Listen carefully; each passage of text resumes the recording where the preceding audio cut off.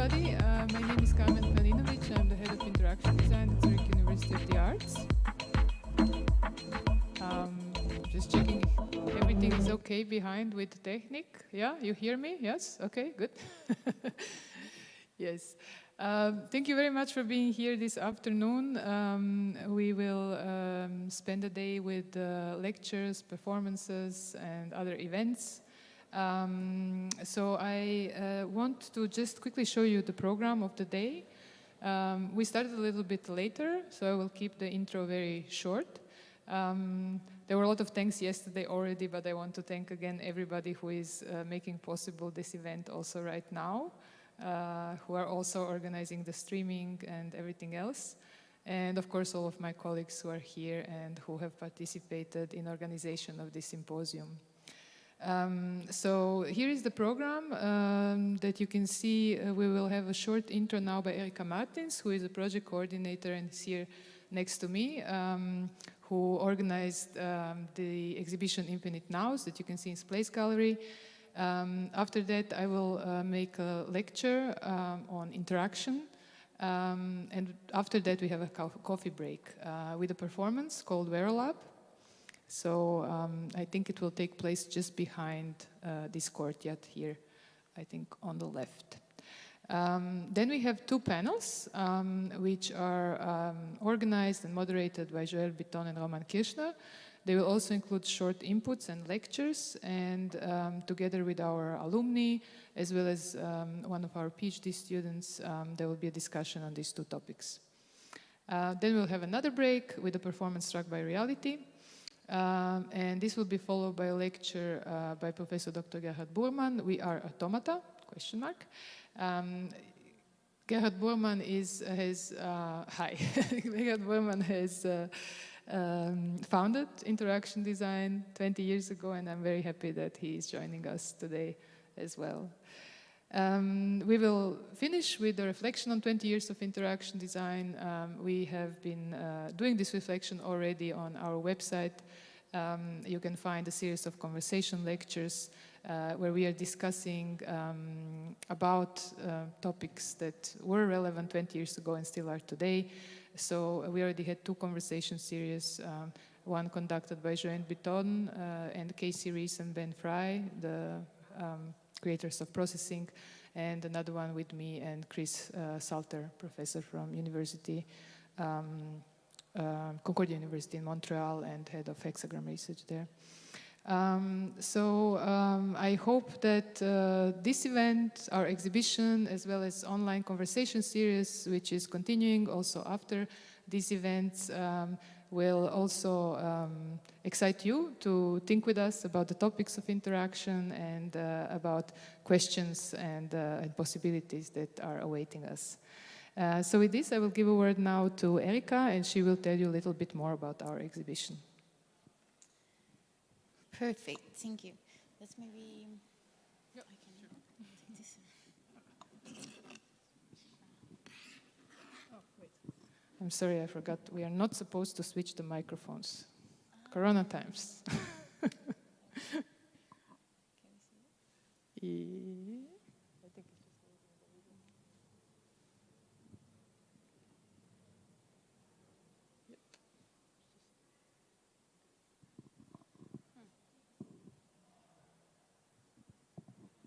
Okay, now it's better, right?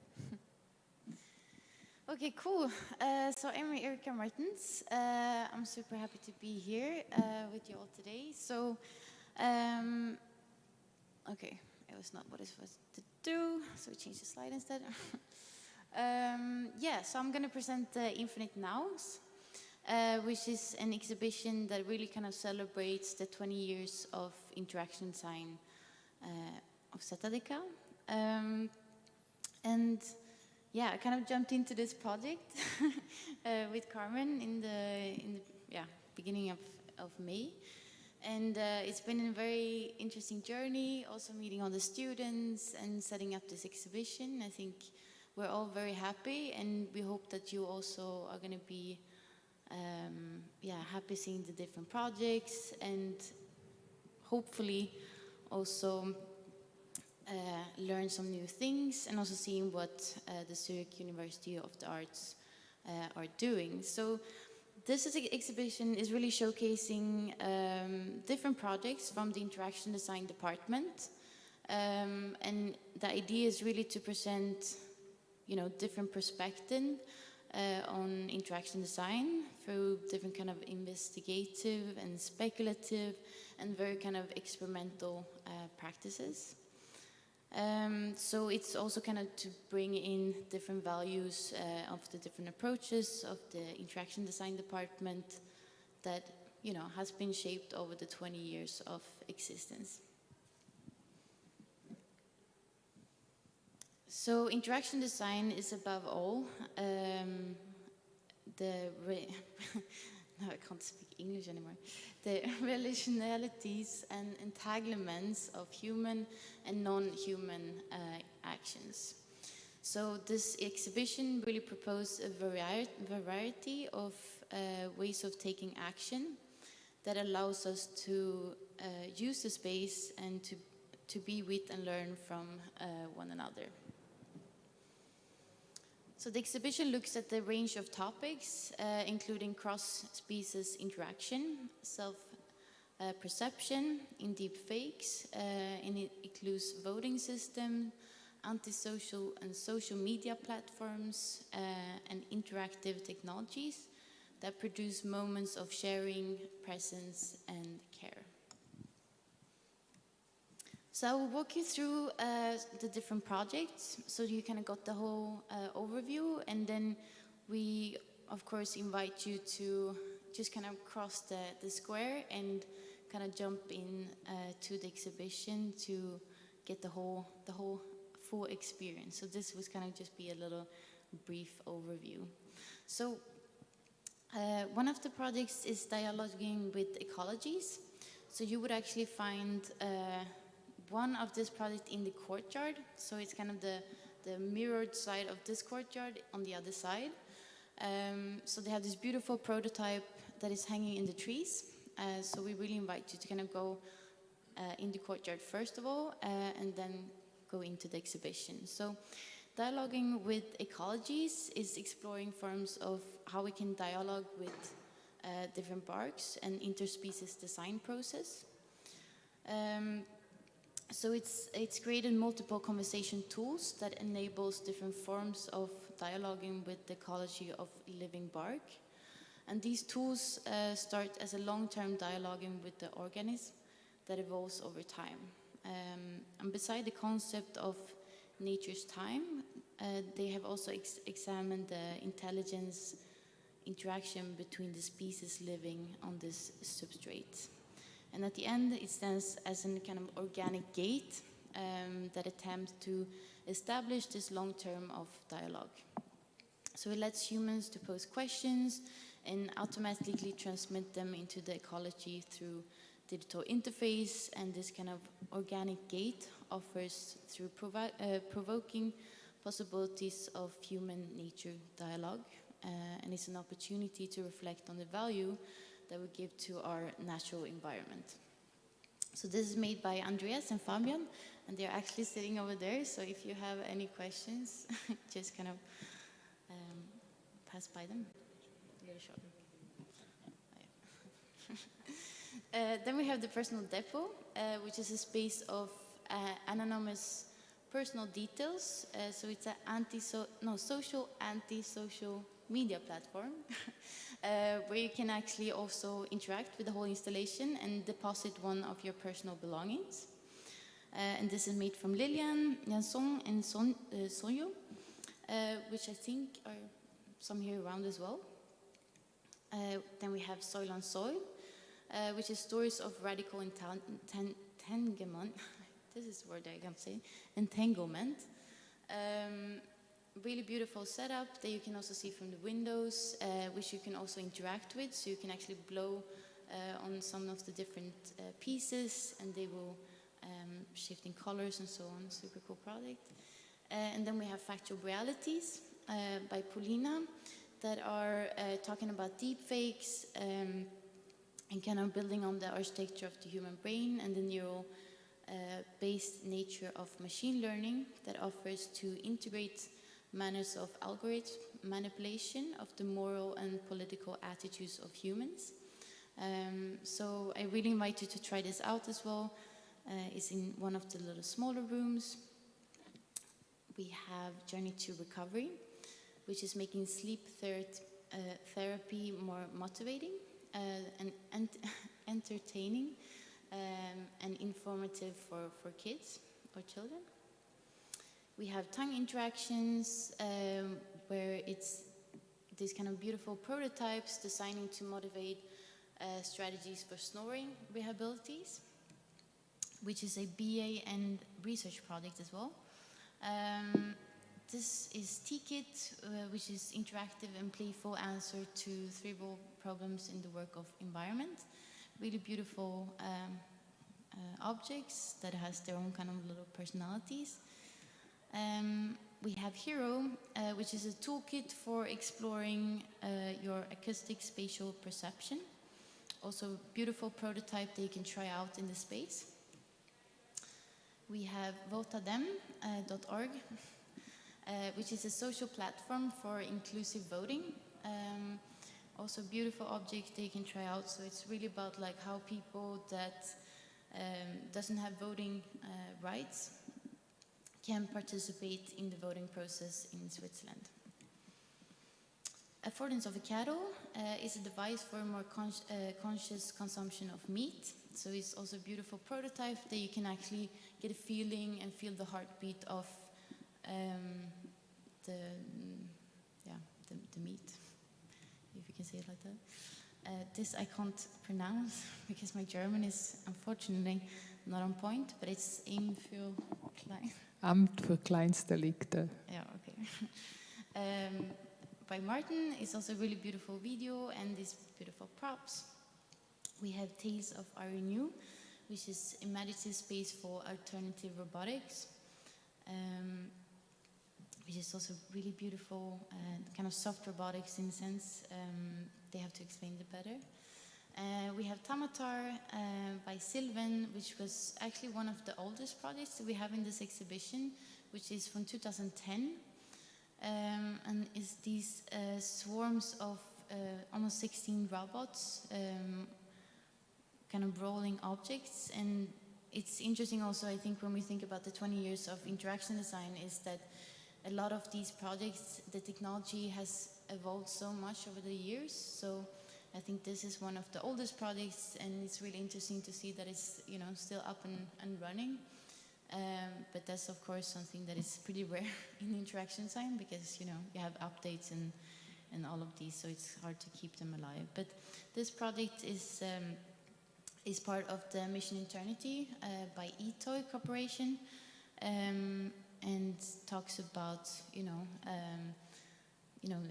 digital, not digital, afterlife, and how you can basically live on in eternity with the Mission Eternity project. Taste Lab, which is a multisensorial experiment that is involving taste, sound, and touch. So it's basically how we can eat in virtual reality. Deep Vision, which is a way of understanding machine perception, and where it's actually scanning the whole space, so you can actually also be part of the exhibition with the scanning. And I think Florian also worked with some different companies, but to really scan the whole space and understanding, having this visualization of machine learning. And Wearalab, they are doing a performance today, later, I think around, what did you say, at 6, I think it is, or 7, 3, sorry. Very, really beautiful. This is a multisensory experiment. Oops, this is completely wrong. But it's this beautiful prototype that they're wearing, which also kind of refers to the most important database of the human beings, of the blood, and the embodiments of the value of life. So this kind of pulsate and the oxygen content in the wear Where is blood is visualizing the circulation of the fluid and fire, and layered in the PVC tube on top of the skin. Then we have holiday hacks, which are these beautiful pictures and also different objects by Jan. So it's kind of when the ordinary object turn into tangible user interfaces. And then last but not least is Rare Necessities by Nadine. And it's talking about the use of technologies that has become an integral part of our lives, to the point where we finally find ourselves as being entangled with technology devices on a daily basis. So yeah, that's all the different projects. You kind of have a brief overview, but I really invite you to, you know, interact with the objects and come and see the exhibition and learn and be curious as we are every day.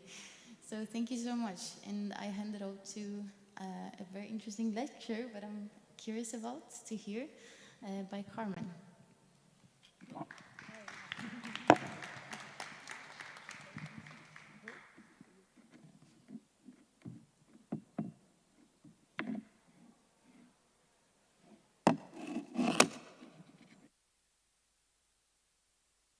Thank you, Erika, for this sprint overview of the projects. Let's see. So we are very much on time, 2 o'clock. I will talk today mainly about my research. We will, as I mentioned, have in the afternoon also our students, and I thought it would be nice to show you also other aspects of work in our group. So my lecture is entitled On Interaction, like the symposium, and I would like to take a little bit apart this notion of interaction and kind of give you an idea of how I understand interaction and interaction design. And then to these 3 big areas, embodiments, materialities, and ecologies, show you some of the work and research that we have been doing over last many years. Not 20, but maybe 15. So before I go into the projects, I just want to tell you about my path, because I think each person has its own ideas shaped by not just, you know, some kind of readings, but also the way that we live and work, and all of the kind of different contexts that influence us. So this path also maybe represents partially the kind of path that digital technologies have taken in, especially in relationship to architecture, where I originally come from. So 20 years ago, I did not know how to program. I had no idea what physical computing is or what future scenarios are. I was an architect, and I was working with digital architecture or digital technology and generative software, but this was very much on a kind of very form-oriented base or interest. So my focus was on generating forms. It was not focused on architecture as a spatial experience that people actually live. You can see here some pictures of some of the morphing processes and some of the kind of virtual environments that I have been designing, which are also very relevant today. And I think this is one of the things that we also heard yesterday. This idea of loop. Things are coming back.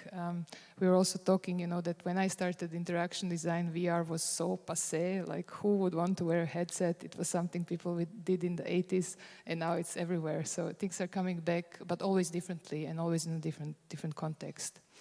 So in 2000s, I was very excited to move more into material and real physical world, but this was still kind of slowly moving away from digital space in a formal way.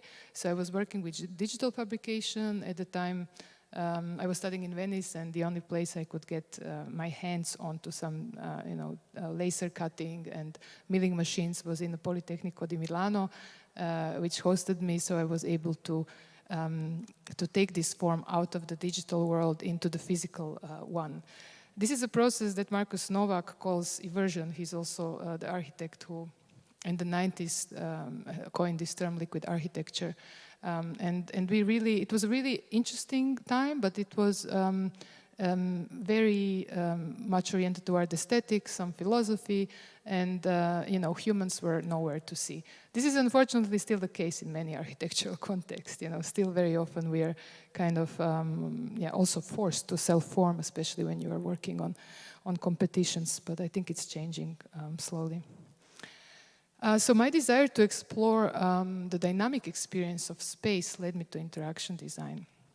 I realized that this morphing of the form is not something that I could really transfer into the real world, because it always will stay an image. So I was wondering how I could move to really working with space in a more dynamic way.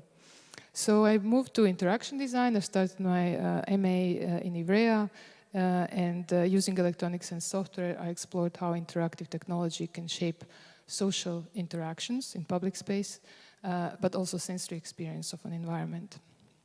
And this was really, for me, a start to think in relations and in actions, and in a much more ecological way of how our experiences are designed. So here you can see some pictures of some urban installations I did, mainly using tangible interfaces, sound and light. And these objects are kind of setting up conditions for emergent human action. What I really liked about this type of work is that I never knew what's going to happen. So it was at the same time kind of a result, but it was also a tool, a kind of urban probe to understand how people interact in different contexts, also in different cultures, because this type of installations like Results of Soundscape, which is a project you see on the left, was very, very differently interacted with in Paris, in Italy, or in Boston. So you could also kind of use technology to probe and understand, and not only to create an experience. The next phase in 2010, so working up with active materials. I know you also had the radical atoms in Ars Electronica some years ago as a topic. So again, this is my work, but it's always a bigger context that is shaping this type of work. So setting up conditions for material activity to emerge was starting to be really exciting to me. How we can work with chemistry, physics, and computing, and how we can let material guide some of the interaction processes. The phase that I feel I am in now, probably with many others, is the question of how to work with emergent ecosystem activities. So how we can deal with very complex questions which require us to also acquire knowledge from earth system science and biology, biodesign, and how we can then be guided by these biosphere processes, which pose a lot of challenges that for me are still very difficult to answer. So this is a little bit of where I'm coming from, and I think this will help you understand how I think about interaction. So today, rather than elaborating on like notions of action and relation, which I think there is a lot has been already said, I want to provide some examples and just say a few words about this idea that interaction design has already gone beyond reductionist kind of approaches of only technocentric or user-centric discipline. Of course, it's still viewed that way. It's viewed that way, especially by in kind of business context. We, of course, also have to sometimes use more traditional methods, but I think it's really essential to question this focus on user and to try to find a way to work maybe within neoliberal contexts and change them to be able to deal with these questions that we are facing now, which are bigger than a single app. So drawing on situative and embodied design approaches, I would like to argue that interaction design is an environment-centered field that has been drawing on ecological approaches to cognition and ethnographic approaches to human and non-human species and contexts. I like to talk about interaction as interaction, where the term inter stands for relation, for being in an experience, being in an environment, while the term action stands for the questions of processes and activities. And of course, when we talk about, the interaction design, then as a kind of field that is exploring and enabling this type of relations, processes, and activities, there is also this shift to do that not only by thinking about human and digital, but also about other type of processes and activities that are material, environmental, and so on.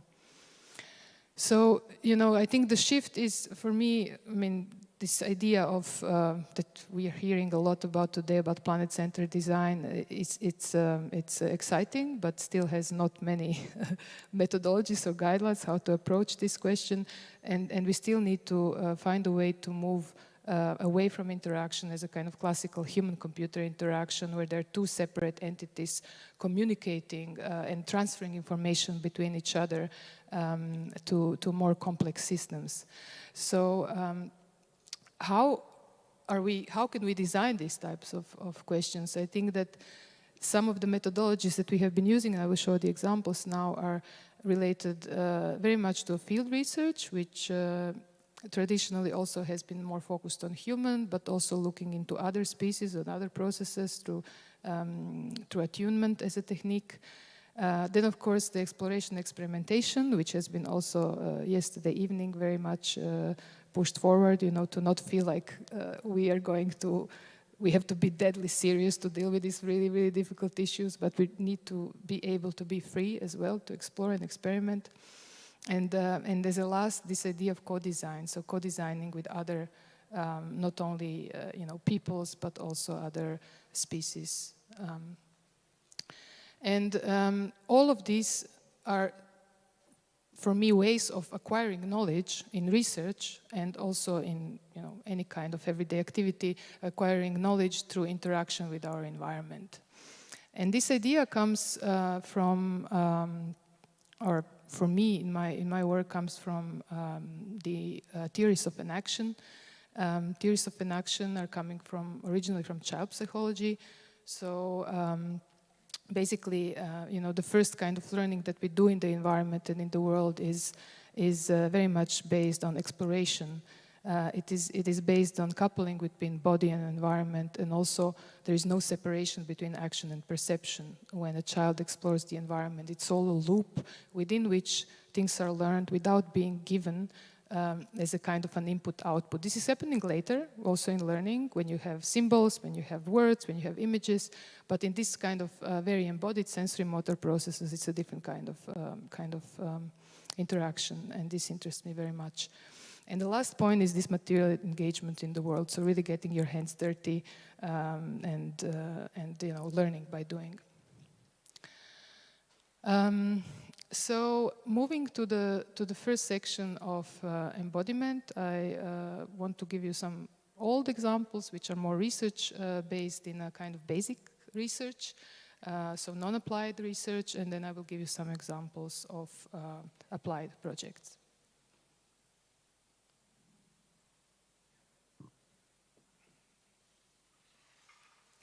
So sonic interaction design has been a field that I have been working with for quite some time. And the original idea was to consider sound not only as a communication element or as a signal, but to think of it as an interactive feedback that can affect bodily movement. So in this project, we were doing some basic research to prove that sound can guide and improve embodied learning. So the way that we move and they can change it. And it was also connected afterwards to a bigger project called Sonic Interaction Design, where we kind of try to create this field that doesn't use sound just as beeps and whoops, but as something that can be seamlessly integrated in interactive objects. It's a very interdisciplinary field, which requires also very embodied approaches. So embodiment has been the key in this work. Not only as a result, but also as a method. Embodiment makes things very accessible. So it's for me, it's always the best way to see that something is working is and that it's easy to use is to work with children. They are merciless and cruel, so you don't need to ask for more. Also, with this kind of embodied way, we often can create interfaces that are quite inventive and new, like this haptic floor, which was done in cooperation with McGill University, and then also used in different settings, like here in a stage where we were exploring how dancers interact with an agent that is invisible, and does the audience perceive such agents which are, haptic and not felt at a distance. So some of this work you can also find in this publication, which is already 9 years old. Sonic interaction design that is kind of trying to gather this idea of integrating embodiment as an essential part of sound design. In a more applied area, we work a lot with health. So projects that use sound to make people who need rehabilitation move in a natural way, but also correct their motion in a natural way, without thinking too much about this. And this is an example where we work with stroke patients. So it's maybe a more human-centered approach. This is a project that was done in 2011.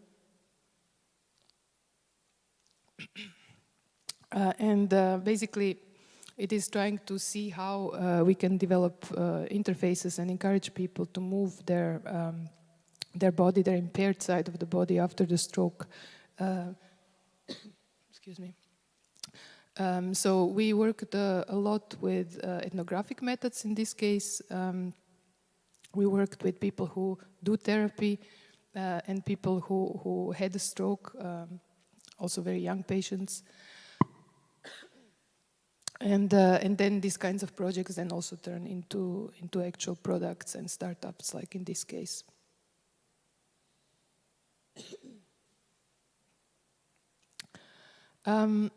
This is a project, this is a video. I don't know, can you see it? A video coming at the right time because I'm getting out of my voice. This is a project that is using a tongue interface for myofunctional therapy, which is basically a therapy that is exercising a tongue. So it's a tongue fitness trainer. And you can see here a process of making it. It's integrating very thin sensors in a very thin interface that then can be used to play or produce sounds and other types of outputs.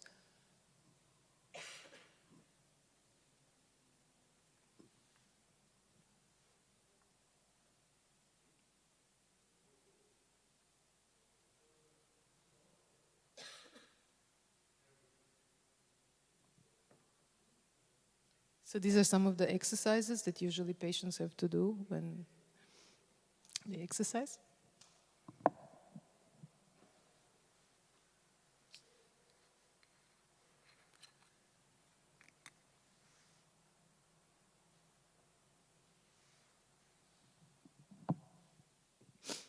And you can see some, these are the sensors.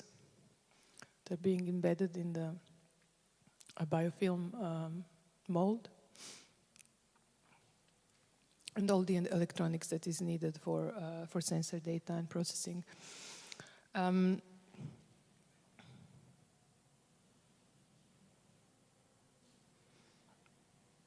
So this project started also as a medical technology project, but what we are trying to do now is create these loops that I was talking about, these sensory motor loops, by creating, or excuse me, adding an actuation layer to this device. So our next research project will try to do that, to combine the sensor and actuation in a very, very thin mouth interface. I'm very sorry, I'm losing my voice. Let's hope I can continue.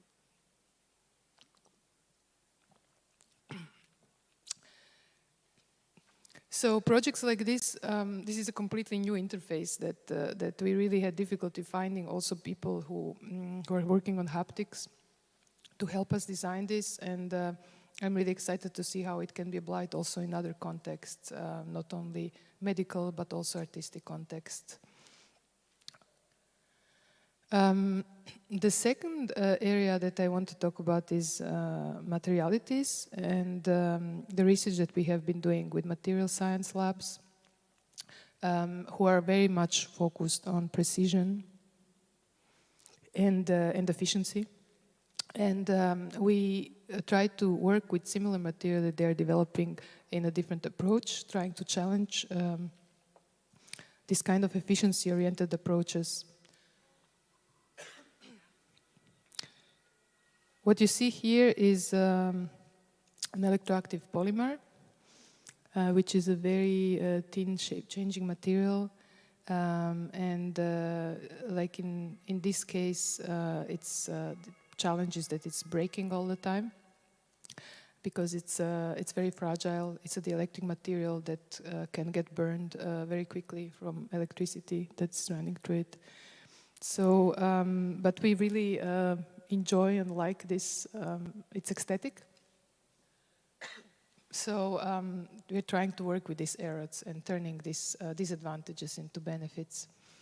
And most importantly, we are trying to let the material guide the process. So the first step to work with this type of materials is to take the knowledge from the labs into art and design studios. What you have seen here in the beginning is a kind of a stretcher, which is in a special 2 by 2 meter, bigger room. The stretcher is 2 by 2 meter at EMPA Research Center in Zurich. And we use much simple tools like this one and create tutorials and also electronic devices to enable artists and designers to develop these types of materials without having to have exclusive access to those tools in material science centers. I want to show you a little bit of the process of how we work with these materials. This is from a project by Luke Fransky, with whom I've been working since more than 10 years. He was exploring in his master's the electroluminescent paper, which is called a paper, but it's actually a plastic. Usually it's just a foil. He tried to make it into a paper. So this is a process that he was following, trying to modify existing material by etching the surface from one side. Then we did a workshop where we made our own material under the help and guidance from Loop Design from London. And then finally, he managed to integrate paper as one of the layers of this kind of sandwich material and to enable really to use it as a paper. And what this enables is to do things like, tear paper or fold it or even paint with this kind of light material. And one of my favorites to use water as an electrode on the top of this layer. So instead of the ITO film, which gives this plastic feel to the material, we are using here water as an electrode, which then lights up. So in this project, actually I'm missing a slide where he also uses another kind of disadvantage of the material, which is the noise that it creates to create a kind of musical interface. So all of these disadvantages, like, this type of non-homogeneous surfaces or sound that is being created are things that that usually, in the industry or in the labs, they want to avoid it because they want to have a perfect homogeneous surface that lights up equally on each area. But he managed to do many other things with it, and it was interesting that when we came back to people that gave us this knowledge from material science, they also saw the potential of this, and even manage to imagine, you know, different kind of design or everyday life with cars that are not smoothly integrating this type of material, but are maybe more organic. This is from a workshop with it. So one of the things that I really like is this, that in this process there are so many moments of discovery. And of course it's a luxury to be able to do research, to be able to explore and you know, without saying this is a defined goal and this is what we need to achieve. But really these are the moments where we can discover things like here, for example, we used in these electroactive polymers, we used water. Somebody had the idea of putting water inside as an electrode. And then we discovered that this works also beautifully and actually creates lens effects. And then out of there we created a demo looking at how this water can be moved around in a kind of this surface that basically you have to imagine is kind of stiff and then it gets soft on the areas that are activated by electricity. So you can basically move liquids around. And out of these demos and materials, then we also try to create setups and installations where we can also not only show to you know, to audience our work, but also see how they feel about this types of materials, which have very kind of organic appeal. So not only ask, can we co-design with non-living material, but also how can we emphasize with such materials. I don't have sound right now, but it's okay, we can move on. So maybe just quickly, this was an installation where you had a kind of an object integrating these electroactive polymers and a sound, a spatial sound in the room that was attacking this kind of creature made of electroactive polymers until the moment where it broke. So we're constantly exchanging this material as it would kind of broke and hang all the dead bodies of it on the wall.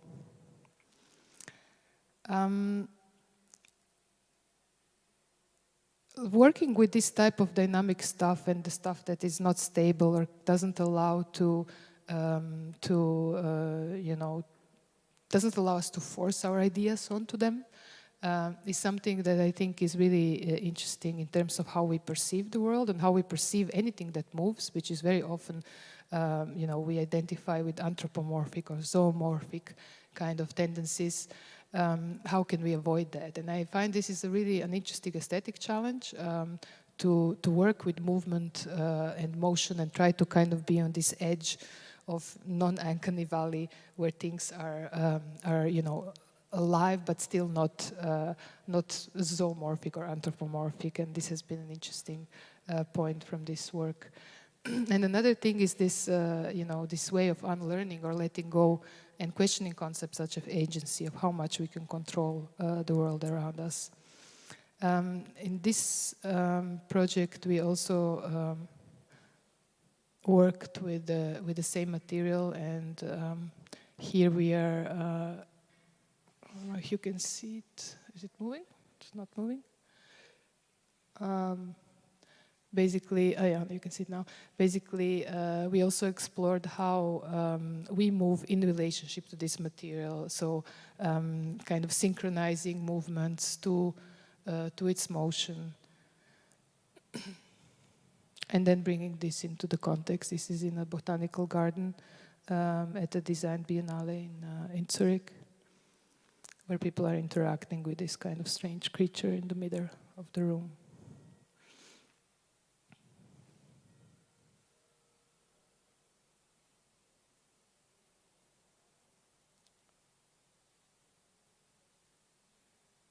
So as I already mentioned, this work is practical but also theoretical, and this is something that we do a lot. We always mix theory and practice, not only you know, in our work but also in workshops we organize. So this is a workshop called Materialities Denken, where we had a lot of experiments with materials, but also read and you know, kind of left mixes of theoretical and physical experiments on this table. And I think that this way of working is really exciting to me. I think that very often when we talk about practice-based research, people, you know, there are many, of course, many different ways, but I think for me the most exciting one is where the theory really changes to practice, so that, you know, you're not using theory just to argue for something, but you are changing it by doing things. And this is nothing new. You know, Wittgenstein changed his whole theory and his whole philosophy after he built a house. So I think that the value of practice is sometimes, you know, differently understood. I think for theory as something to be used to represent concepts instead of something that can be used to change concepts. So this can be also an important point for this material work. These are some of the, there are more, just two of the publications, and you can also find some of our publications at the exhibition exit. So this is the last part, the ecologies, and it's the most difficult part, I think. Our students who are here, a lot of them have been in our trips where we try to work in outer spaces and apply those things that we do in the labs and in the studios in contexts that are much more open and also much more difficult, like here in the water. And this is something that is very difficult to kind of explain what it means when you are, you know, being bitten by little fishes while you are brainstorming about papers on being in an environment. There is something that, again, comes into that loop of thinking and doing that I think is very valuable. And instead of talking about field work as something where we are studying human behavior, there is this notion that several people have been thinking about, which is how can we interface to other types of contexts or species, so attunement as a technique. And here is a quote that basically describes attunement as a willingness to be touched by external circumstance, to be affected and changed by them, and attuning to another being or situation invokes a particular kind of sensitivity, receptive and curious, careful and attentive. So we've been moving slowly, attentively, and trying to, together with our students, to see how different types of environments affect us and change our way of thinking about interaction.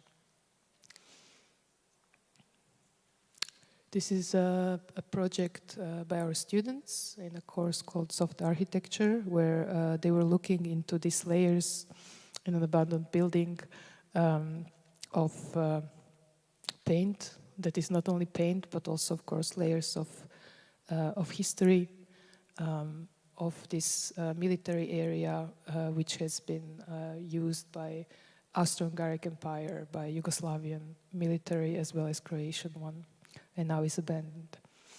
And after being there, then we usually go back into our very gray environment of our university, very clean one, where we ask, okay, how does that history, those layers feel in that space?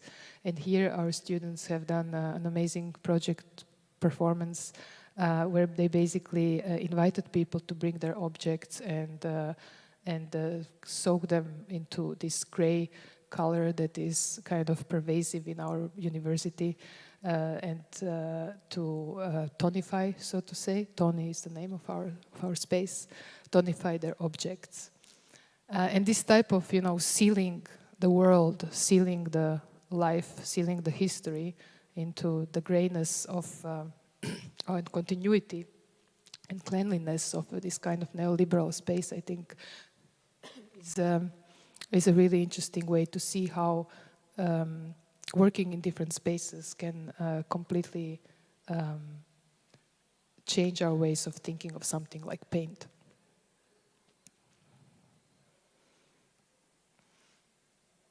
The biggest challenge of working with ecologies is the question of different time and space scales. When something happens, you know, as quickly as an explosion of lava in a volcano, we can perceive it, but other processes are happening on a much slower way. So how do we deal with these geological processes that are happening on different time scales? Or how do we deal with time scales, spatial scales that are different from ours? How can we interact with microorganisms, or how can we wait for an answer from, you know, a species like moss, which doesn't always react as quickly to us as digital technology can. This is a project, actually it's the last project that I'm mentioning here, and it is exhibited also in our exhibition. I did not mention many of the students' work because they will be shown today in the next session with panels. But I really want to thank two of my students and alumni for being brave to ask these questions, because I think they're very, very difficult, and I think they're very important for our field. So thank you, guys. Thank you all for your attention. And yeah, I'm open for your questions. Thanks.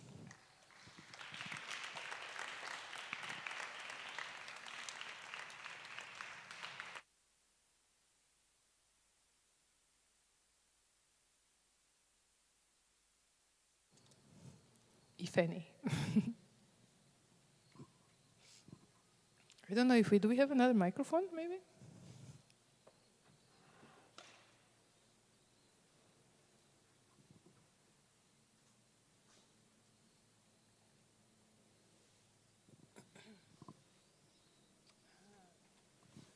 We have a cleaning machine. Okay.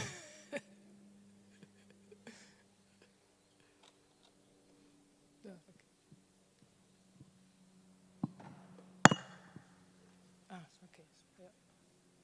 Any questions? No?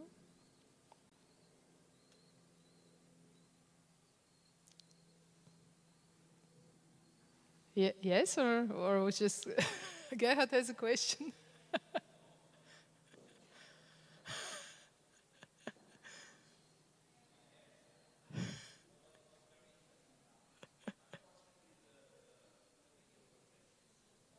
Yeah.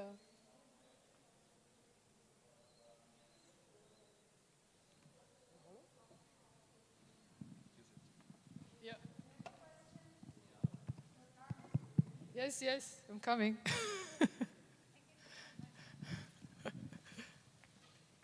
Thank you. Huh? Ah, yes, yes, thank you. I don't need to go back. Yes. Okay. Thank you for the presentation. It was very interesting. I have one question, and it's about the thing that you're working on right now, or maybe it's most important for you right now. You talked about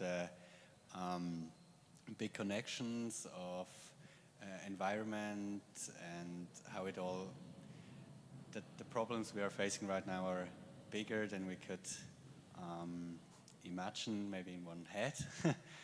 And I was wondering, are there already ideas or concepts how I would like to tackle this in the future, or is it more that you see the problem and you're trying to work on it?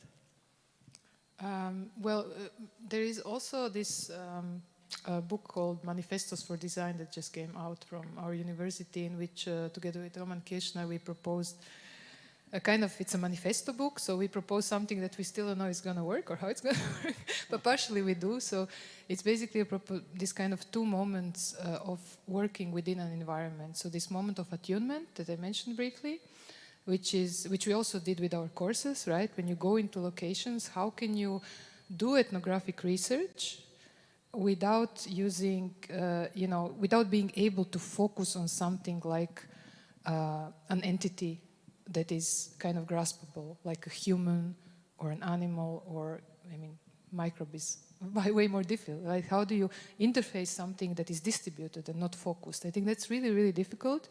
And it also requires, you cannot do video ethnography. Like, you cannot, like, you can shoot microbes and then what do you do with it? Like, how do you do a cognitive walkthrough with a microbe? You can't do this. So attunement is something that also in ethnography and anthropology has been an interesting technique. And people are trying to just, explore and find multisensory ways of being in the world. And I think this first step of acknowledging that you have to be in a field is already something. This is something that I think that shaped the whole interaction design field. Like, before we would get the requirements for ethnographers, what we had to do. And then designers said, no, wait, if I am in the field, I actually have a completely different information gathered than if somebody gives me a paper with a list of what they found out. So I think that moment that happened maybe 25 years ago is happening now also in a different scale, on the scale of how do we designers work with non-human. And I think we are learning a lot from biologists, from anthropologists, and also from earth system sciences. And attunement, I think we already have some techniques. I didn't talk about them today. But the second moment, which we also propose, is leveraging, which is a term from Donella Meadows, that you can do something within an ecosystem in a very extreme way if you find the right access point. So, of course, if you spill oil onto the water surface, then you destroy a lot of things. That's a leverage point. But you can also do it in a positive way. So the question is, how can we create this? How can we identify these points where our actions are creating an impact, and how can we deal with them, especially if they're distributed? Which I think is really difficult. And I think one of these biggest challenges is how do we do things in a kind of multi-scale way. And I'm not really sure, some people think that the Internet of Things, this kind of distributed systems are the solution. Yeah, I think it's a difficult, still a very open question. Thank you very much. Are there any other questions? Maybe I'll ask you a question regarding the PhD program that you're setting up. Maybe Can you talk a little bit more about that? Thank you. Yeah. So we have cooperation with Linz University, and we are there are several different programs, but our group is involved in two. One is artistic transdisciplinary PhD, and the other one is a PhD in design.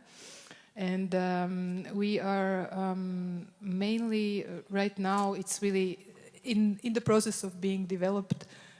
So at the moment, we are trying to find also more funding to be able to get students funded, but it's not that easy. And the topics that I mentioned that are here are some of the topics that will be also relevant for that program. So some of our first PhD students are working within this field of materiality, but also ecologies. One of them is here today, Rasa, and she will talk about her work, which has to do with matter and ecologies in the session on materialities.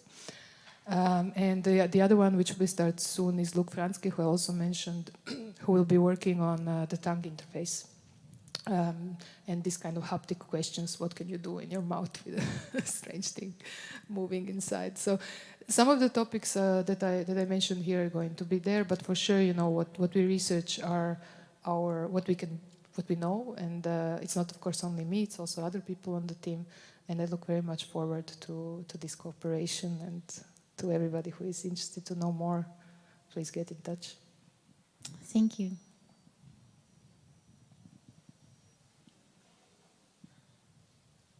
Cool. Is there any other questions? I think otherwise maybe we just have a little coffee break, right?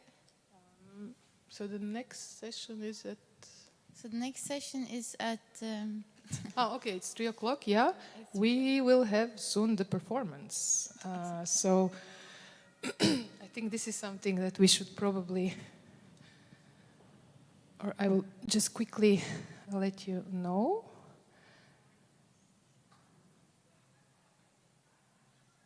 So Yeah, as you can see here, the performance by Andrin, Marcial, and Shaën is going to happen at 3 o'clock. So that's in about 15 minutes. And then the next session is in half an hour with Joël Bitton and our 2 alumni who are here, Vincent and Marcial. And after that, we have a Materialities session with Roman Keshner, Sasha, Dewey, Aurelian, and Carlo. So we do have half an hour, but in 15 minutes we have a performance. So I hope you can hang around and enjoy some dance. Thank you.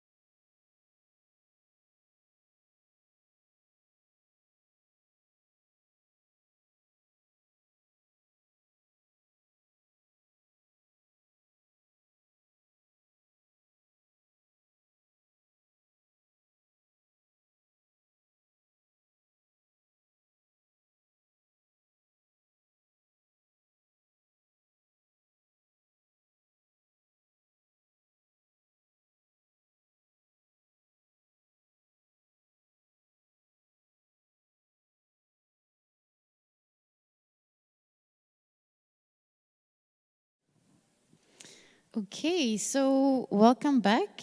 Now we're going to have our panel discussion about embodiments. So what I would like to introduce Dr. Joel Bitton, who teaches, who teaches in the Bachelor of Interaction Design at ZHDK. And her teaching puts an emphasis on associating theory and practice and on inviting students to question assumptions and stereotypes, and that embraces the incursive journey of the design process. So please welcome up Joel. Then I would also like to introduce Vincent Lutzenger. Okay, my German, sorry. He studied interaction design at the ZHDK, and he's currently a partner at the Design Centrum, D-Centrum, which is a think tank for digitalization and society in Zurich. So please welcome up, Vincent. Then I would also like to introduce Marcial, who was just doing the performance, Wearalab. And he's also been in the team of setting up this exhibition, so I also like to thank you for the great work. And yeah, I wish you a great panel discussion on embodiment. Thank you. So I guess I'll just talk for about 10-15 minutes on the topic in general, and then Vince and Marcial will follow up also with their perspective, kind of respond to some of the thoughts I'm discussing now, and we'll have a discussion hopefully with you as well. If you have questions, you can also ask them online if you're watching. I titled this talk Embodied/Fabrication, the Pursuit of Oddity, and I will explain kind of why. Just one word about myself. I was nicely introduced by Erica, but I just would like to mention that the more I embrace, I've been at this for 20 some more years. Probably last time I was at Ars Electronica, I was in 2001 or something. So it shows that I'm not that young. And the more I'm at this, the more I really embrace the idea of not necessarily defining myself under the umbrella of a discipline, but actually kind of trying to approach the whole thing with the idea of being undisciplined. So you may recognize, I don't know, do you see the slides? Is it clear for you guys? Maybe you can also come closer. So the idea is that here is a slide showing a superhero character, the Silver Surfer, printing out of his body his surfboard onto which he travels. And this is kind of a little bit of a metaphor for the idea of embodied fabrication. Neil Gershenfeld, the researcher at the Center for Bits and Atoms at the MIT, wanted to really embrace the opportunity that now with the fabrication techniques that we have nowadays, and with the proliferation of and facilitation of collecting data, we could program the physical world. So I hope that just the idea of that sentence, that you can now program the physical world, I hope that it gives you some high of some kind.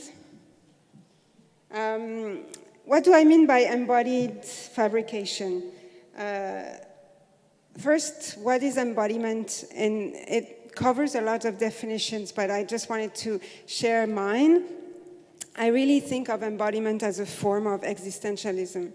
And what do I mean by that? It's the idea of being here, being there, being aware of where you are, and probably also allowing yourself to be here and to allow others to be here as well. And that's first and foremost what I considered being embodied. And fabrication, what do I mean by that? Of course, it's referring to the technologies of digital fabrication, such as 3D printing or laser cutting or CNC machining that you may be using in your practice. But I also think of fabrication as a form of existentialism as well. And fabricating is also the idea of acting upon the world. So embodied fabrication together is this idea of not only just being here and allowing yourself to be here, but also sort of leaving a trace. It's a bit literal, but it's actually the idea. And fabrication is also, and this embodiment of fabrication is also for me a way to materialize the immaterial. And so finally, it's really kind of the definition would be to have digital fabrication becoming intimate, intuitive, and counter-functional. And I'll explain that further. Just a quick example of what I mean that's a little bit more concrete. This is a robot that I worked on, and it's basically kind of a machine that only works while you're asleep. And this machine would transform the landscape that you're sleeping in, the domestic landscape as you're sleeping, because it's a destroying machine as well. That's a little bit of an excerpt.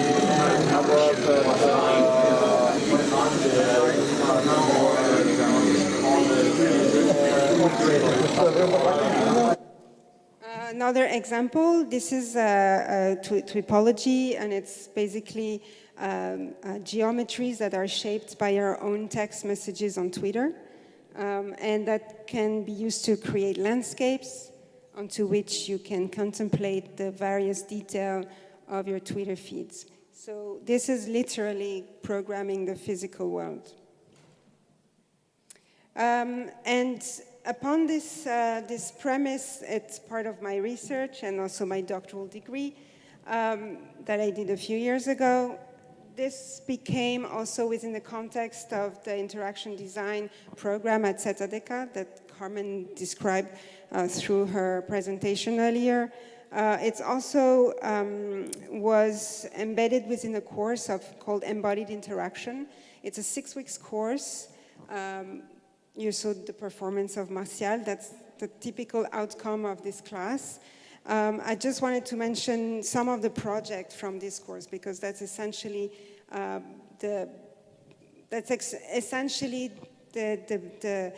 all the experiments that have been done around this topic of using data to embody the world around.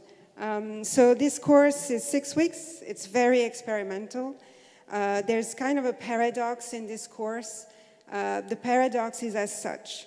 They have a goal, but they don't have a goal. They have to validate their work through data, actual, factual, scientific data, but the outcome is actually messy, it's experimental, and it's sort of performative. And those two layers may hold a lot of contradiction, but it's actually a journey that's revealing itself as it goes along to down to the essence of what their students are also going to try to represent further on, also in their diploma work. I clustered some of the projects from that class into 3 possible conditions of that informing existentialism I was mentioning. One that I call technology of the self, which is actually, Michel Foucault was talking about logging or writing as caring for oneself. Nowadays it's selfies or quantified self, which is also an extension of way of caring for yourself. Another cluster that I call full contact, and it's also about being vulnerable with your own body, with the machine. And another cluster called mutant matter, where you're embracing the non-finite elements of what you're building. So in this cluster, one of the projects, so I'm not gonna, there's a lot of projects, so I'm just gonna really take the describing at a high, at a very quick pace, which I'm not doing right now. This is cyborgism. This is a project that was done actually last fall. And it's the students here tried to capture, again here, sleeping data to create a sense of privacy in public through a mask.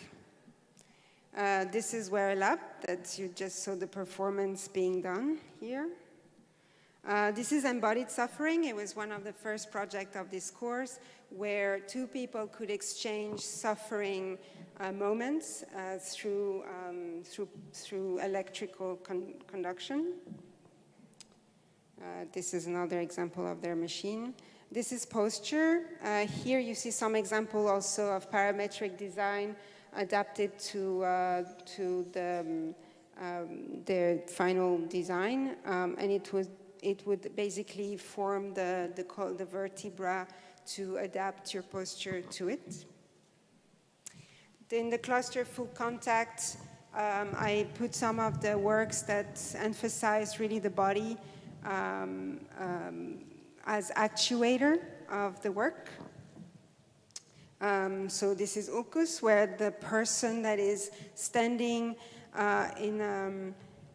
inhabited by a particular suit that meant that they would receive some sort of data from others that would control that person.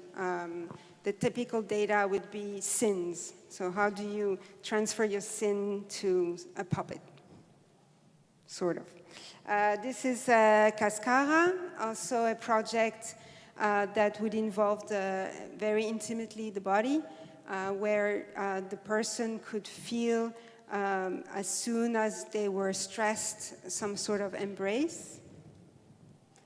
This is Pipelink, the project that Vincent will also mention, and Daniel. And this is a project that would create a sense of relief or slash pain as you would experience a level of stress that will let you afterwards enjoy the relief of that. The animal within, it's another relational elements where you would be wearing a suit that would grow and let you transform into an animal as people would stress you out as well. And then the last section that I call mutant matter, where here is a project that I did actually as well, called Streamline, where the idea is that the matter itself, the idea is that in this particular case, there's no finite object. It's continuously being fabricated. And this was an inspiration for further studies on the idea of embracing the matter as a constant transformation. Here are some examples of that. So I really, with this project, wanted to embrace the fact that time can be a component in the fabrication process, but time as in a much longer time frame than the fabrication itself. And out of this cluster, I also inserted a couple projects. This one is Smoker Ornament, where basically it's made out of cotton candy and it's disappearing as the person is smoking to emphasize the various lungs diseases. And then here is Terminus, another project that changes as you are depending on your social credit. So it's a commentary. So the lower your social credit, the lower your social credit, the less you can move in the world. So here are 3 statuses. This is the most constraining one, the medium one, and this one is the total cool person who has a lot of social credit and can do whatever. So just to close and to pass on the discussion to my colleagues, I think I really look at those, whatever is created through those elements and this confrontation between the notion of embodiment, fabrication, and material is the idea of embracing a third kind of object, neither ornamental nor functional, but rather sort of what Csikszentmihalyi described as born witness of a moment in time. Voila. So do you want to respond or follow up, Marcial? Oh, no, you have to use your own. Test, test. Cool. Thank you, Shaën, very much. It feels a bit like back in our course with this little lecture. Yeah, embodiment or embodied interaction. So I show here a picture of a hand axe or a fragment of a hand axe, and what I basically think is very interesting is that embodied interaction or embodiment in general goes really back into evolution, where people developed tools or tools to extend their body or to build stuff to develop further. And that's what I want to mention with this image here. And you know, like times changed, but so I also developed a tool in my bachelor thesis, and this is called HERO, and it's referring to our acoustic perception of space. And this tool here is the distance tool, which it works with a parametric speaker, and it's like sending out ultrasonic waves, which comes back from the walls. So if it hits a surface, then it gets shifted back into an audible range. And what is very interesting that you can hear then, it's kind of a bad, you can hear the surfaces, or you can also hear the space, the geometries. And I mean, that's actually, the questions change today, so it's not so fundamental anymore. And the next tool, it's also in the same toolbox, so I developed the whole toolbox. It's called the direction tool, which you can play or experiment with directions of the hearing, and it's visitable in the exhibition on the other side if you're interested. So what I really like, especially about Shaën's course, is really that you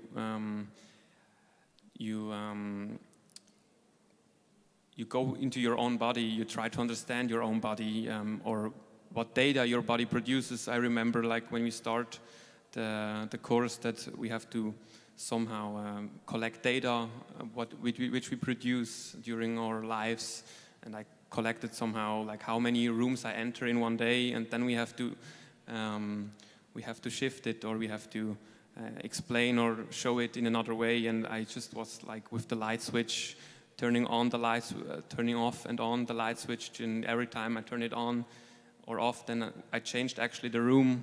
So that was the data which I transformed. And also with Wearalab, of course, what is really crazy is that there's a laboratory report for your blood data, and I mean, the blood is the database of your body, and there's so many things you can measure and you can also figure out by really looking at it. And we only showed in the Wearalab only 3 values, and it's really crazy. And it also goes back to privacy of your own data. So I was there and kind of showing my own personal data to you, and I shared it with you, like my pulse or my oxygen in my blood. And what happens with data at a laboratory, and what happens data at your doctor, or what else? I think that is very interesting to have a look at it. Yeah. I mean, yeah, how it worked, you saw. So what was not very visible is actually that it really takes also the oxygen level and transform it into a gas thingy. But that's very laggy, so that's why it was very difficult to show. Yeah, so I think from my side, I will hand over to Vince. Thank you very much. Yeah, my topic is a little bit of a stretch of embodiment, but I will see it more precisely afterwards. I think we often have the perception that democracy is here. We need to kind of prevent that it's not changing, but I think, and this is what we try to do with our project, it's something we need to constantly be developing on, continue to improve and adapt to new realities we currently face. And so for us, it was the question, how can we enable others to participate in political processes? That's, I think, the difference, what we tried to do, if we compare it to activism, where we try to convince maybe people or let them think about a topic in a specific perspective. But we really wanted to not convince anybody, but help people to evoke a thought process. And it was mainly about, in this specific case, it was with votan.org, it was about voting rights in Switzerland. We often claim that Switzerland has a fairly direct democracy, but still many people are excluded, such as people as under 18 years and foreigners, but also some people with mental disabilities. So I will explain you very quickly how votan.org works. It's a digital platform where somebody that does not have a vote can get a vote by somebody that is allowed to vote in Switzerland but wants to give it. So the person that has the voting right can sign up for a meeting with a specific location, dates, and time for a physical meeting. And then on the other hand, the person that is not able to vote in Switzerland or not allowed to vote in Switzerland can choose from one of these votes that are listed on the platform. The whole thing is based on a smart contract, which is kind of like a program that is running on the blockchain. So it's real and it cannot take down, in that sense. At the end of everybody gets like a guide, and they know they can always break up, and they know they don't have to do things. And at the end, in Switzerland, usually you vote with paper ballots. The person that is allowed or has the voting rights, fills out the vote with the opinion that is built in this discussion. So for us, as I said, it's a bit of a stretch to talk about embodiment when we make a digital platform. But I think the really important part is that we made it real, and we took a very abstract topic and enable people to actually participate politically. And this forces people to think about voting rights. It forces people to take a stance, but also it really changes the perspective or the way we talk about such an abstract topic. It's before we saw a lot of people just had really simple answers like yes and no, and afterwards we really saw that it sparked a discussion about how and who should be able to vote, and if so, what would be a desirable way we do it. And that's exactly what we tried to do here, and that's maybe also what we think is the embodied way to enable people to enable as many people as possible to participate in this political discussion. So it's not about a very high level, but also people that usually don't have the vocabulary to talk about this topic, or not the interest, or feel uncomfortable. They're now able to do so because it's so concrete and actually real that people can vote. Do we have some time? Nice. This also sparked interest by media, which was very helpful for our project. We had several newspapers in Switzerland, but also like from different languages where they were writing about us. And we had very quick TV visibility in the Ticino TV, for example, or at ZDF. This really helped us to spark the discussion about who should vote. We were able to see it online. People were vividly discussing about that topic, and I think in that sense, making it concrete really helped to spark that. To also, I mean, it's to have something hands-on to talk about, and not just something that is you need to talk about in a very abstract level in your mind. Oh, sorry. Well, get back to it. Do you want to continue? I'm good. Thank you both. Maybe congratulations. So I think what's particularly interesting in those two examples that they gave is to show that the notion of embodiment is not necessarily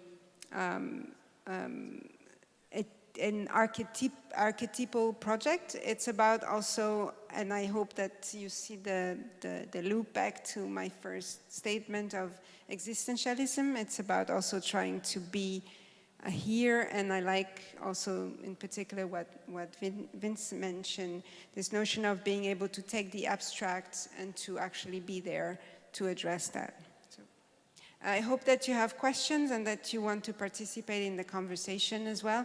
We have alumni from this course here too, including in some of the examples I've shown. So I hope you have remarks. Yeah.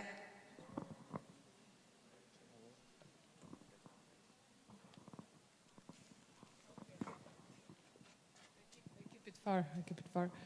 I just wanted to ask you about the most embodied moment in Vote Tandem is actually people taking a decision to meet a stranger. And I think this is, for me, the most, maybe also the one that provides most obstacles. Because, you know, if you do something like this online, it's you can do it from the comfort of your home, but you actually have to engage. You have to face this person who may have a very different opinion of you. And this is something that, you know, through digital technology, we kind of, this space of radical democracy, as Chantal Mouffe was saying, you know, in the 70s, that this space has been lost to a certain extent to digital technology. So for me, this moment of embodiment that you created is really important. And I think I would like to know more about, you know, what did you learn from that? How did people feel about, and did they feel, or when did they feel they can accept an invitation, and when did they feel that they would rather not engage with, you know, facing somebody who may have a different opinion from them? To be honest, it was like, since everything is built up very pseudonymized, and we never actually met people that really exchanged the vote. There is somebody that recorded the whole conversation, which was very fun to see. It's somewhere on SoundCloud. I need to find it again. I think they had like very similar stances. But what I really like about it is, yeah, as you said, you need to meet the person and look at their face. I'm currently working on a project that we are trying to have like political discussions, or not discussions, but like making political statements via voice. And this is exactly the same thing. It generates some sort of, I'm a bit careful with it, but like empathy in that sense. You need to take a person serious, and I think that's really another embodiment part that really makes you like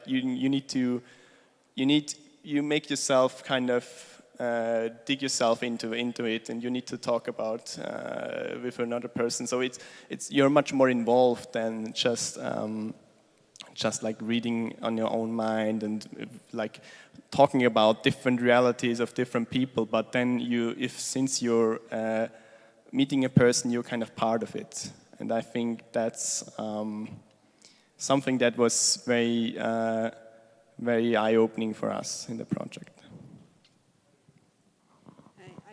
I just wanted to follow up on that, because I think, I don't know if it's changed completely, but meeting people is hard. And it's harder since we are used to using, I think, since we are used to using social media platforms. And I feel that it takes a huge effort to actually meet a stranger or meet a person, even to be there for your friends. Is hard. At least it's my experience.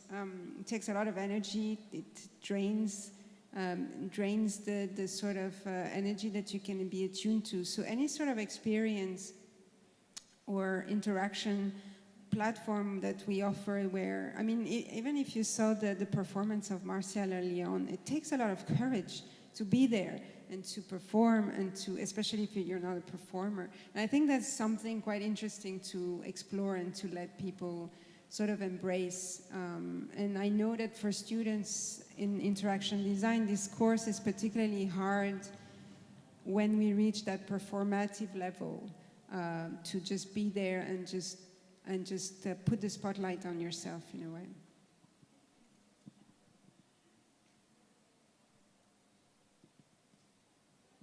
Any other thoughts or responses? Or we can also talk together, but maybe it would be nice if you have some questions.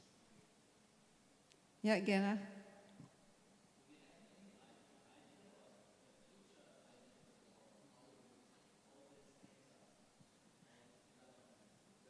Where it's taking us? To the moon, baby.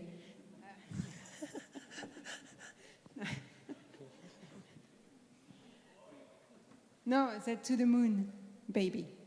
Oh, it's boring. No, of course not. I know it's boring. No, I think where it's taking us I mean, that you can also offer your perspective, because you're the future. Where it's taking me, I can say it's to sort of embrace reality. I'm personally not necessarily a huge fan of VR, because I find reality so much already super tense and super bright, and I want to engage with reality more. So the idea of being embodied and present to myself and to others is already an enormous enterprise. It's probably the most gigantic, again, that's why I said existential enterprise, to be there. And to be here in the now, in the infinite now. So I think I'm hoping that it's taking me to also experiment more on that perspective, and maybe for you guys, where it's taking you. What I really like is also about the course, or about the course is also that you are doing work while you're embodied or while you're in the context. I think many projects, they especially not in the design field, they're very isolated. I think you take something and you go to your desk and you continue to work there and try to find a solution. And you know, I hope it's not a prediction. I don't want to predict anything. I think that doesn't make any sense. But I hope that we can apply this to so many more places also besides design, that we are trying to be in the context, be present, and be present while we are doing things.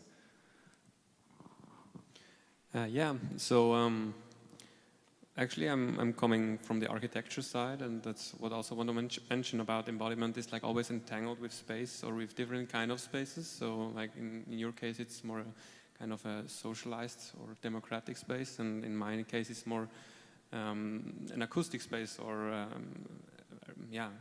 And what is interesting, or what I hope it could get, is that, so in my experience in architecture, it's always, it's not about the human, or it's not about the human anymore, I don't know. Most of the time, like, there's some kind of funding behind it, and it's now very radical, I would say, but it's funding behind it, and they build houses or like apartments, and the human always gets some kind of forgotten in that process or in these processes, and I'm hope or I dream of that maybe that will play a more important role in the future. Yeah. That's it. All right. Good. Thank you very much. And you can come visit the course. We usually have a final performance in December. This year is the 23rd of December if you're coming by Zurich.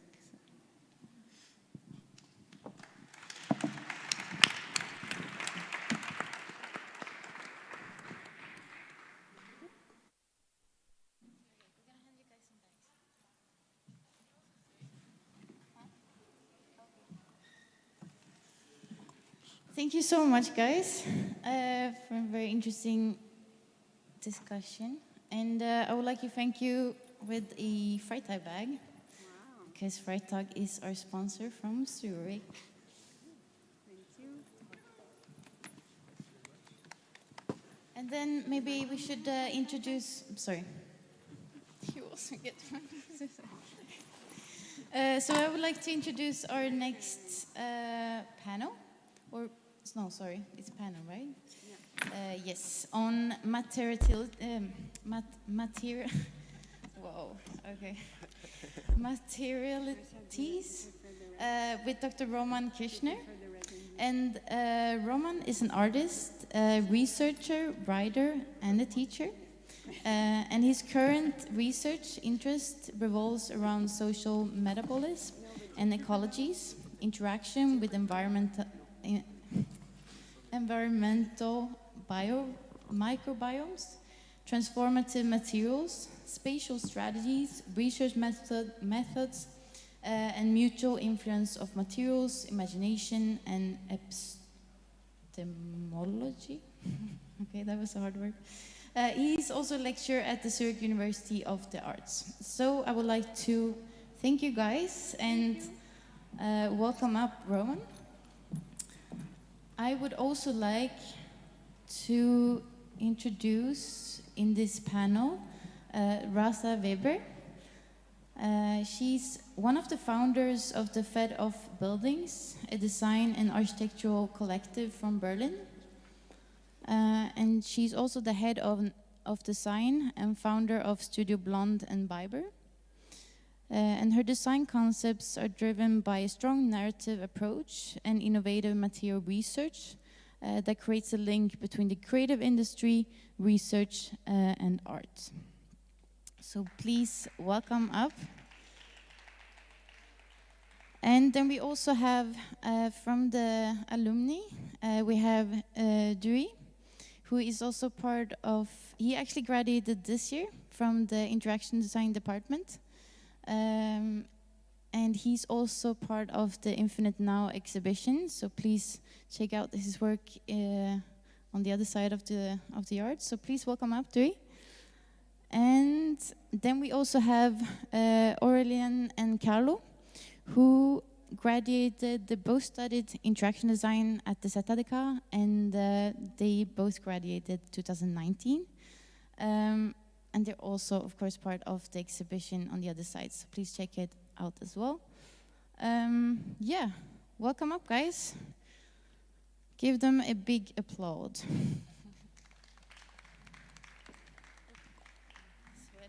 Thank you, Erika. Sorry for the difficult words.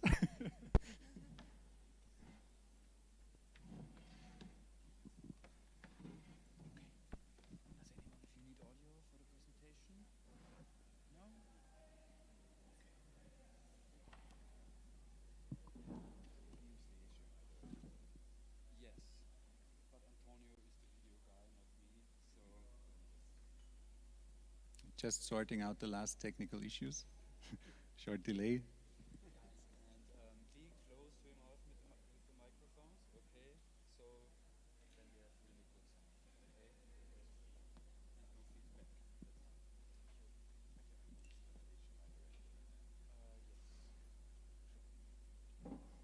Okay, so welcome everybody, the last ones that are coming in right now. We will have you see we are quite a lot more people here. We'll try to use the time that we have, it's not much, as good as possible. The topic of our panel, as Erika already said, is materialities.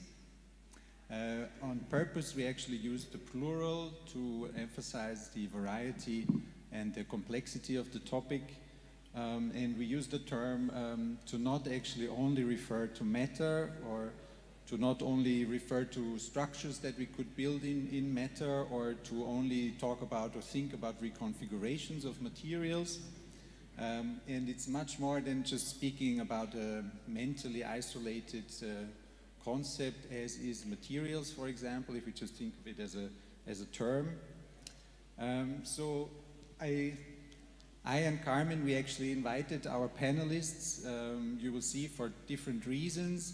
I will quickly give you an outline, a little bit more about what we understand under this term of materialities, and then each of them will present for 10 minutes, after which you will have the opportunity to immediately ask questions, and I hope we get through through the 45 minutes, depends on the complexity of your questions. What we really want to deal with is actually the stuff that we are surrounded with, the stuff that everything consists of, and how from interacting with this stuff, because everything around us is material, how we actually experience what we can do and what we can't do, what we are able to achieve, what our strengths actually are, our weaknesses, and also our ability to live from the world that we are embedded in, our ability to live with it and to live despite of it. So actually we have to cover the whole spectrum of how to survive in this material world. So materiality or materialities is about all these layers of connections and of meanings that grow from being embedded in our material world, and from expanding our relationship with our environment. So, and that's kind of the key, I guess, what we will be hopefully discussing about, is that it's about these vast networks of interrelations that we have to take into account, consciously or unconsciously, when we explore, and if we want to understand the world we are dealing with, or the world in which we try to create situations and constellations for others to interact with. So the difficult thing, of course, is that there's no starting point. So there's no beginning, there is no end. There is always an ongoing process in an unfolding, developing world, and there's never a vacuum, a complete emptiness in which we could really just start imagining the world from scratch. So we are always already part of it. We have been formed, our cognition, our senses, our thinking has been formed from interacting with the environment. The environment has brought us forth. It facilitates our survival. It continuously shapes us. It shapes our bodies. It shapes our minds. And now the interesting part is, because that's what we are actually also dealing with, if we change the environment, this silly environment starts to shape us back. So there's no way that this is only a one-way street. And of course, it will always also keep going. Huh? There's always these cycles of growth, of transformation, of decay, of constant change. So the three bodies of works of our panelists, one panelist is a group, as you will notice. They all navigate these vast networks of materiality in their specific ways. And in order to do so, they had to choose the parts or the sections of these networks on which they focus. They do not only use, as you will see, their expertise in design, but they also have to use insights and knowledge from a lot of disciplines like physics, chemistry, biology, but also cognitive sciences and even cultural studies and so on. So all three, they will show examples of how they expand actually on the daily knowledge that we have of our world, of this kind of silent knowledge that makes things disappear or that makes things seem normal, but the more you actually get intimate with them or the more you concentrate on them, you will see how they, how a huge spectrum of nuances is actually popping up. They create knowledge about this environment, they enrich it, and they create new experiences, possibilities, and new awareness. We start with the works of, first, Erika has already introduced you a little bit, but we'll start with Carlo and Aurelian and their work Tales of Aridnu. Then we'll have Raza talk about her PhD project. Carlos and Aurelian's project was a bachelor program final work. Dui's is also a bachelor final work, and Raza is an ongoing research project. It's actually her proposal for a PhD that she will do with our group. I hand the word over to Carlo and Aurelian, and I'm very excited to hear more about the Tales of Aridnu. Does this work? Yeah, it does. Thank you very much, Roman. Does this work? Seems so. Okay, thank you very much for being here. Like Roman already introduced us, I'm Carlo, this is Aurelian, and this is our work, Tales of Aridnu. I will quickly take you through sort of how the work started and what it is about, sort of give you a quick outline. It is really rather a conceptual work that started with our interest in artificial intelligence and machines, but also really started with us looking at biology and about very small, very body-driven entities and life forms that don't have much cognition, that just experience the world through their body rather than through their minds, like we're used to. So, because often in artificial intelligence we look at the cognition of machines, like how smart are they? We often compare them to our own brains, like we try to make them like humans, or at least their brains like human brains. And so we thought really the approach, a different approach would be quite interesting, to have machines that entirely experience the world with their bodies. And so we started experimenting a little bit and quickly came to the realization that a lot of animal life also works that way. For example, I bring the example of jellyfish.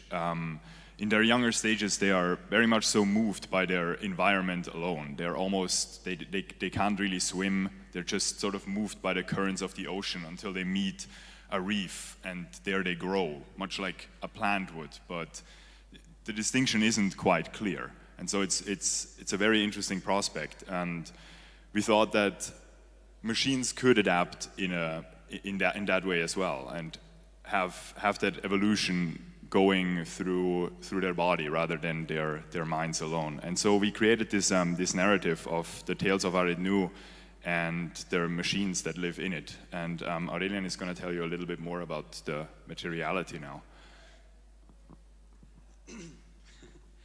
Okay. Carlo mentioned it already. We were very much inspired by biological processes. Especially one process is coming to my mind if I'm talking about this. It's if you look at proteins working in our bodies, there are special proteins called motor proteins, which work by chemical and physical properties. They have the ability to move, to grab stuff in a way, and we thought this is really interesting.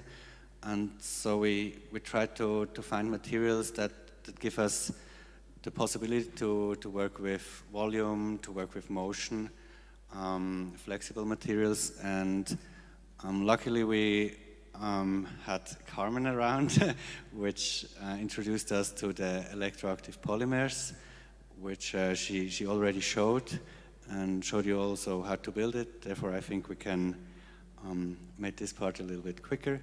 it was very interesting for us to use this material because it has the ability to create this very smooth and lifelike motions. So we kept working on trying out what would be possible. One disadvantage or one property of this material is that it is quite thin, quite delicate, and it's therefore we had the need to build some kind of body around it.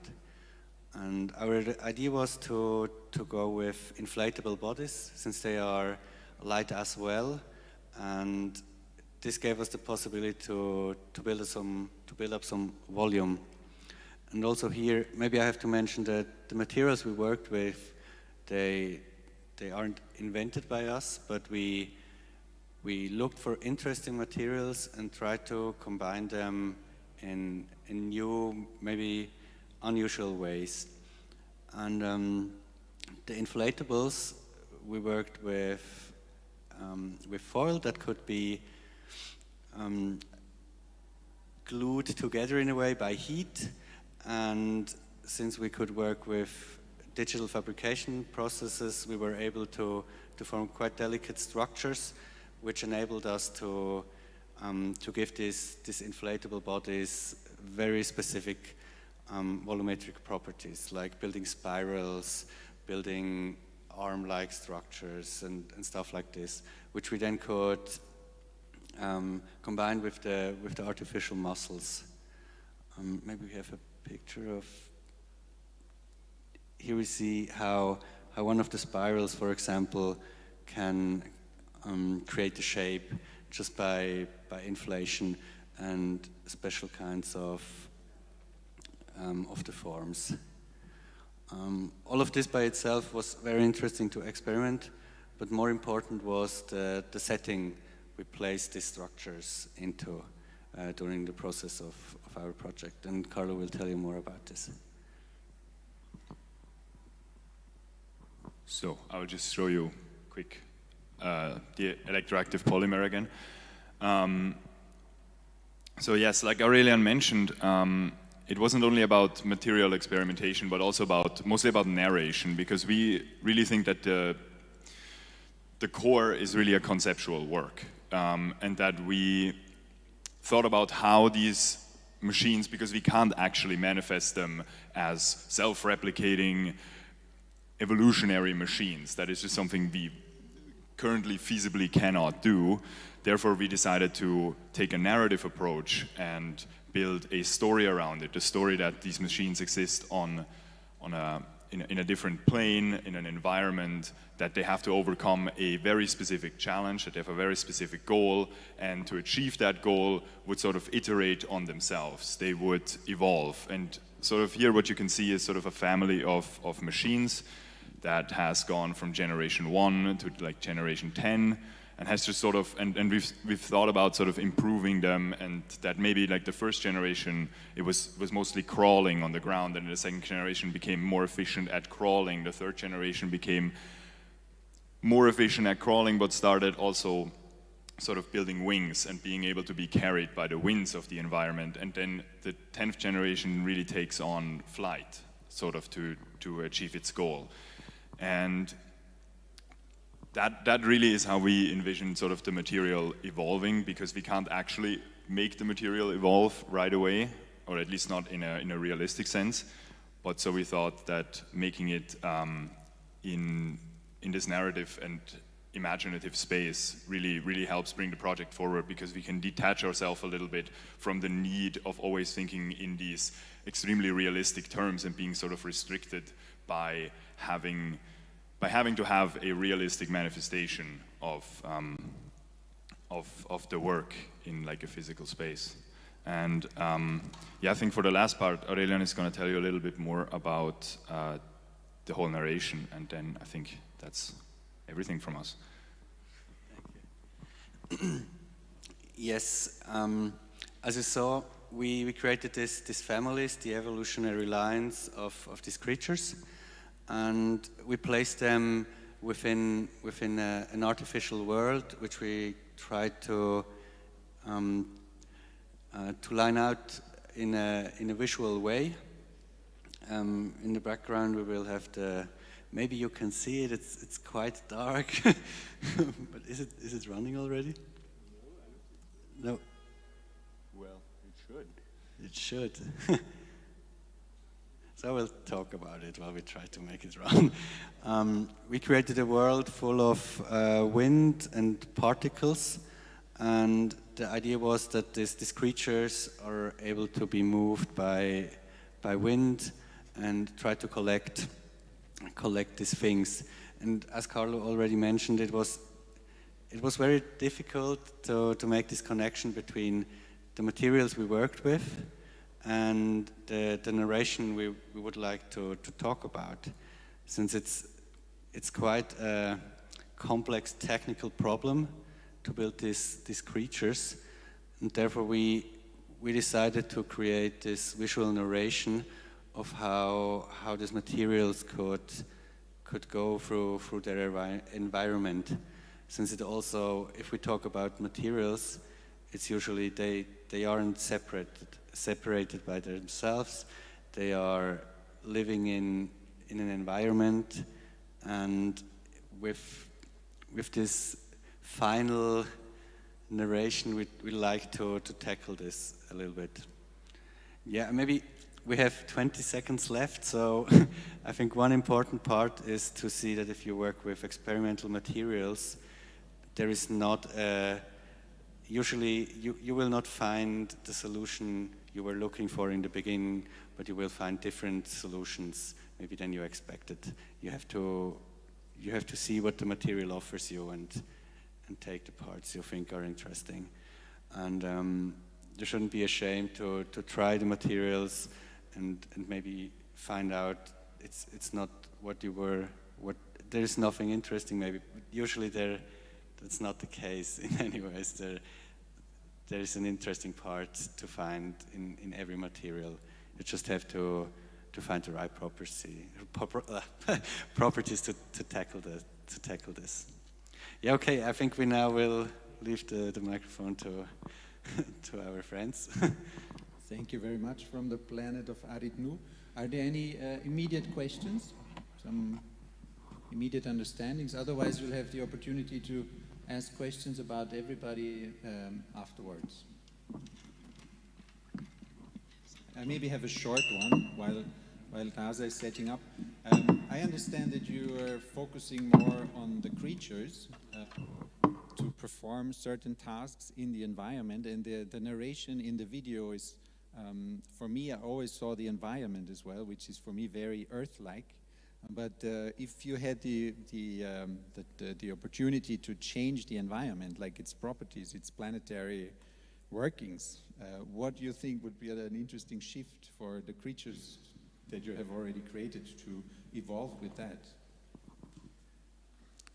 I think very interesting would have been to see these creatures maybe in a more liquid environment, since we think it's interesting to have the environment giving additional opportunities for motion, and air is one probability, but another one would be currents within a liquid medium. And I think this could be interesting, also working maybe with smaller agents, individual parts, which could combine themselves and be more of a collective creature in the end.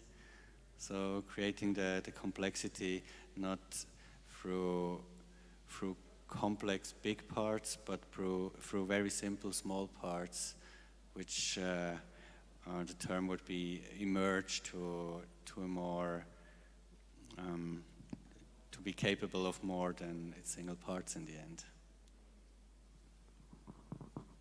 I think for me it would be quite interesting to go further into the direction of that the material the environment is made out of is also the material the machines are made out of, that they are literally one and the same and they can almost not be distinguished, that they might just be the same thing that just happens to sometimes form into these more complex machines and be able to move into a new place, but then ultimately become environment again, maybe. Just sort of have something very, that the entire surface maybe of a space is made out of exactly the material that is needed for everything that the machine is. I think something like that would also be quite interesting. Quite the Gaian perspective. Okay, thank you very much. Please, Asa. Yes, thanks a lot for the nice introduction and the possibility of introducing my very freshly baked research proposal in the context of the symposium. I will start right away. Life is not a thing, it's a process, and intrinsic to life is the propensity to grow, to excrete, to exchange material, and to grow, and to grow, and to grow, and to grow. And this is life. Quote by the wonderful biologist Lynn Margulis. As a response to an upcoming raw material scarcity, Western architects and designers have recently developed a growing interest in working on living matter for constructing our urban environment. The emerging field of living architecture raises a question, and that is, how do we grow a house instead of building it? My research project, Growing Matter, explores active mineral structures as a symbiotic material for living architecture. So this practice-based research project will observe the notion of growing minerals instead of mining them. Bridging the gap of various disciplines, such as material research, architecture and biology, the field of living architecture takes a new approach to designing for, with, and by nature, as Neri Auxman put it.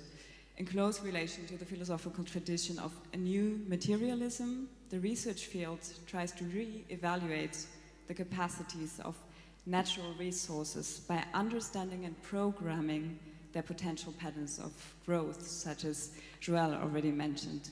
The idea of creating maximal performance with minimal resources also raises the question to what extent the project of living architecture has so far concretely observed modes of production and consumption that escape from the evidence of economic growth and competition, as Isabel Stenger would put it maybe. I do believe that we are in need of a sharper definition of the field of living architecture. The reason for the popularity of the field of living architecture seems quite evident. We are facing ecological challenges that go far beyond the known consequences of past generations, and that affects, of course, not only our ecologies on land, but also on sea, as we know, so our geosphere as a whole is affected by it. Our symbiotic, interactive, and independent past is connected through these animated waters.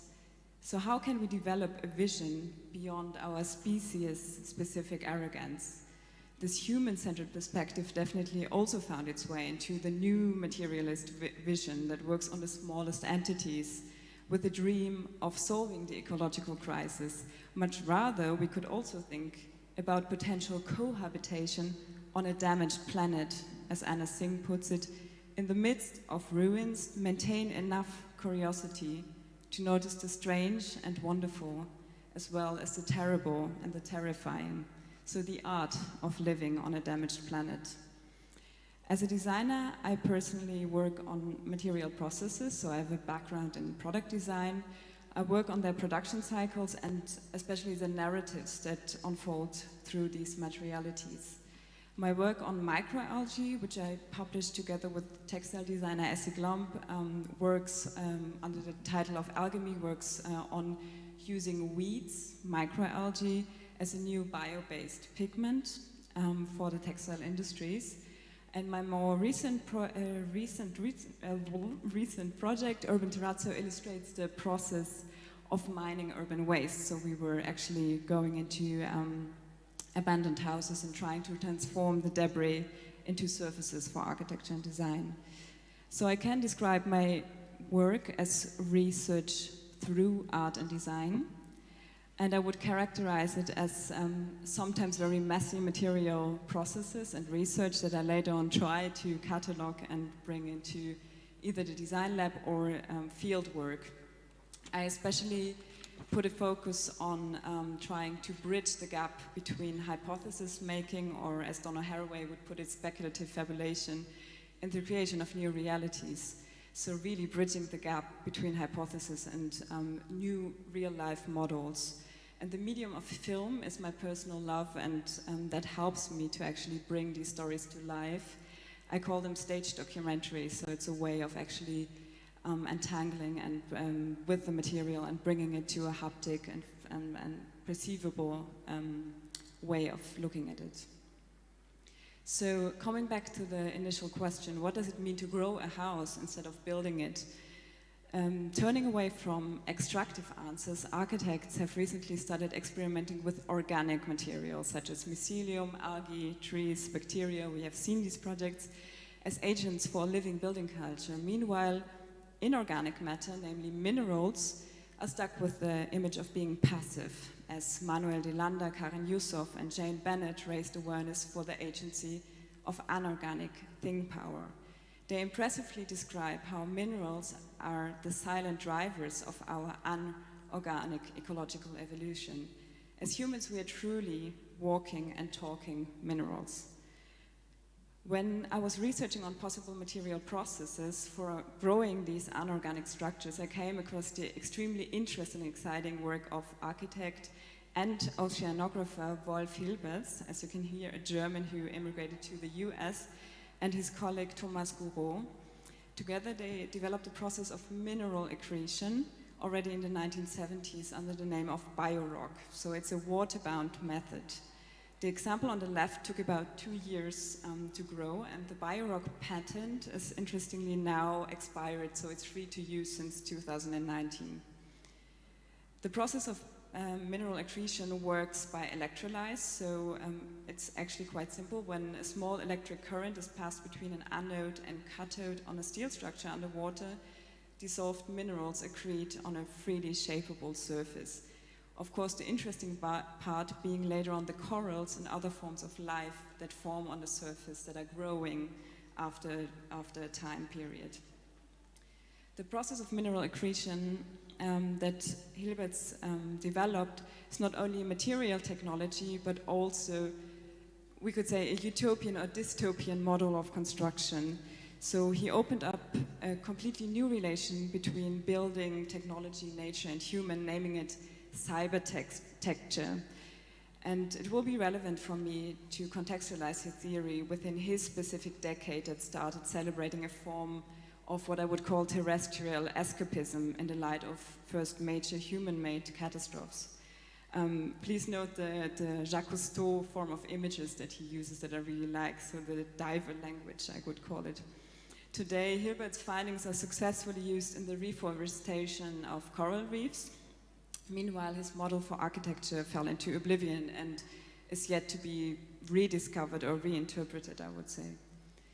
A number of projects in the research field paved the way for finding non-extractive modes of working with minerals. Some should be mentioned, as probably some of you know, the biomineralization, the healing of concrete cracks by bacteria. Then the University of Cambridge developed a technology of mineral bone accretion quite recently, and the University of Colorado just last year published their progress on developing something that they call living concrete, so a process of bacterial biomineralization for structural components. And also designers, of course, have dealt with the topics, such as Yoshioka, a Japanese designer who tried to grow chairs by crystallization, and French designer David Henon, who did almost an ironic comment on creating mineral structures underwater with his mineral accretion factory. Central for me is the term symbiogenesis, so the making with something or someone else, which brings more than one actor to the stage of creation, as highlighted by researchers such as Gilbert, Margulis, and Donna Haraway. It will be relevant to understand to what degree such a process of growth can and should actually be designed by us humans and designers, and where the process is taken over by other actors, namely the critters that live on the surface. The biorock surface being somehow the interface between a man-made construction and its multi-species surrounding. Working on a building material that gives home to multiple forms of life implies that we have to overcome our aversion towards unwanted forms of life, namely weeds. A good example for me is the term biofouling, which describes the unwanted growth of marine life under ship hulls. So it's actually something that you usually want to get rid of. How can we embrace such a bioreceptive medium in architecture and turn it into something that we actually want to work with? And this is also a nice example. On the right, you see the bio-rock. On the left, you see the biofouling, and they're actually quite similar to each other. So the misfit is actually taking over the stage here. And the same goes for the color chart at the bottom, which is actually a color chart that illustrates the bio-growth on surfaces. For the theoretical framework of growing matter, as I will work between theory and practice, it will be relevant to observe the notion of growth in the light of our current ecological struggles. Heather Swanson et al. State, we face a barrage of messages that tell us to keep moving forward. There's a lot of pressure to grow. Can we untangle the idea of growing architectural structures from the implications of an ever-growing economy? Can we evade the challenges of a coming barbarism, as Isabel Stengers calls it, by introducing a model of slowing matter, I would like to call it. In short, from autopoiesis to symbiogenesis, from the notion of an unharmed nature to a nature culture, from a performance-driven design approach to slow growth, embracing multi-species design, and this will eventually lead to designing not only objects but holobiont systems, eventually expanding the long tradition of human-centered design to a modern human design approach. So, how to bring practice, theory into practice? I would say it in German by ins kalte Wasser springen, by going underwater and exposing oneself to the open water, learning to dive, which is a unique, impressive, unsettling experience. Designing in open water means to deal with the given conditions and act much more slowly. The lesson learned by my diving teacher is to think like a diver. What does it mean? It means thinking ahead before something bad happens, but even more relevant, staying within your confined limits. And I think that's a maxim that could very well apply to our critical ecological thinking. The aim of my research will be to bring material experiments of mineral growth from the enclosed environment of a lab to the open environment of the ocean. And such a living scaffolding or architectural skeleton could take the shape of a pavilion underwater, or some form of intelligent gardening, thus growing and harvesting material in a careful manner. I do believe that living architecture has to embrace its substantial role in ecological thinking, and as designers we have to strengthen a codependent building project of ecological alliances. We will start to design buildings that are hospitable to humans as well as to numerous other forms of life. It is time to turn toward a modern human architecture. Thanks a lot. I'm looking forward to your questions. Thank you very much, Daza. Are there any immediate questions? The birds are singing. I want to ask something. I have a pressing question. We should be really quick, but I cannot suppress this one. I read your PhD proposal, and you are mentioning that you're planning maybe to build a container for an exhibition in which you would like your scaffolding, your skeleton for this architecture to grow, to be exposed in an exhibition venue. And my question actually is, does that really make sense? Because for me, the wonderful thing is that such a skeleton is exposed to the currents of the open water, and there's this amazing moment of surprise. Whatever passes by might attach or might interrupt the growth processes. And thinking about that during your presentation, I hope you give much more presentations so we can be updated regularly, is actually, who would that architecture really be for? Yes, of course, that's one of the central things I'm dealing with. So essentially it's a question between the aquarium and the diver, the diving experience, and which one to choose for. And I think to understand the material process, it makes sense to try this out in small settings to gain some sort of experience with the materials. But then, of course, the goal will be to bring this to a different setting. And I was thinking also now, going through the exhibition that I saw by you guys, I was thinking a lot about the translation process that could happen, and what's about the people that cannot dive to 18 meters to look at it later on. So what could be the engagement with the system? Can it be something that actually is placed underwater, but you can still see it or hear it or interact with it in real life? So I strongly believe that it should be something that is either fully thought of for another ecology, or something, as I said, that could be harvested or gardened.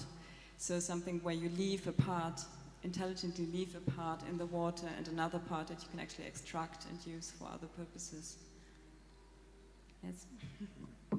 Thank you. I think it's gonna be very exciting to see how this idea is shaped by all these factors. Yeah. The isolation, the openness, the target group, and so on. Thank you very much. Dui, please.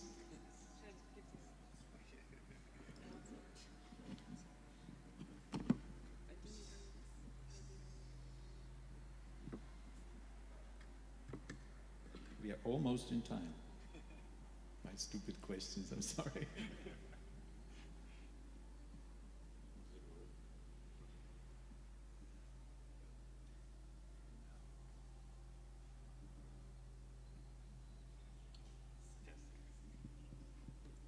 Good afternoon, everyone. So I am presenting you my bachelor project on souls and soil, where I investigate landscapes of colonialism, capitalism, and displacement in Southeast Asia, and shedding light on soil's entanglement with history, culture, and politics. And it's a collaboration with the Swiss Institute for Forest, Landscape, and Snow Research.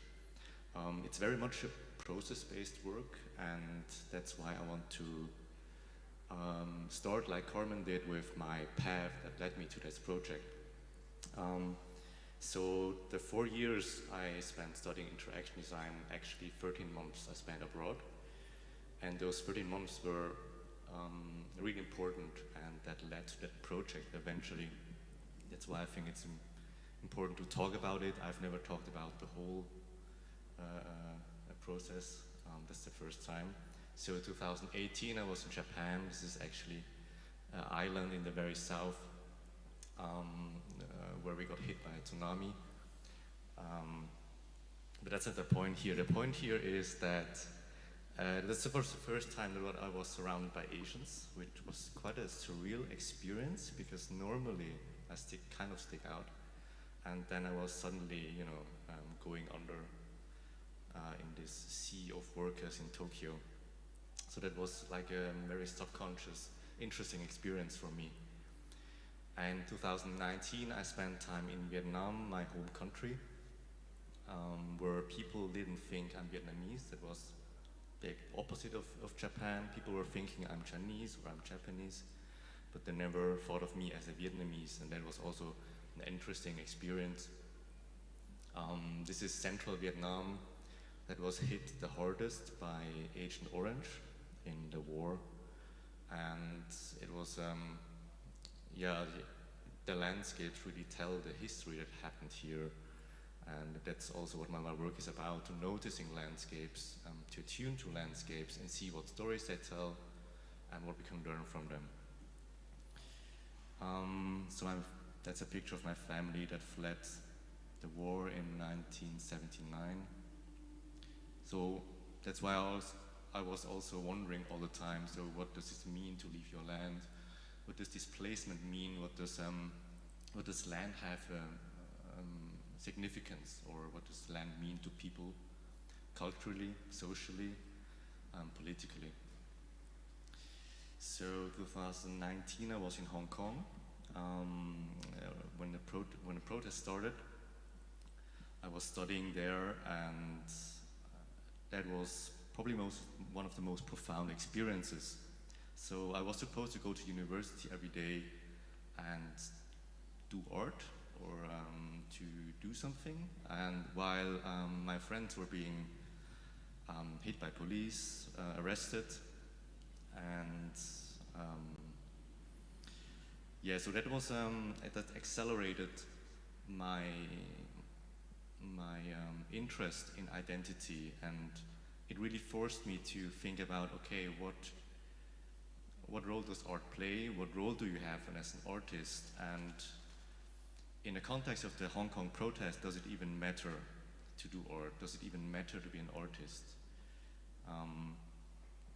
And that, yeah, all those experiences really accelerated my process. And probably also nearly being hit by a rubber bullet did its thing too. So last year I was in Cambodia and again in Hong Kong, where I experienced tremendous ecological destruction, which I've never seen before. In Cambodia you have deforestation, forests are burned down, water are polluted, and there's an extreme urbanization. The same as in Hong Kong, where I was invited to Wang Chau, that is a village in the very north of Hong Kong. There I was part of an artisan activist group that organized festivals, concerts and workshops to resist the eviction of the village. So there I was involved with a creative resistance, with art in service of the people there.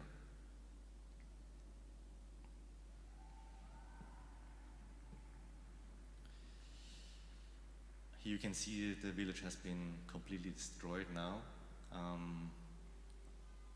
And there's always the question, does it even, or what does it matter to us if a village on the other side of the planet is destroyed? And I would argue that flows of life in small areas such as Wang Chau really teach us about the dynamics of this world and what we can learn from its struggles, how to conditions our collective survival on this planet.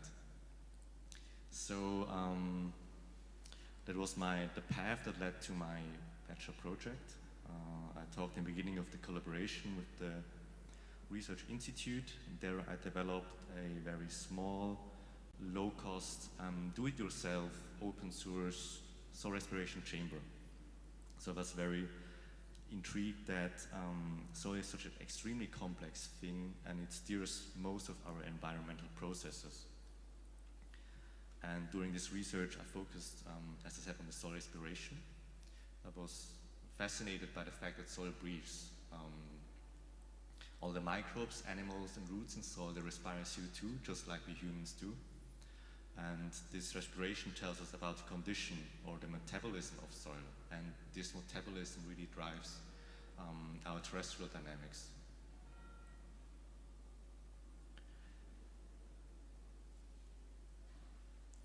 So what always interests me more than just technology is translating processes into materials. And here I stumbled in a coffee break over a material that absorbs CO2 and changes color from pink to yellow.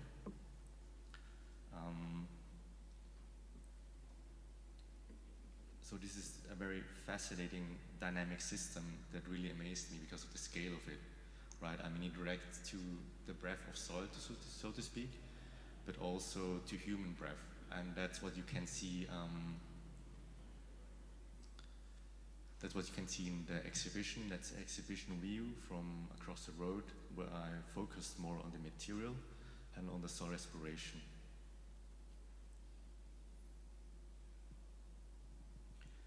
So to conclude. With an attunement to the more than human, we really gain a greater sense of interaction with our terrestrial dynamics. And to let these inform us is really to illustrate what are possibilities of life and collaborative survival. Thank you.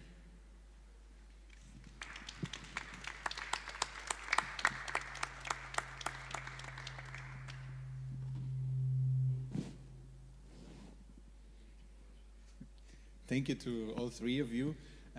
I would like to open the floor now for some concluding questions from the audience. Maybe they have arisen in the meantime. Was it too complex?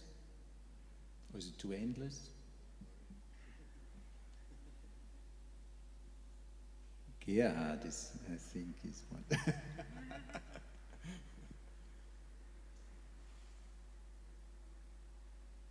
Okay, I guess I still have a question for Dewey, but no, I think we should stop it, otherwise we will run totally out of time. Thank you all so much, and thank you for your attention.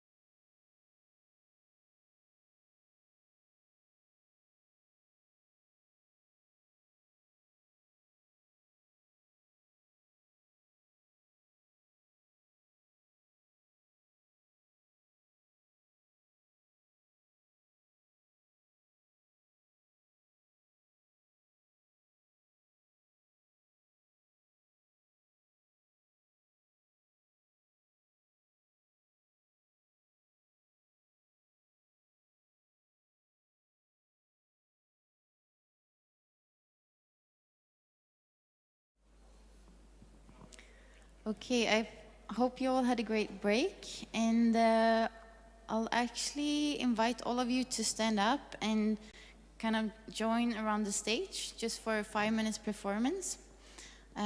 So don't be shy, we won't bite, or will we? Who knows? So please come up here.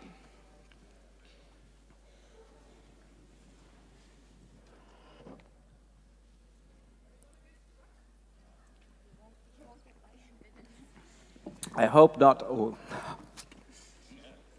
Okay, so please come closer.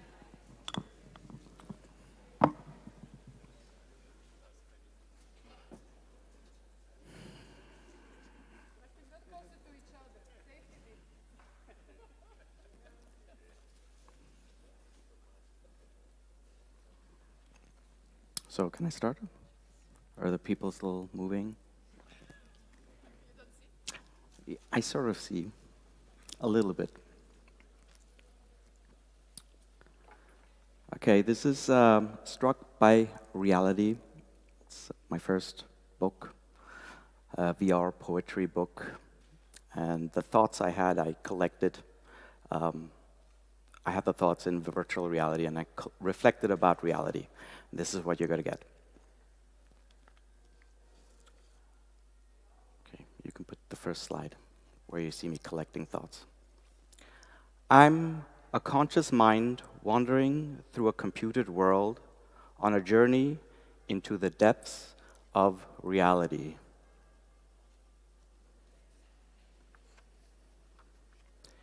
Gazing at perfectly shaped beings, composed of beautiful data, evokes my wildest dreams.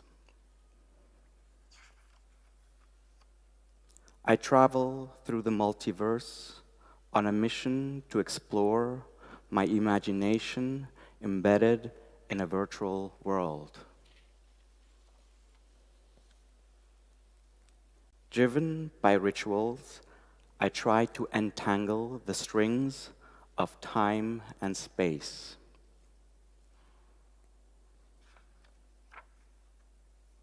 Following the pathless path of creativity, I climb the hard surface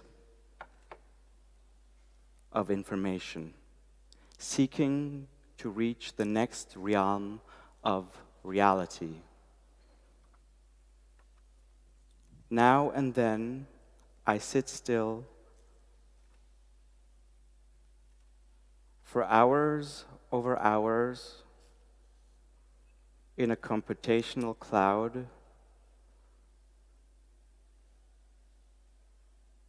My mind is observant.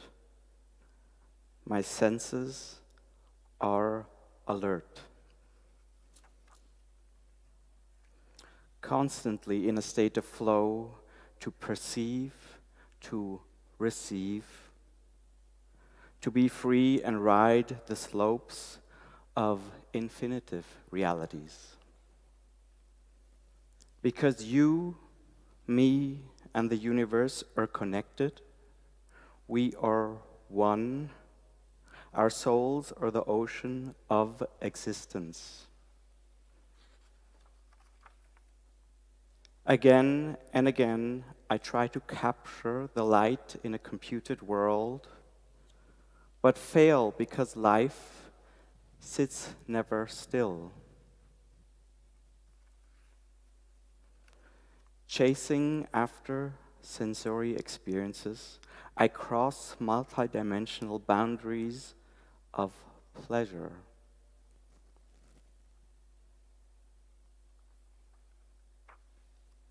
Just to be pulled by an invisible force through the tragedy of being awake in a rendered dream, where the writer becomes the writer of a story with no line, as there is no beginning and no end to the journey of life. Just to imagine the unimaginable, to hear the unhearable, to play the unplayable, to conquer the unconquerable in a whole blacker than black, brighter than bright, filled with light.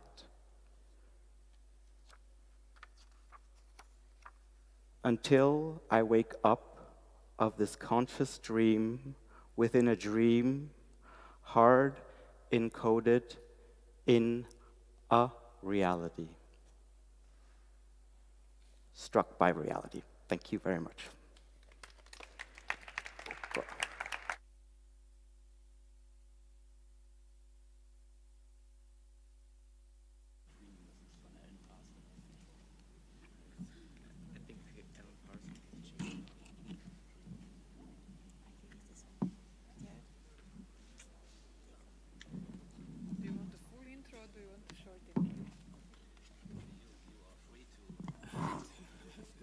Okay.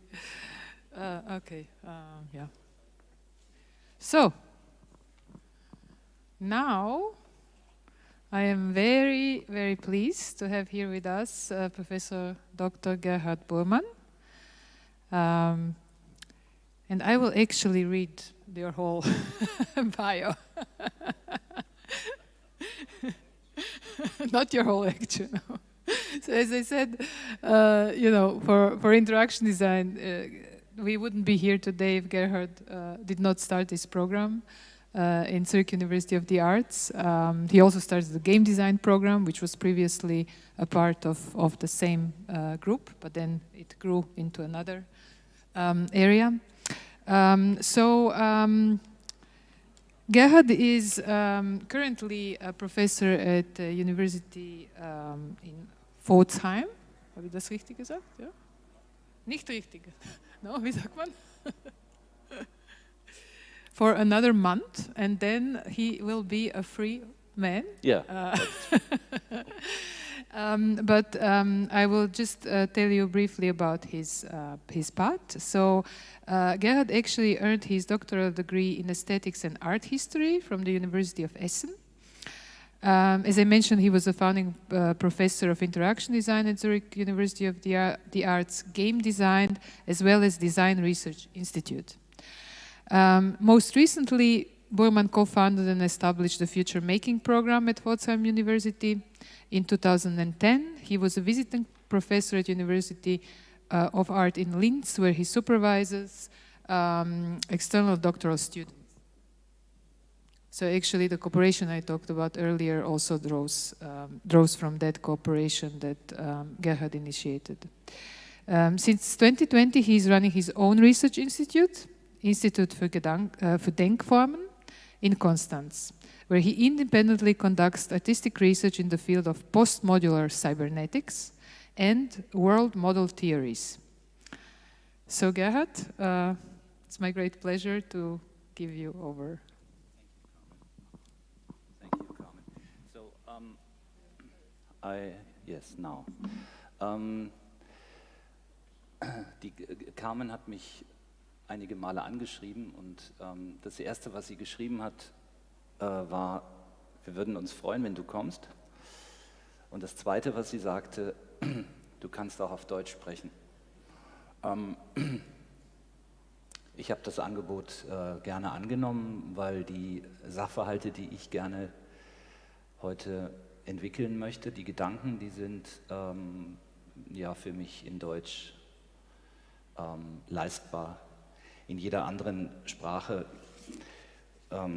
würde das wahrscheinlich etwas abstrakter werden.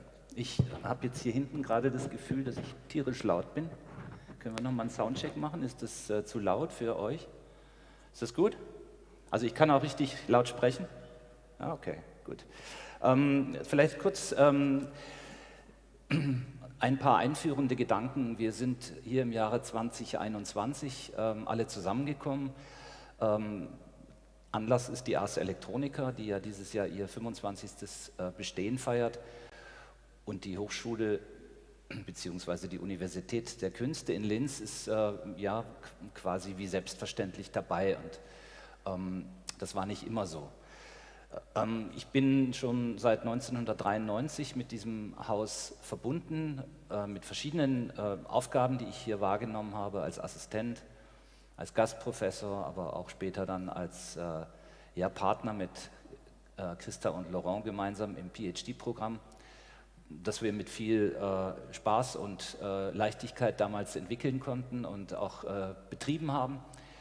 Das war eine sehr schöne Zeit und eine schöne Erinnerung. Aber ich möchte vielleicht gerne nochmal zurückgehen. Die Thematik Interaction Design ist ja eine mehr Thematik der Medien und die Ars Electronica ist ein Medienfestival, ein großer internationaler Event, wo es um diese Technologien geht. Ich habe mir vom Internet die Kataloge runtergeladen, unter anderem auch die Geburtstagskataloge von der Ars und fand ein Wort von einem der Gründerväter, Hannes Leopolds Eder, ein Medienmann, damals einer derjenigen, die dieses Ganze gestartet haben, unter anderem auch Herbert Franke, Science-Fiction-Autor, also visionäre Menschen, die hier gemeinsam diese Initiative begründet haben. Und im Katalog fand ich einen Text, den ich ganz kurz auf Deutsch vorlesen möchte. Ich hätte ihn auch im englischen Original lesen können, aber machen wir es ganz einfach, damit ich es auch verstehe, was ich lese.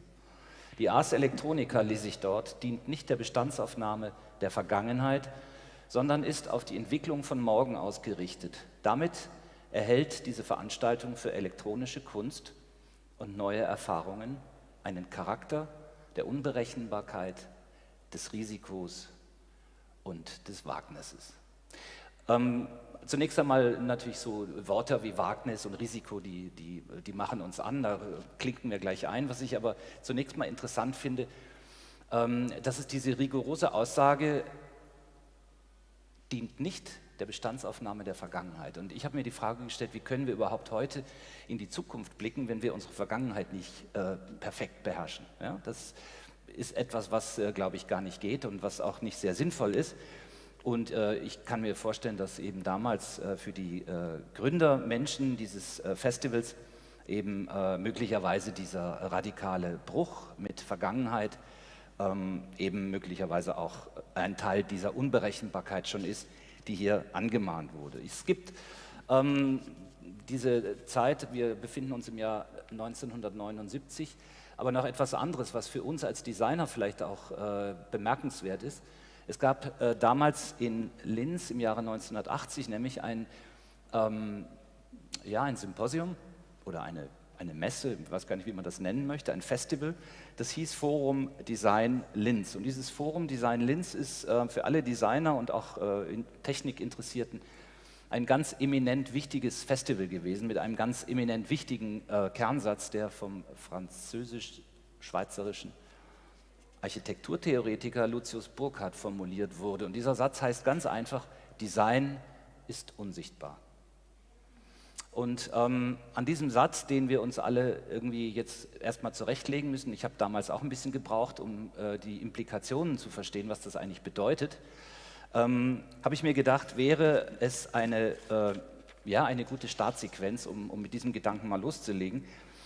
Ich habe dafür einen ganz kurzen Abschnitt aus Burckhards Buch, das im Jahr 85 dann veröffentlicht wurde. Er schreibt dort, unsichtbares Design. Damit ist heute gemeint das konventionelle Design, das seine Sozialfunktionen nicht versteht.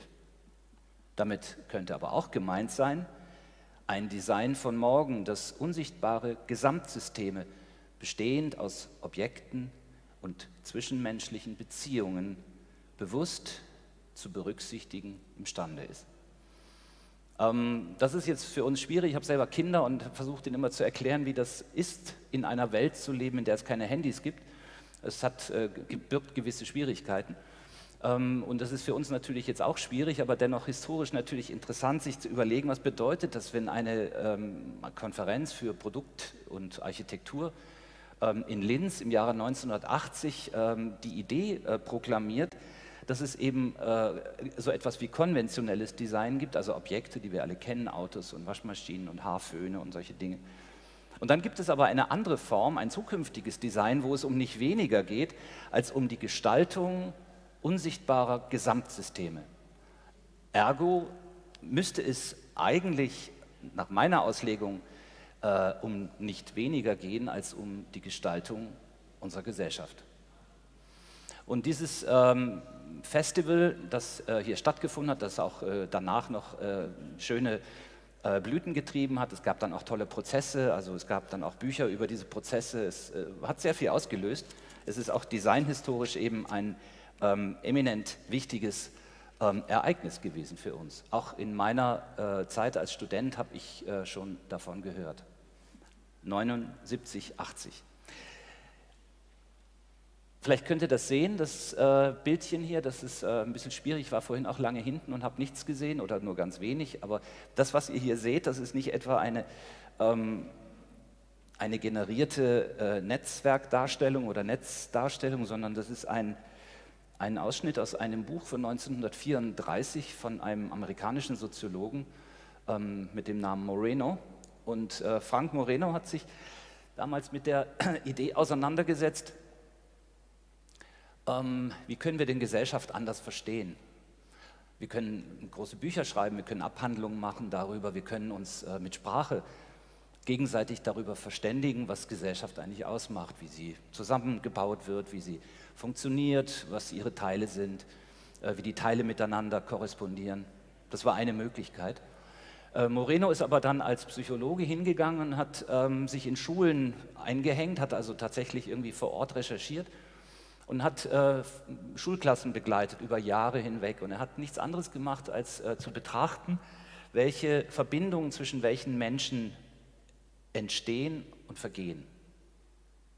Und dieses Bild, dieses Buch von Moreno, das kann man heute auch noch kaufen, in der 85. Auflage, glaube ich. Das Original ist unbezahlbar. Franco Moreno ist tatsächlich derjenige gewesen, der das, was wir heute als Social Physics beschreiben, sozusagen begründet hat. Also jede Netzwerkdarstellung, die wir heute ja also myriadenfach kennen und schon angeklickt haben, geht zurück auf diese Idee von Moreno, eben Gesellschaft in dieser Weise als ein Zusammenwirken, als eine Relationalität von einzelnen Objekten zu betrachten. Und alles, was wir heute ja auch gehört haben über Objektwelten, über Interaktivität, über das Internet der Dinge, all diese ganzen Dinge, die brauchen wir eigentlich gedanklich nur in dieses Bild reinzusetzen und uns überlegen, was passiert, wenn wir all diese Objekte dynamisieren und wenn wir lebendig nachzeichnen, dass jedes Objekt permanent in Bewegung ist und sich verändert und neue Verbindungen knüpft und alte Verbindungen auflöst, dann haben wir in etwa eine Vorstellung davon,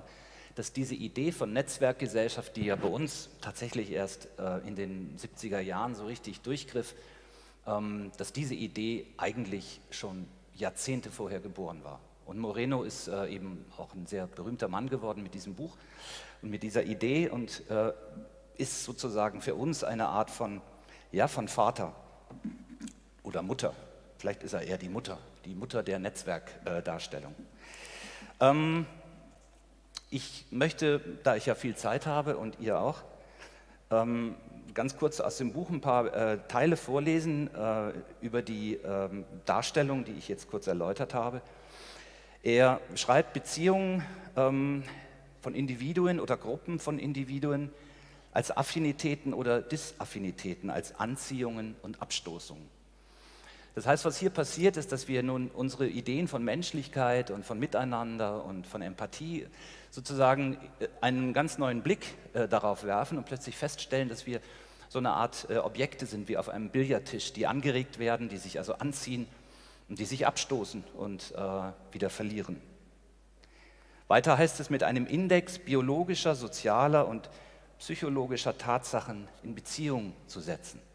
Moreno hatte also tatsächlich 1934, da war hier in Europa gerade schlechte Zeit, ein kleiner Euphemismus zwischendurch, hat damit ja eigentlich schon beschrieben, was eigentlich Menschsein oder Gesellschaftsein eigentlich übersteigt. Es geht nicht nur um das soziale Miteinander, sondern es geht eben auch tatsächlich um die biologischen Effekte, also die biologischen Effekte, die wir alle ja auslösen, sobald wir uns näher kommen und unserer gewohnten Tätigkeit als Menschen, die um ihr Überleben kämpfen, nachgehen, dass wir eben Nachwuchs erzeugen und dass wir dann eben auch wiederum Objekte, und wenn es genetische Objekte sind, tauschen und sie in Bewegung bringen, sie verändern. Und all das hat Moreno eben in diesem Text auch beschrieben oder in seinem Buch. Und er hat dann auch darauf hingewiesen, dass eben diese Ordnung, die man in einer Schule findet oder die man eben in einer Gesellschaft findet, gleichermaßen auch im Universum findet. Also er hat sozusagen diese Art von Projektionen bereits erkannt, die wir dann später in so Büchern wie Atlas of Cyberspace, ich weiß nicht, das werden die einen oder anderen noch kennen, das war mal so ein sehr bekanntes Buch, das eben diese Gedanken wieder auftauchten. Und der wichtigste, kurze, gar kein Satz, sondern den Ausdruck, den Moreno dann entwickelt hat und der tatsächlich die Generationen von Soziologen und Sozialwissenschaftlerinnen geprägt haben, war, dass er schrieb eben das Gesetz der sozialen Schwerkraft. Das heißt, wir haben in dem Moment seit 1934 die Idee im Raum stehen, dass wir die Gesellschaft der Menschen oder alles Lebendigen eben tatsächlich vergleichen, nicht mit einem mechanistischen Ansatz und auch nicht mit einem sogenannten philosophischen oder religiösen, sondern dass wir unsere Gesellschaft als eine Art von physikalischen Mechanismus verstehen. Und das Interessante, was ich eben daran wichtig finde für uns, ist, dass wir in dem Moment, wo wir einen solchen Ansatz kennen und in dem wir kennen, wie eine Gesellschaft dargestellt werden könnte, wie wir sie verstehen können, wie wir sie interpretieren können, in dem Moment verstehen wir auch, wie wir sie manipulieren können. Das heißt, dass wir verstehen, dass jeder dieser Punkte und jeder dieser Gravitationszentren in einer sozialen Melange, wie das jetzt hier dargestellt wird, völlig abstrakt, ohne zu wissen, wer damit gemeint ist, dass man das eben genauso steuern oder operieren oder regeln oder manipulieren kann, wie eben jedes andere physikalische System auch. Ich will damit nicht sagen, dass nicht Menschen vor 1934 schon versucht haben, sich zu manipulieren. Ich will nur sagen, dass hiermit die Grundlage geschaffen wurde, diese Art von Sicht auf Gesellschaft in einen akademischen Kontext zu bringen, der uns fortan legitimiert, über solche Art von gesellschaftskybernetischen Ideen nachzudenken und sie sozusagen auch stubenrein zu machen. Wir haben heute keine Probleme, über diese Art von Gesellschaftslenkung nachzudenken, wenn wir heute wissen, was wir tun. Und wir alle, die hier sitzen, haben Handys in der Hosentasche oder auch gerade vor der Nase. Und wir alle wissen, dass wir permanent solche Dots sind, die sich irgendwie bewegen, die kommunizieren, die miteinander in Verbindung stehen, entweder hier physisch oder auch global. Und wir alle wissen, was wir daraus eben machen können. Das heißt, es ist schon sehr lange her, dass wir darüber nachgedacht haben, eben unsere konventionellen Vorstellungen von Gestaltung von Objekten zu sprengen und uns wahrscheinlich noch nicht so klar waren, zumindest damals nicht so klar waren, dass das, was wir da tun, nichts anderes, nicht weniger ist als Weltenbau. Und zum Thema Weltenbau, ich kann vielleicht ein bisschen über meine Arbeit kurz erzählen, was ich in meinem Institut für Denkformen vorhabe. Das ist noch sehr klein, das muss man sich vorstellen wie so einen kleinen Blumentopf.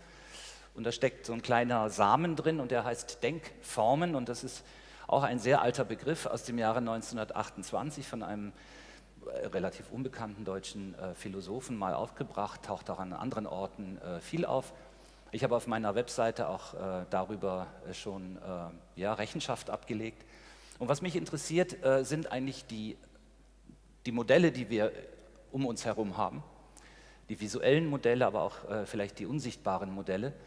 Und die Frage, wie wir den menschlichen Antrieb dahinter verstehen können und aber auch nachweisen können und historisieren können und dokumentieren können, eben den Versuch, die Gesellschaft als ein regelbares physikalisches Experiment zu begreifen und uns alle selber sozusagen als einen Teil auf diesem Billardtisch zu begreifen.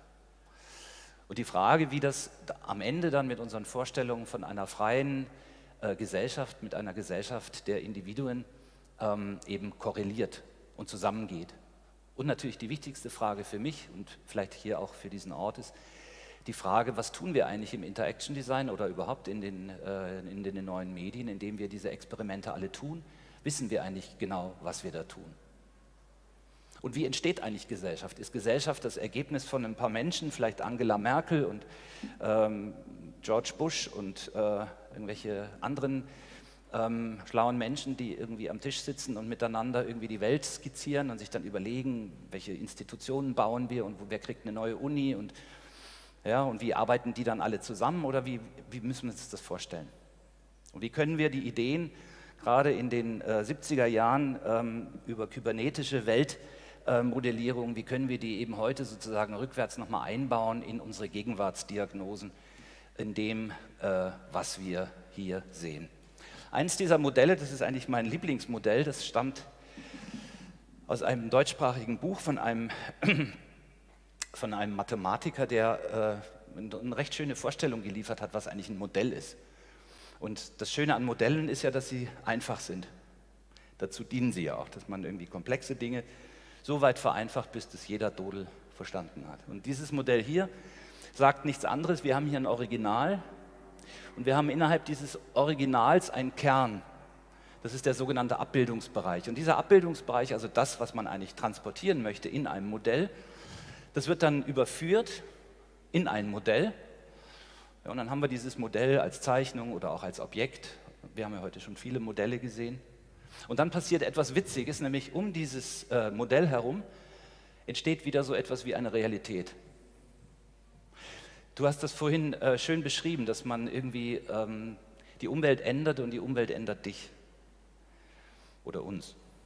Und das kann man eigentlich hier auch sehen. Das heißt, wir sind eigentlich in diesem Bewusstsein, und das macht dieses Modell schön klar, egal was wir modellieren, Gesellschaft oder Zahlen oder Architektur, Raum, Bildung, immer passiert das, dass wir uns eine komplexe Welt nehmen, dass wir sagen, die ist viel zu komplex, ich reduziere das mal auf ein paar Grundgedanken und aus diesen Grundgedanken mache ich dann was.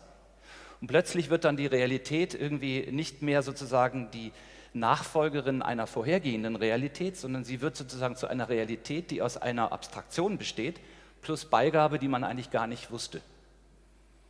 Also Effekte, die man nicht vorausberechnen konnte. Chaos, Unordnung. Und dieses Modell ist so einfach, darum habe ich das auch so gerne. Und das beschreibt das. Wir sind also hier jetzt an einem Punkt, wir haben es mit Sprachspielen zu tun. Ich sitze hier, ich erzähle mehr so, vielleicht nicht im Stile einer Vorlesung, sondern in einer Aneinanderreihung von Gedanken. Und ich betreibe Sprachspiele und natürlich betreibe ich auch Sprachverwirrung, so wie das in Borges Buch, die Bibliothek von Babel, das im Übrigen hieß Der Garten der Pfade, die sich verzweigten, ja auch schön dargestellt wird, oder eben auch die Sprachspiele, dieses begriffliche Monstrum, das Wittgenstein eingeführt hat. Und dann denken wir über Gesellschaft nach und wir denken über soziale Systeme nach und wir denken über die Physikalität unserer Gesellschaft nach. Und ich lande dann komischerweise gar nicht bei der Kunst, ich lande komischerweise nicht bei den Fragen, was können wir damit kreativ nun alles tun? Welche Experimente können wir lostreten damit? Sondern ich lande zunächst einmal bei der Frage, was hält eigentlich die Gesellschaft zusammen? Und im Jahr 2000, als Interaction Design entstand, kam ein Buch raus von einem amerikanischen Rechtswissenschaftler, Lawrence Lessig, den ich auch kennenlernen durfte in einigen Veranstaltungen. Und der hat das Buch geschrieben, Code is Law, also der Code ist das Gesetz. Und ich zitiere aus diesem Buch auch in deutscher Sprache, die zentrale Lehre dieses Buches, so schreibt er, ist, dass der Cyberspace Entscheidungen einfordert. Sind wir in der Lage, rational zu reagieren? Das heißt, sind wir in der Lage, erstens ohne die übermäßige oder irrationale Leidenschaft zu reagieren? Und zweitens, haben wir zukünftig Institutionen, die in der Lage sind, diese Entscheidungen zu verstehen und darauf zu reagieren?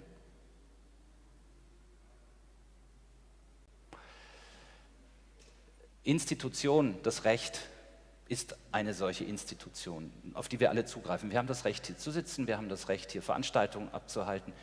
Wir haben unter anderem auch das Recht zu sagen, was wir denken, Gott sei Dank. Wir haben freie Meinungsäußerung, wir haben Verkehrsrecht, wir haben Eigentumsrecht, wir haben ganz, ganz viele Textmonstren, die unsere Gesellschaft verregelt. Das heißt, der nächste Gedanke, der hier anknüpft, wenn wir dieses System von Moreno beschauen. Und wir beschauen nun dieses normative System der Regeln, denen wir unterliegen, die diese Ordnung sozusagen ja steuert. Ja? Du darfst das, aber du darfst das nicht. Ja, du darfst zum Beispiel keinen anderen Player einfach ausradieren oder töten oder solche Dinge verbieten sich. Das heißt, dieses System, das 1934 von Moreno entstand, wird sozusagen für mich zunächst einmal dann sinnig, wenn ich mir überlege, die Ordnung dieser Bewegungen, dieser vielen, vielen Objekte, die nun kreisen und sich Gesellschaft nennen, die werden nicht gesteuert durch Spontaneität oder durch Lebendigkeit oder durch Frivolitäten oder Begierden oder diese Dinge alleine, sondern sie werden zunächst einmal gesteuert durch ein ganz mächtiges Designsystem, was uns, glaube ich, im Design allen gar nicht so klar ist, und das ist das Recht. Das heißt, wenn wir heute über Interaktionen nachdenken, dann finde ich es massiv irritierend, dass wir zwar ganz viel mit Technikern sprechen, mit Biologinnen sprechen, mit Psychologinnen sprechen, dass wir aber nie mit Menschen sprechen, die mit Recht zu tun haben. Weil in der Tat ist das Recht ein ganz großer Designer auf unserem Planeten, im Guten wie im Schlechten. Und diese Regeln, jeder, der programmiert, der weiß, was Regeln bedeuten, und jeder, der Schach spielt, weiß, was Regeln bedeuten, und jeder Bürger, der irgendwie in diesem Sinne groß wird an einer Schule, weiß, was Regeln bedeuten und wie Regeln ausgeführt werden und welche Folgen das hat, wenn man diese Regeln nicht befolgt. Ja?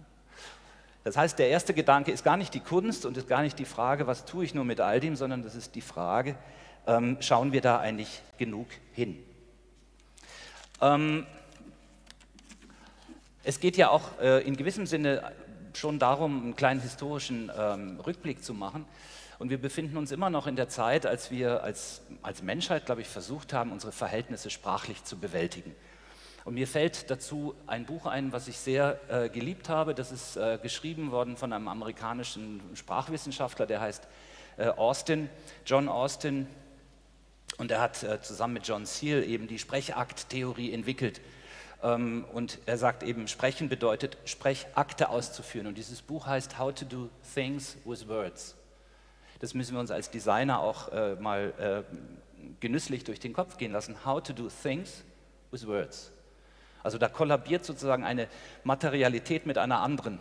Wie können wir mit Worten Dinge machen? Ja? Wir können mit Sprache eben zunächst einmal Ordnung bringen. Das heißt, wir haben nun die nächste Dimension. Wir haben das Recht als Regelsystem und wir haben die Sprache als Regelsystem. Und wenn man, ich weiß nicht, wer von euch vielleicht in Berlin war, im Haus der Kulturen der Welt, läuft ja eine langjährige Veranstaltung zum Thema das neue Alphabet. Da habe ich einen Vortrag gehört von einer wie soll ich sagen, interessanten amerikanischen Forscherin, Kulturwissenschaftlerin, Lydia Liu heißt sie. Und sie hat irgendwie in ihrem Vortrag etwas für mich Wichtiges gefordert. Sie hat gesagt, wir müssen aufhören mit unserem phonetischen Symbolismus. Alles, was ich tue, hier, jetzt, heute, sprechen, artikulieren, Blicke tauschen, Präsenz zeigen, versuchen, euch zu erreichen, dass keiner geht, bloß keiner, der abhaut. All das ist das, was Liu mit phonetischem Symbolismus meinte. Das heißt, wir versuchen uns zu bezirzen, wir versuchen uns zu verführen, wir versuchen uns zu überzeugen, wir versuchen uns zum Lachen zu bringen. Das sind alles Sprechakte, die uns völlig geläufig sind. Und diese Vorstellung eines neuen Alphabetes, die nun heute im Jahr 2021 oder 2020, als das Wort fiel, nun eben kommen, sind eigentlich Worte, die mir sagen, vergesst eure Sprache, vergesst das Reden. Reden ist folgenlos. Und warum?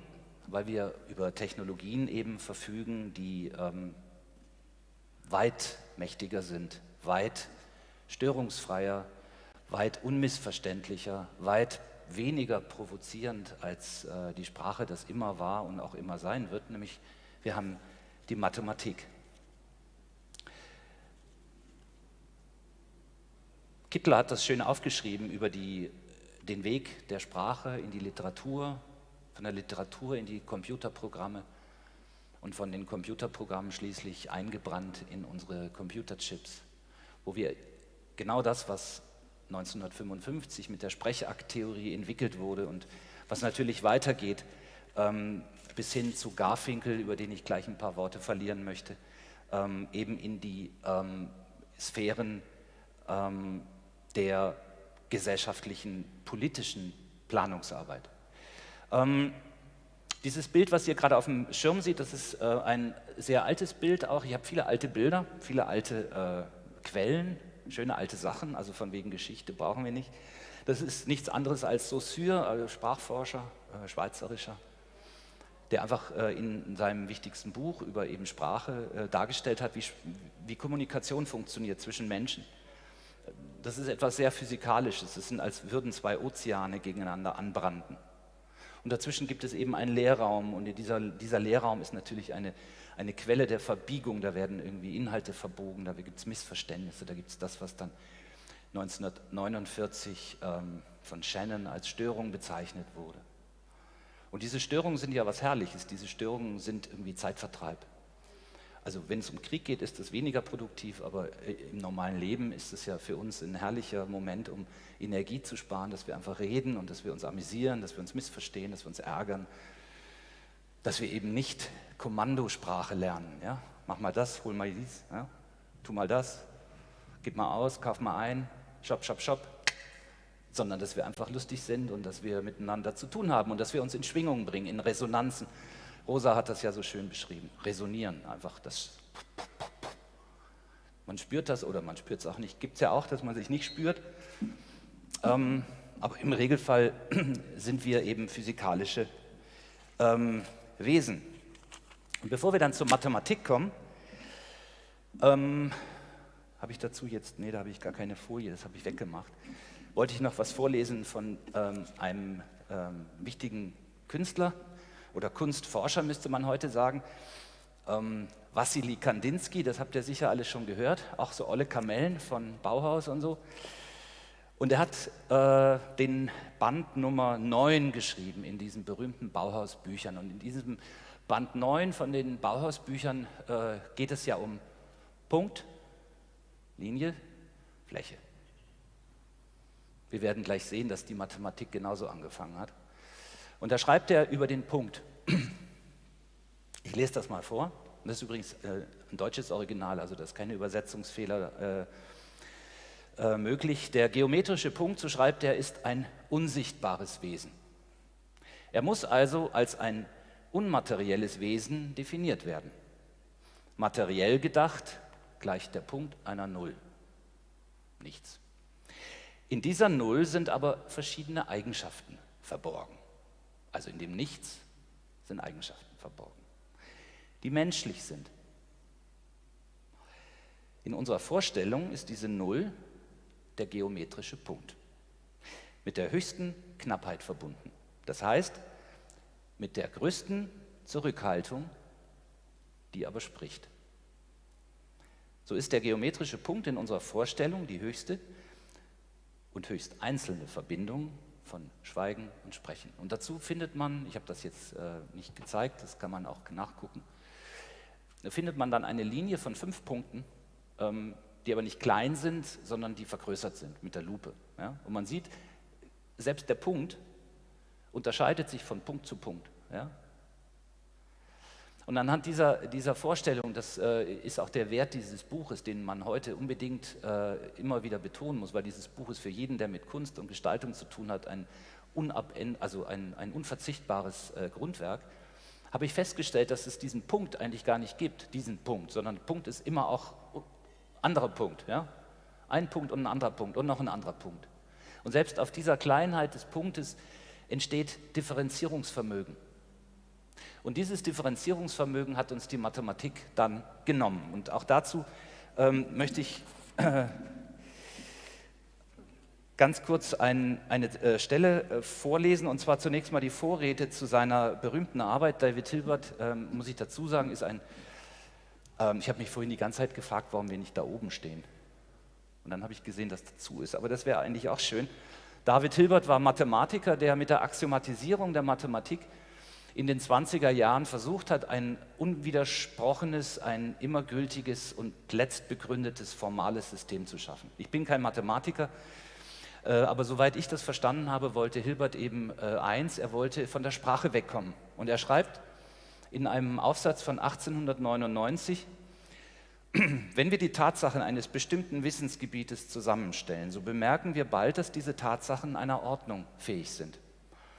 Diese Ordnung erfolgt jedes Mal mit Hilfe eines gewissen Fachwerkes von Begriffen in der Weise, dass dem einzelnen Gegenstande des Wissensgebietes ein Begriff dieses Fachwerkes und jeder Tatsache innerhalb dieses Fachgebietes eine logische Beziehung zwischen den Begriffen besteht. Das Fachwerk der Begriffe ist nichts anderes als die Theorie des Wissensgebietes. Aber, schreibt er, jede Definition führt einen Begriff lediglich auf andere Begriffe zurück, die ihrerseits eine Erklärung brauchen.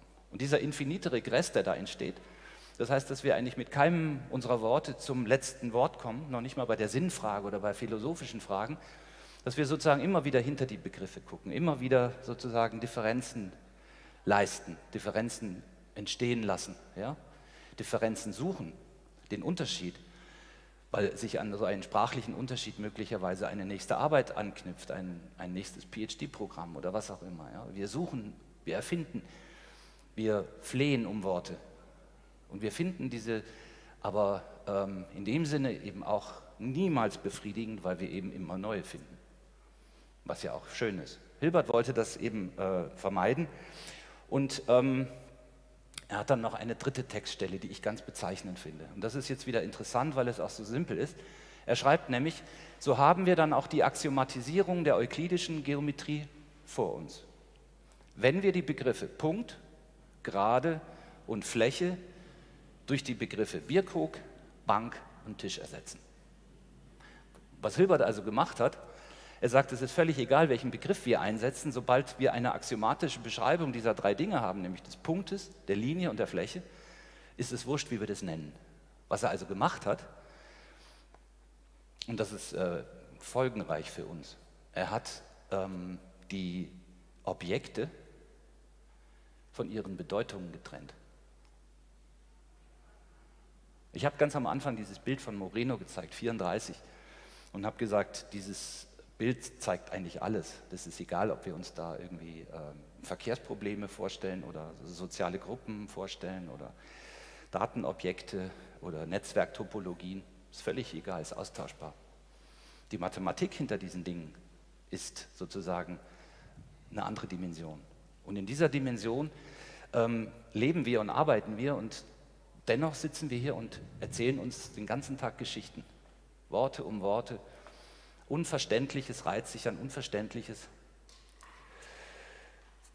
Genau, und das ist interessant. Das ist eben interessant, weil wir beobachten können oder neugierig vielleicht auch erwarten können, dass uns die Sprache abhanden kommt. Oder die Sprache vielleicht ein Luxus wird, ja? Oder Sprache zu Inseln führt, wo wir sagen, wir brabbeln alle wieder, ja? Dada hat das toll gemacht. In Zürich, unweit von der Hochschule, gab es dieses berühmte Restaurant und ich hätte nichts lieber gehabt, als dadaistischen Vorstellungen von Sprache zuzuhören, ja, weil das Unsinn ist. Und wer weiß, ob das Unsinn ist, was ich hier erzähle. Wenn wir das in Mathematik abbilden können, wenn wir das irgendwie in irgendeiner Weise entstehen lassen können für unseren Augen, könnte es eventuell wahr werden. Weltmodelle, Mathematik, Sprache. Das ist ein Bild aus einem Buch, das heißt nicht weniger als World Models. Das ist 1972 entstanden von einem amerikanischen Mathematiker, der hieß J.W. Forrester. Und Forrester war jemand, der hat Weltmodelle modelliert. Und dieses Modell, ihr könnt das wahrscheinlich gut lesen. Also das ist ist kein Schnittmuster für einen Hut oder so, das ist ein Weltmodell. Nicht weniger als das. Und er hat gesagt, die Welt ist im Prinzip ganz einfach. Wir brauchen 5 Variablen, nämlich die Menschen, wir brauchen Kapital, also Geld, wir brauchen Schmutz oder Müll, wie man das auch immer nennt, und wir brauchen Bodenschätze. Und wenn wir diese 5 Variablen bestimmen können auf der Welt, dann können wir Systeme bauen, die dafür Sorge trägt, dass unsere Welt funktioniert, dass jeder zu essen hat, dass die Dinge pünktlich zu uns kommen, das Bier und die Tischbänke hergestellt werden, die wir brauchen und die Lexikas gedruckt werden. Und dieses Modell, damit das jetzt nicht irgendwie ein Modell ist, sondern dieses Modell ist die mathematische Grundlage für den Bericht des Club of Rome und alles, was dann daran angeschlossen hat an Weltmodellen, an Weltmodellierungen, mit denen wir ja heute noch zu tun haben. Und jeder kann sich vorstellen, dass diese Modelle viel, viel komplexer wurden. Also diese Modelle wurden ausgebaut und sie wurden natürlich hinterlegt mit Rechnungen und mit Berechnungen. Und diese Modelle modellieren heute für uns eben Aussagen darüber, wo wir eigentlich stehen. Vorhin hieß es, unsere Welt ist kaputt oder zerstört. Diese Art Modelle, die natürlich ganz viel Wissenschaft erfordern und auch ganz viel Wissenschaft hervorbringen. Ja. Um zu verstehen, dass unsere Welt kaputt ist, brauchen wir immer mehr Wissenschaft. Auch das übrigens ein interessanter Gedanke, über den ich erstmal sprechen wollte, aber das habe ich mir dann verkniffen. Dieses Modell führt uns zu einer Frage, die ich als nächstes kurz ansprechen möchte, nämlich der Frage, was ist eigentlich das Ziel? Ich weiß, jedes System hat ein einziges Ziel und das heißt Überleben. Jedes lebende System will überleben. Also es gibt natürlich auch Selbstmörderinnen und Selbstmörder, aber im Regelfall ist es so, dass jeder guckt, dass er überlebt. Und Überleben heißt halt Zugang zu Ressourcen, also zu Geld und zu Wasser und zu Luft und zu all diesen Dingen. Aber dennoch müssen wir uns ja die Frage stellen, wenn wir heute über dieses Problem nachdenken, über diese Netzwerktopografien von Moreno und über das Gesetz nachdenken, über die Frage, ist eigentlich unsere Welt politisch und von ihren Institutionen her überhaupt noch regierbar oder haben nicht tatsächlich schon sozusagen diese vielen mobilen, kleinen, vernetzten Einheiten übernommen. Das heißt, sind die Umbaumaßnahmen unserer Gesellschaft eigentlich viel mehr wie eine Art von Geflecht oder von lebenden Mikroorganismen. Und dass wir so Institutionen hier wie Hochschulen beispielsweise, in denen ja auch Geldverteilungen irgendwie stattfinden permanent, ja, sind das Reste oder gibt es die noch in 50 Jahren? Brauchen wir die dann überhaupt noch? Wie funktioniert dann Gesellschaft? Und diese Frage nach dem Zweck ist aber eine eminent wichtige Frage, weil sie uns dahin führt, die Frage zu stellen, was ist eigentlich dann das Mittel, um diese Zwecke durchzusetzen? Und in welchem Verhältnis stehen eigentlich die Mittel, die wir dafür einsetzen, im Verhältnis zu dem, was sie uns an Entropie kosten, also an Unordnung, die wir schaffen? Weil wir schaffen ja alles, was ich heute gesehen habe und was ich da auch da drinnen sehe und sehen werde, das sind Maßnahmen maximaler Störungen. Aus vielen Gründen. Ein wichtiger Grund ist, das meiste versteht man nicht gleich. Das heißt, man wird eigentlich permanent damit konfrontiert, dass man irgendwas anschaut und irgendwie eigentlich nicht weiß, was man da sieht.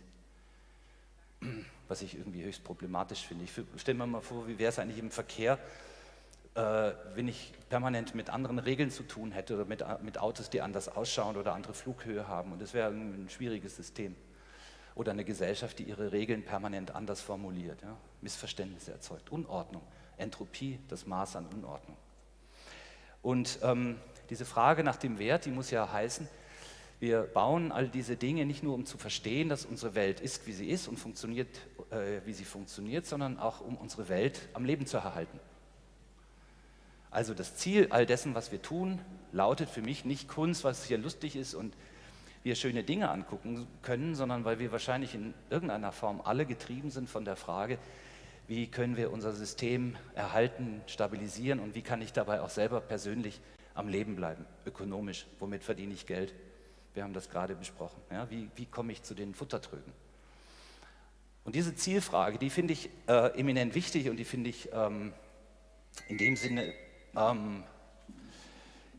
unbeantwortet in dem, was wir im Design tun.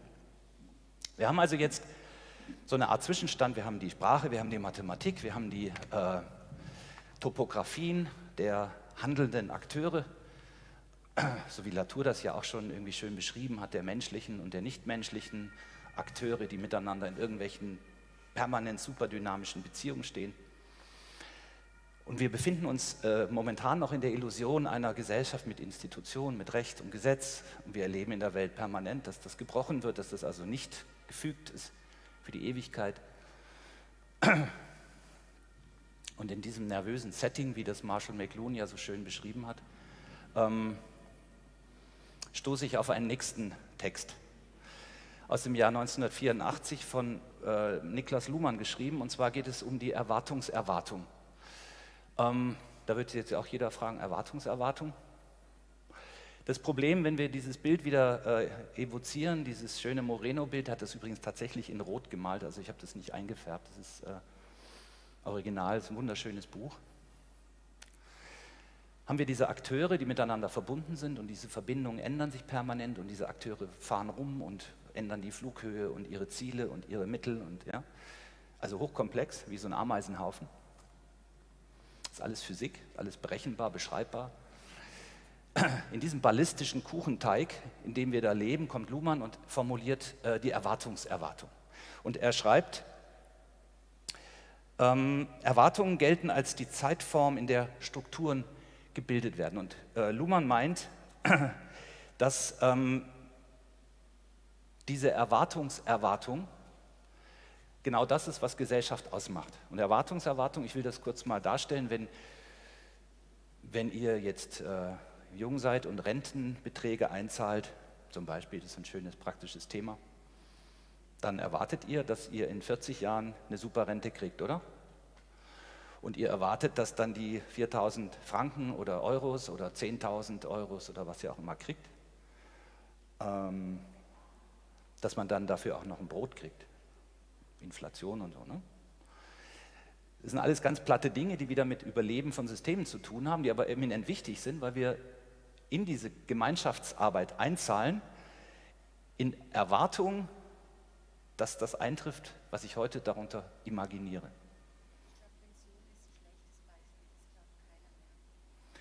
Ich sage ja nur, die Erwartung ist aber adressiert. Kommen mit einem anderen Beispiel. Nicole hat mir schon wieder einen Showstopper hier reingegeben. Dankeschön. Ein anderes Beispiel, Umwelt.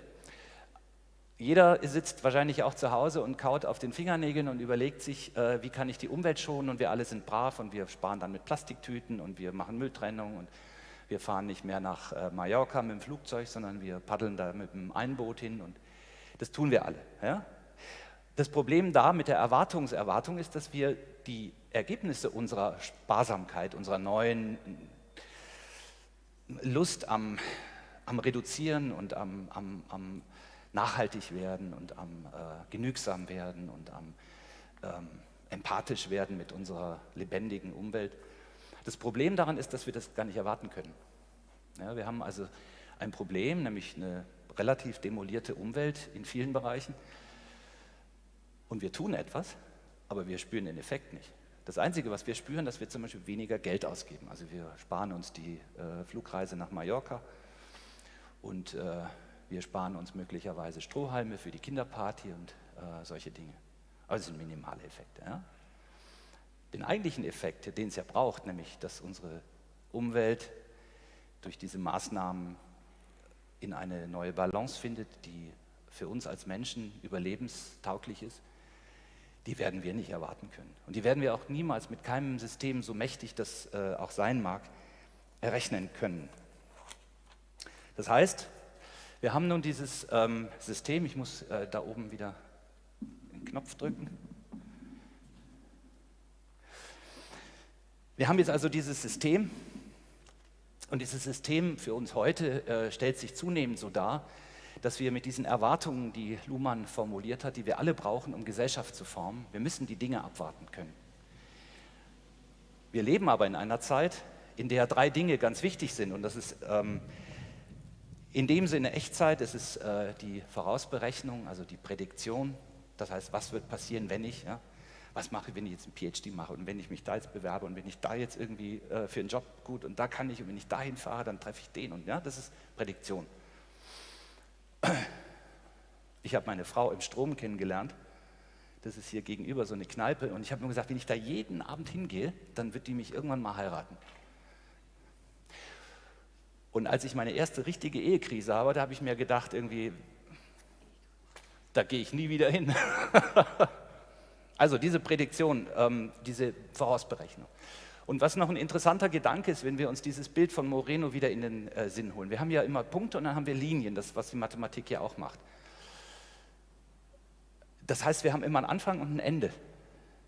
Und wir haben eine ballistische Berechnung, wenn jedes Objekt beweglich ist, jeder Mensch permanent seine Erwartungen ändert, jeder Mensch permanent seine Einstellungen ändert, permanent seine politische Himmelsrichtung ändert, permanent seine Konsumwünsche ändert, permanent seine Vorlieben, welche auch immer ändert, dann werden diese Dinge immer beweglicher. Sie verändern ihre Größe, ihre Höhe, ja, ihre Position im Raster.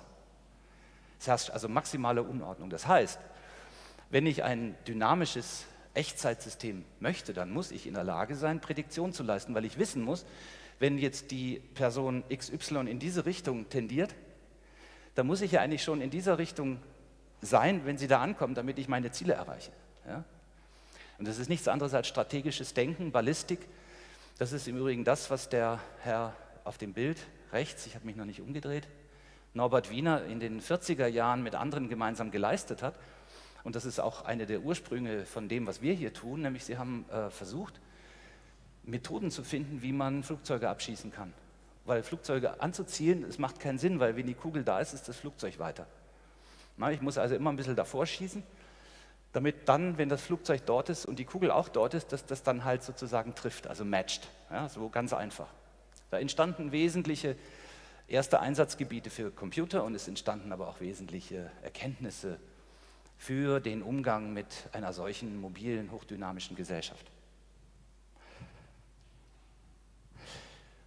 Und wenn man sich das dann alles überlegt, dass man in einer Zeit lebt, wo halt die Dinge schnell gehen müssen, ich erinnere euch nur an so Werbung, Genuss sofort, ja, Kredit sofort, dass wir eben nichts mehr erwarten können, dass wir auch unsere Umweltsorge, die wir jetzt vorleben und so ein bisschen so modisch für uns hertragen, natürlich niemals den Effekt hat, dass wir irgendwie wissen können, was das jetzt gebracht hat, dass ich jetzt keinen Steak mehr esse oder dass ich jetzt meinen Müll ordentlich entsorge. Das wird niemand von uns jemals feststellen können.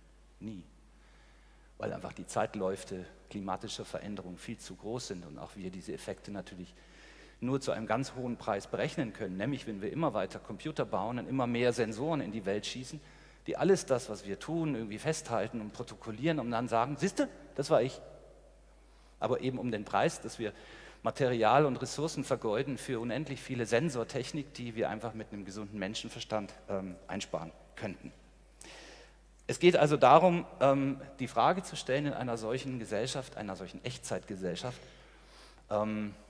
was jetzt die Gesellschaft eigentlich ist. Und ich glaube, dass die Gesellschaft eben sozusagen permanent jetzt gerade erzeugt wird.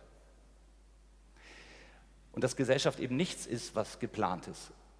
Und dass es nur relativ wenig Dinge gibt, die überzeitlichen Wert haben, wie Gesetze beispielsweise oder Opernhäuser oder andere Dinge. Oder fundamentale Menschenrechte. Gemessen an den Zeitläufen, die wir kennen können, an den erdzeitlichen Entwicklungen sind das wahrscheinlich alles nur ganz kurze Augenblicke. Und je echtzeitiger und je vernetzter diese Gesellschaft wird und wir alles voneinander wissen, ohne uns zu kennen, ohne uns berührt zu haben, ohne uns in die Augen geschaut zu haben, dann haben wir halt die Frage, lohnt das überhaupt noch politisch zusammenzusitzen, um sich Gedanken zu machen über Institutionen der Zukunft? Vielleicht ist das ja hier gerade eine Institution, die ist in 20 Minuten schon wieder weg. Das kann man nicht wissen. Ich habe jetzt ein anderes, hoppla, jetzt muss ich aufpassen. Na, das lasse ich noch. Ich möchte einen Absatz vorlesen, weil der einfach wirklich total gut passt zu dem, was wir gesehen haben. Stammt von einem österreichischen Künstler, Oswald Wiener. Das ist also nicht der Herr auf dem Bild rechts, sondern das ist Oswald Wiener. Kennen sicher einige ältere Semester, wobei ich hier glaube, der Opa zu sein, wenn ich mich so umgucke. Also Oswald Wiener, ein berühmter österreichischer Künstler, hat in seinem berühmten Roman Die Verbesserung Mitteleuropas einen Anhang geschrieben, der heißt der Bioadapter. Und da lese ich mal ganz kurz draus vor, weil das einfach fantastisch ist. Gerade auch in Bezug auf die Performance, die erste, die wir gesehen haben, und auch auf die zweite. Glücksanzug. Er kann als die sich ins zunächst noch außerleibliche erstreckende Hypertrophie der Organmodulen sowie der nervösen Baukomplexe seines Inhabers interpretiert werden und ist in dieser Betrachtungsweise ein Konverter der von Menschen in dessen Umgebung projizierten Lustimpulse, Servonazis. Es ist die Auffassung des Designers des Bioadapters, wir sehen den übrigens links im Bild, dass erst die Einheit Mensch-Adapter den Anforderungen einer verantwortungsbewussten anthropologischen Kritik standhalten kann, aber daneben auch dem gesund-heroischen Ideal eines den Kosmos regierenden Homo sapiens erstmalig genügt, und zwar durch Trockenlegung des Kosmos einerseits und zum anderen durch Liquidation des Homo sapiens. Da übrigens taucht dieser Begriff der Liquidität schon mal auf. Der Mensch außerhalb seines Adapters, ein preisgegebener, nervös aktivierter und miserabel ausgerüsteter Sprache, Logik, Denkkraft, Sinnesorgane, Werkzeuge, Schleimklumpen, geschüttelt von Lebensangst und von Todesfurcht versteinert, wird nach Anlegen seines Biokomplements zu einer souveränen Einheit, die des Kosmos und dessen Bewältigung nicht mehr bedarf, weil sie auf eklatante Weise in der Hierarchie denkbarer Wertigkeiten über ihm regiert. Also jeder, der irgendwie über Medien was lernen will, dieses Buch von Oswald Wiener lernt uns was über die Sprache, lernt uns was heißt es irgendwie, die ultimativen Zukünfte herbeizuschreiben, also mit Sprache Dinge zu tun und Dinge auszulösen. Und wir sehen, und darum habe ich diese beiden Personen auch zusammengestellt, das ist die Kunst. Ja? Da sieht man natürlich nichts drin, das, was wir heute kennen an Datenbrillen, das gab es damals nicht. Es reichte aber schon aus, ja, um uns sozusagen vor unserer Umwelt zu hermetisieren, abzuschließen, und es reichte aus, um das, was er hier eben geschrieben hat und was er vorausgesehen hat, an Zukunft in einer durchmedialisierten Welt zum Ausdruck zu bringen. Das hier ist Kriegstechnik. Die Kybernetik in diesem Sinne war nicht darauf ausgelegt, Erkenntnisse zu produzieren oder künstlerisch zu interpretieren oder auszulegen oder damit zu experimentieren. Die Kybernetik war darauf ausgelegt, eine metawissenschaftliche Disziplin zu sein, die uns zeigt, wie wir jede Art von lebendigem System, also auch natürlich die Gesellschaft der Menschen, kontrollieren und steuern können. Und dieses Bild, Kybernetik, ist ja dann irgendwann eingeschlafen, weil das war zu kompliziert und das ist dann wieder in Fachbereiche zergliedert und zerklüftet. Aber das, was wir heute erleben, ist nichts anderes als die Einlösung all dieser kybernetischen Ideen in unserer Zeit.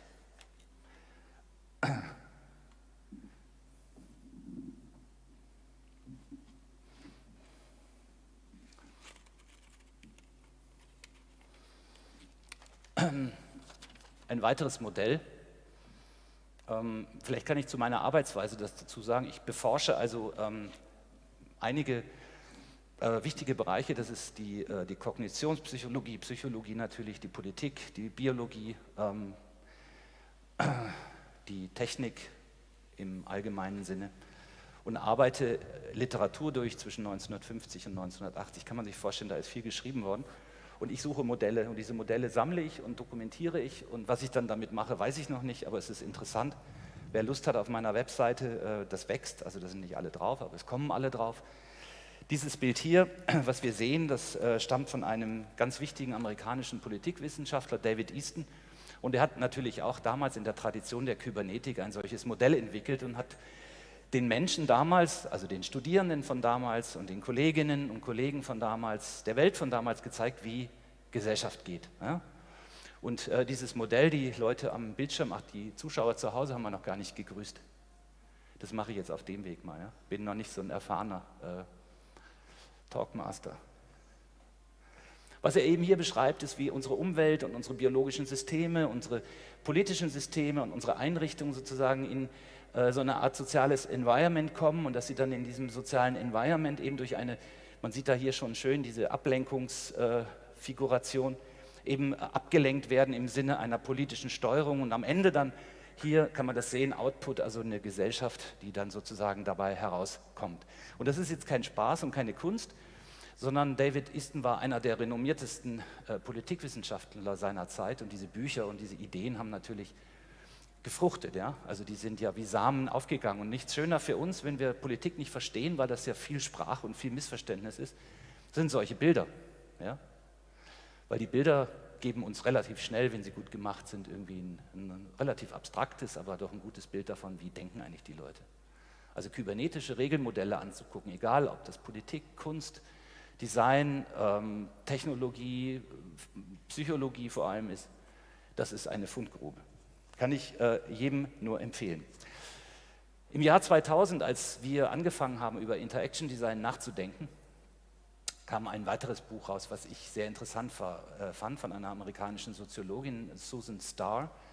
Sie ist im feministischen Diskurs sehr berühmt geworden. Und sie hat dieses Buch geschrieben, Sorting Things Out. Und sie hat irgendwie Strukturen gezeigt. Wie entstehen eigentlich durch Klassifikationen Strukturen? Das heißt, man guckt in die Welt und man klassifiziert Leute. Man sagt, der gehört dazu oder der macht das oder das oder der ist, wir haben vorhin das ja auch geübt. Und diese Klassifikationsübungen, die wir immer so machen, und das ist einer der Kernaussagen dieses Buches von Susan Starr, ist eben, dass wir in einer Welt leben, in der Ordnung dadurch entsteht, dass wir Dinge klassifizieren. Bibliotheken tun das, Schraubenhändler tun das, Hochschulen tun das, Künstler tun das. Ja, ich erinnere nur an die herrlichen Arbeiten unserer Hamburger, jetzt fällt mir der Name nicht ein, Künstlerin, Hanne Darboven. Ja? Also wir sortieren permanent, wir ordnen und wir sortieren. Und sie sagt, 2000 war das, vor 20 Jahren, schreibt sie, wir wissen kaum, was wir aufgebaut haben. Jetzt denken wir mal an unsere ganzen Informatikwelten, die wir aufgebaut haben. Niemand hat die Kontrolle über die Infrastruktur. Niemand hat die Macht, diese zentral zu verändern. Das heißt, wenn wir jetzt wieder in diese Geschichte reingehen und uns überlegen, wer baut die Welt und was ist eigentlich Politik und Gesellschaft und wofür brauchen wir das eigentlich? Was sind eigentlich Institutionen? Ja? Zum Beispiel, was ist so eine Institution wie Eigentum? Ja? Und sie schreibt, die Infrastruktur ist jetzt der innere Raum. Und jeder, der jetzt darüber nachdenkt, Infrastrukturen, wir leben ja hier in einem permanenten Wellensalat, der uns Daten in die Hosentasche beamt. Und wir lösen Daten aus, wir befinden uns in dieser virtuellen, unsichtbaren Welt, die Burkhardt beschrieben hat. Ja? Und dadurch, dass wir uns bewegen und dadurch, dass wir reden und dass wir sprechen und dass wir agieren, dass wir kaufen, dass wir Transaktionen machen, Interaktionen auslösen, gestalten wir unsere Welt. Ja?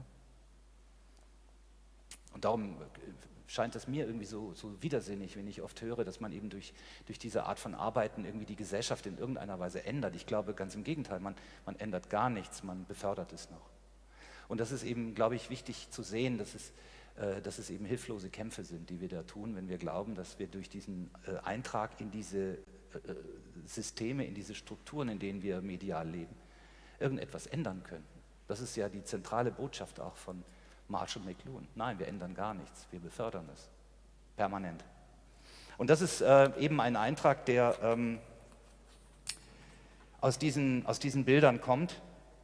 Und Easton war damals noch der Einstellung, dass wir eben gute Institutionen brauchen, um daran etwas zu ändern. Die Frage ist nur, was sind Institutionen? Ich zeige Ihnen jetzt ein Bild von einem weiteren bekannten Österreicher, Heinz von Förster, das ist vielleicht vielen ein Begriff. Einer der Grundväter oder der Väter und Mütter kann man jetzt nicht sagen, weil der war ja tatsächlich ein männliches Wesen, also er ist ein Gründungsvater der Kybernetik gewesen, war ein sehr lustiger Mensch, gibt viele tolle Videos über Heinz von Förster im Internet, der lebt leider nicht mehr. Und er hat in seinem Buch Sicht und Einsicht dieses Bild gebracht und er beschreibt anhand dieses Bildes Ordnung. Wir haben da diesen Begriff gehabt und er hat gesagt, stellen wir uns mal vor, wir bauen eine Box und wir tun in diese Box diese Würfel. Ja? Dann machen wir die Box zu und schütteln und dann machen wir die Box wieder auf und was ist drin? Chaos. Ja? Also eine Gleichverteilung von diesen Würfeln ist drin. Und dann hat er gesagt, stellen wir uns mal vor, wir magnetisieren diese Würfel an 2 Stellen, Plus und Minus. Und dann tun wir sie wieder in die Box und schütteln wieder. Und dann könnte eventuell das bei rauskommen. Weil wir sozusagen den Zufall, das Würfeln von Glück oder Unglück oder von Zukunft, sozusagen schon dadurch gesteuert haben, dass wir an diesen sechseckigen Objekten Magnetisierungen vorgenommen haben, die dann dazu führen, dass ohne menschliches Zutun, er schreibt das eben dem kleinen Dämon zu in dieser Box, dass diese Magnetisierung der Seiten, der Würfel dazu führt, dass wir möglicherweise eine Ordnung erhalten. Ja?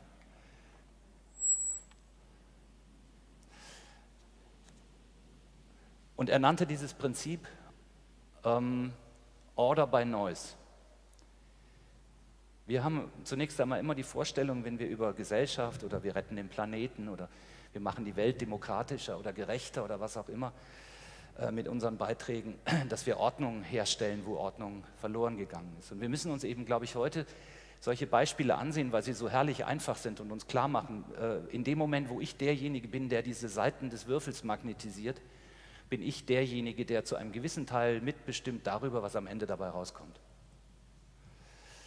Und diese Ordnung, die da aber entsteht, die ist nicht irgendwie das Ergebnis eines Künstlers, der sich jetzt hinsetzt und dieses Objekt baut, schreibt Förster auch irgendwie, sondern das ist sozusagen, diese Ordnung ist in diese Objekte eingebaut. Ja? Sie liegt in diesen Objekten drin und sie entsteht.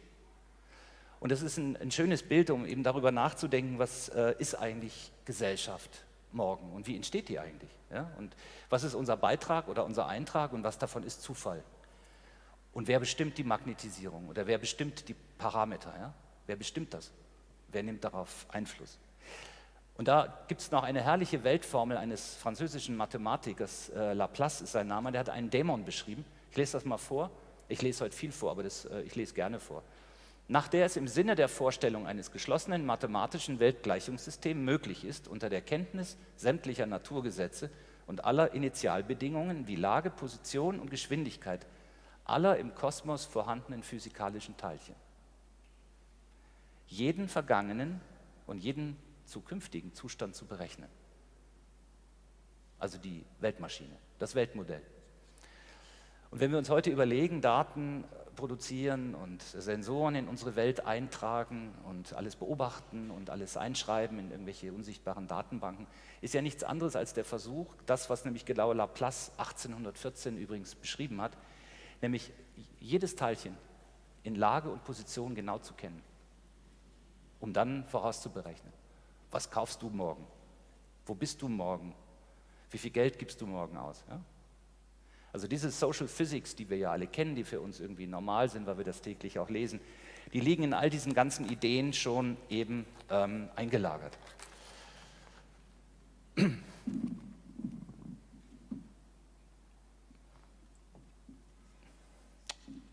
Schauen wir uns schnell das Filmchen an. Ich habe das jetzt extra so überblendet, also diesen 85er Beitrag von Förster zusammen mit einer App, die Sie vielleicht kennen.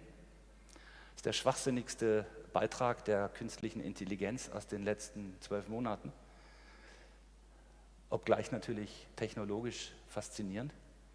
Man stellt sich vor, man hat ganz viele Legosteine und weiß nicht, was man damit bauen soll. Kann man sich was Deprimierenderes vorstellen, als dass man ein Spielzeug hat und nicht weiß, was man damit spielen soll? Und jetzt ist es eben tatsächlich einigen gelungen, eine KI zu schreiben, die ein Foto nimmt, diese ganzen Legosteine erkennt, um dann in einem nächsten Schritt den Kindern vorzustellen, was man damit bauen kann.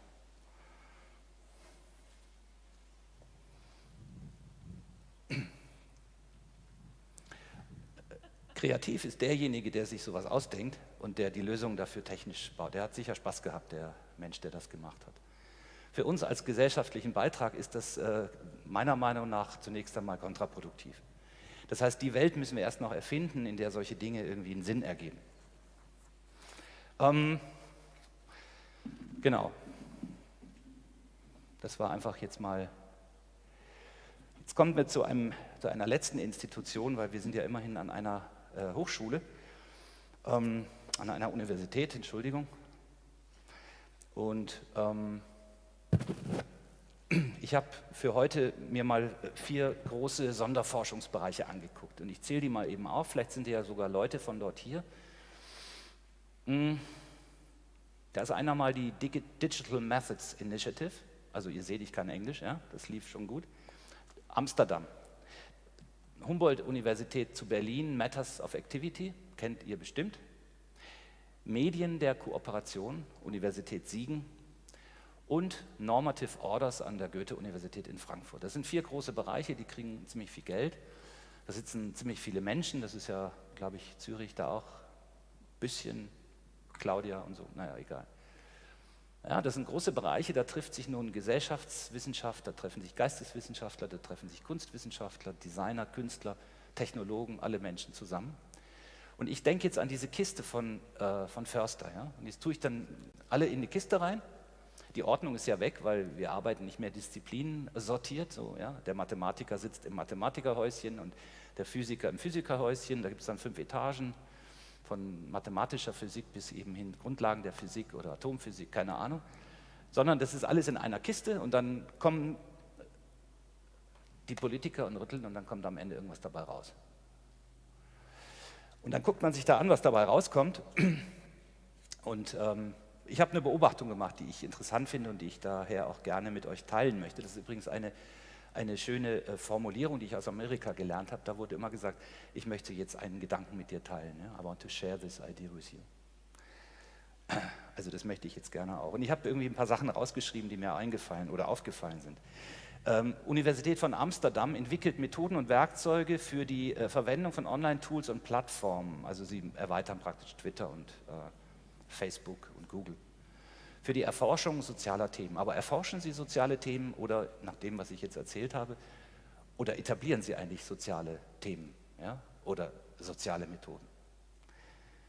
In Berlin an der Humboldt-Universität neue Kultur der Materialien, Wiederentdeckung des Analogen für die Arbeit mit Bildern, Räumen und Materialien, Verschränkungen, das ist übrigens ein schöner Begriff von Heisenberg, der in den 30er Jahren ja diese berühmte Beobachtung gemacht hat und eben von der Verschränkung eben sprach, dass wir zwar Gesamtsysteme verstehen, aber dass wir nicht verstehen, welche Beiträge die einzelnen Teile in diesem Gesamtsystem leisten. Das ist eigentlich Quantenphysik. Aber wir können das ja mal übertragen, wir verstehen, wie Gesellschaft funktioniert. Es gab genug Parson, Luhmann und andere Weber, die uns das erzählt haben. Da hinten läuft gerade eine Organisation vorbei, die auch in dem Sinne wirkt. Servus, die Polizei. Und diese Heisenbergsche Verschränkung, die können wir eben auch hier feststellen. Verschränkung von Biologie und Technik, Geist und Material, Natur und Kultur, Architektur, Softrobotik, Textilien, Materialien, digitale Filter, chirurgische Schneidetechniken. Punkt. Das sind alles Originalausschnitte. Ich zitiere nur aus zuverlässigen Quellen. Und ich frage mich, was kommt dabei rum? Mir fehlt an diesem Punkt einfach die Möglichkeit, hier qualifiziert drüber nachzudenken, was da eigentlich passiert. Das ist mir übrigens heute auch gegangen. Was überhaupt nicht negativ ist, wenn ich Dinge nicht verstehe, aber ich habe keine Kategorien mehr darüber sinnfällig nachzudenken, über den Ziel und den Zweck und die Mittel, die dafür verbraucht werden. Und das ist eigentlich etwas, was ich irgendwie interessant finde, darüber nachzudenken, wenn wir all diese Dinge tun, die uns Spaß machen, die toll waren, als man sie gebaut hat, die funktionieren auch, ja, die piepen oder die machen Musik, wenn man da dran fasst. Es gibt ja übrigens eine super Virenschleuder, hängt da drüben mit diesem 3-teiligen Schriftzug. Da fassen jetzt die ganze Zeit über die Leute dran und ich habe dann gedacht, nee, müsste man noch Handschuhe hinhängen. Ja, aber anyway. Also das waren die Berliner. Die Medien der Kooperation in Siegen, Medien werden durch Infrastrukturen und Öffentlichkeiten hervorgebracht, schreiben sie. Kooperative Praktiken, die durch Medien entstehen. Kooperation ohne Konsens, autonom agierende Medien verschärfen diese Ausgangslage, Daten erheben, Daten berechnen, Daten valorisieren und eben die Bedeutungskonstitution zu bearbeiten. Das macht also die Universität Siegen und Normative Orders macht nicht weniger als Gesellschaftsanalyse, Gesellschaftskritik und normative Orientierungen miteinander zu verbinden.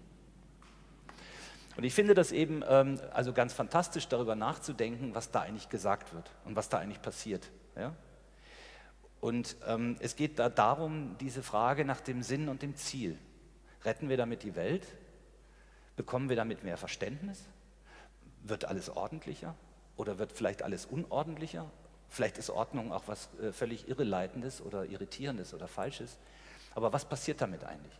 Und was passiert eigentlich mit Institutionen, die sich in diesem Sinne von ihrer altehrwürdig gepflegten, fachspezifischen Qualifikation, zu neuen Verbünden zusammenbringen und Dinge tun, die sich irgendwie in keinem dieser einzelnen Strahlen, wir erinnern uns an das Bild von Saussure, noch in irgendeiner Weise aufschlüsseln lassen. Und demgegenüber haben wir aber, das ist meine Beobachtung, das können wir dann auch diskutieren, haben wir in unserer Zeit eine Art von Transparenzekstase zu erleben.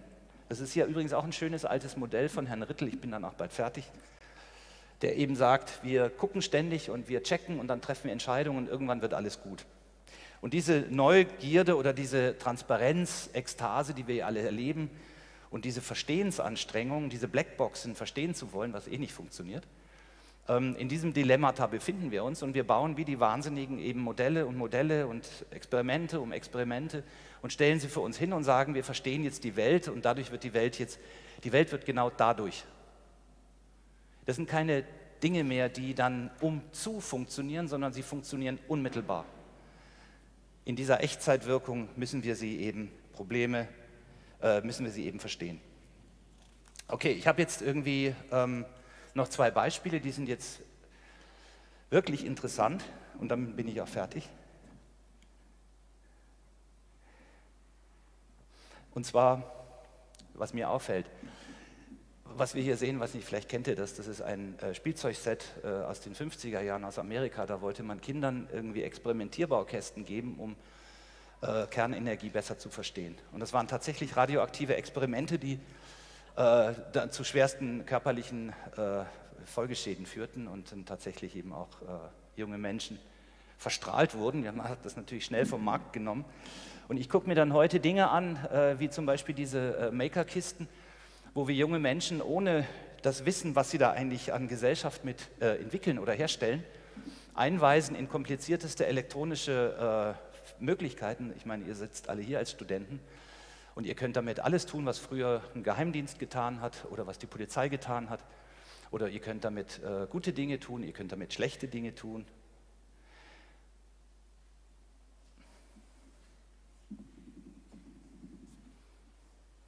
Und das ist natürlich auch irgendwie eine Bringschuld unserer marketinglastigen Gesellschaft. Es gibt mittlerweile auch schon eben Genetic Kits, also die kann man auch schon kaufen, bestellen, kosten gar nicht viel. Da kann man dann Gensequenzen herstellen, man kann aber auch Gene manipulieren. Also auch das bringen wir uns bei. Und zwar nicht nur auf der Ebene der Forschung, sondern wir haben eben ganz viele Institutionen und Designer und Leute, die daran eben mitarbeiten, so etwas runterzubrechen für den Massengeschmack als Konsumgut. Ja? Und ich finde, das ist, ich lasse das einfach stehen, ich finde das eben bedenkenswert, diese Dinge anzugucken und sich zu überlegen, was lerne ich davon. Ich habe 3 Strategien, wie ich auf die Dinge drauf gucke. Ich beobachte zunächst einmal Dinge, Sachverhalte. Ich habe das hier das sind so Tagesnotizen, die ich immer mache. Und ich forme Assoziationen. Das machen wir alle. Wir bringen Dinge miteinander irgendwie in Zusammenhang. Das Zweite, was wir tun können, wir können Bisoziationen bilden. Das ist eine Technik, die der Österreicher, ist mir der Name gerade noch da gewesen, ist er weg? Köstler, genau. Die Bisoziation, das heißt, wir bringen Dinge miteinander in Verbindung, die nichts miteinander zu tun haben zunächst mal. Also zum Beispiel Rettung der Gesellschaft und bielektrische Medien oder irgendwelche anderen Technologien. Ja? Warum haben die was miteinander zu tun? Und der 3. Schritt ist dann die Dissoziation. Und die Dissoziation stellt sich dann ein, wenn wir irgendwie tatsächlich irgendwie die Verbindung nicht mehr verstehen, wenn wir sie nicht mehr nachvollziehen können. Und das sind dann eben krankhafte Entwicklungen, die wir als Gesellschaft ja um uns herum massenweise erkennen können. Und ich habe irgendwie dann zu dieser Triade, die mich so ein bisschen begleitet, die habe ich auch für mich so entwickelt, dieses Gedicht eben von Rilke, der schrieb: Und wir Zuschauer immer überall dem Allen zugewandt und nie hinaus, uns überfüllt's, wir ordnen's, es zerfällt, wir ordnen's wieder und zerfallen selbst. Und das ist eben sozusagen die Art, wir haben ja gestern von der Rektorin die schöne Aufforderung gehört, eben nachzudenken und Weisheiten zum Besten zu geben. Ich habe mir eben diese Art von Weisheiten für die letzten Tage meines Lebens irgendwie vorgenommen, darüber nachzudenken, was das eigentlich bedeutet. Dieses Ordnen, Und diese Verbindung von möglicherweise Dingen, die nicht miteinander zu verbinden sind. Und ich habe hier noch ein Beispiel, das das gut illustriert. Das ist eine Arbeit eines Studenten, die schon älteren Datums ist. Und die müsste jetzt eigentlich ablaufen. Und da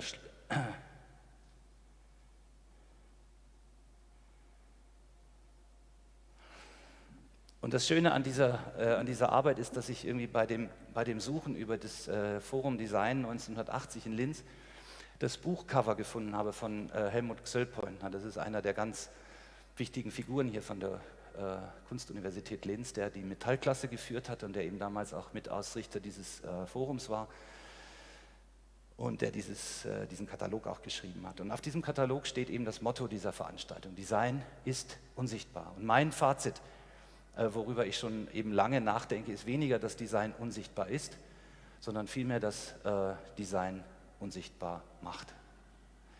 Und also mein Herz ist voll, ich könnte Ihnen noch ganz viele schöne Dinge zeigen. Ich zeige aber zum letzten Ende noch ein Ding, weil es eben auch ein Stück weit die Geschichte transportiert, die kleine Polemik gegen die Arbeit von Olafur Eliasson sparen wir uns jetzt, kann man dann vielleicht nochmal nachgucken. Wir haben in Zürich vor der Finanzkrise ein Institut aufgebaut, um uns mit der Frage zu beschäftigen, wie verändern eigentlich neue Medien unseren Umgang mit Geld. Ganz simples Thema. Da ging es nicht um Anlageprodukte für mittellose Kunsthistoriker oder andere Angestellte, sondern da ging es tatsächlich um Neugierde. Und wir haben damals Tools gebaut und die wurden ja immer besser, das wurde ganz schnell alles so mächtig und wir haben dann Apps gebaut und ich habe mir gedacht, hui, mit so einer App kann ich ja eigentlich genau das tun, was ein Banker auch tut. Ja? Und ihr kennt das ja, ihr habt wahrscheinlich auch alle solche Investment-Tools in der Tasche und jongelt damit euren Rentenbeiträgen, könnte ich mir vorstellen. Und ich habe dann gesagt, ich möchte das eigentlich nicht mehr verfolgen, weil ich glaube nicht, dass man das als Ungeübter, als Privatperson haben sollte, weil man braucht das nicht. Und das ist eigentlich nur noch mal ein Hinweis darauf, was ich eigentlich versucht habe, irgendwie heute zu sagen, ist, dass im Jahre 2021 eine große Studie der Universität St. Gallen rauskam, wo anhand von Zahlen, und zwar von vielen Zahlen, nachgewiesen werden konnte. Und jetzt müssen wir als Designer die Ohren aufsperren. Je besser diese Tools sind, umso höher sind die Verluste und umso höher ist die Risikoleidenschaft von ungeübten Anlegern. Sprich, gutes Design macht unsichtbar. Ja? Gutes Design macht das, worum es eigentlich geht, unsichtbar. Wir beherrschen die Technik, aber die sozialen Folgen von dem, was wir da tun, sieht man nicht. Und darum würde ich sagen, mein Motto, ich hoffe, dass sich das jetzt historisch irgendwie wie eine Rakete nach vorne entwickelt, ist in Anschluss und Anknüpfung an diese historischen Geschehnisse, damals 1980, als Design als unsichtbar proklamiert wurde, 2021 das Jahr, in dem ich sage, nein, Design ist nicht unsichtbar, Design macht unsichtbar. Und jetzt bin ich fertig und danke Ihnen für die Aufmerksamkeit.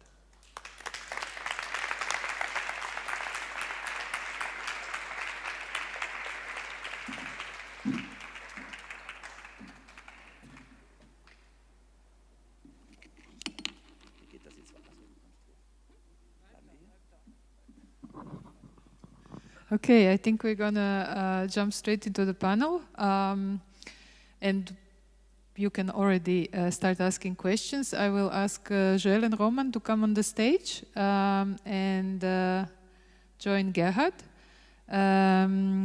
So, questions for Gerhard?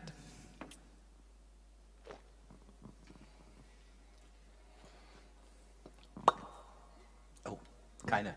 Keine? Es kommen keine Fragen. Komm, gib mir eine Frage. Was? Da ist. Ah.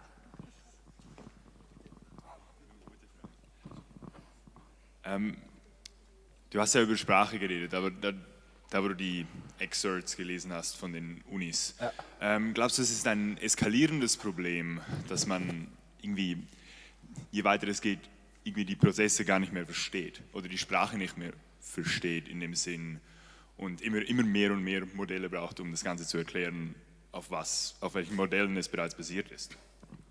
Also ich bin in der Tat der Meinung, und ich sehe das aber positiv, dass unsere Sprache das wirkmächtigste anarchische Instrument ist, was uns verbleibt.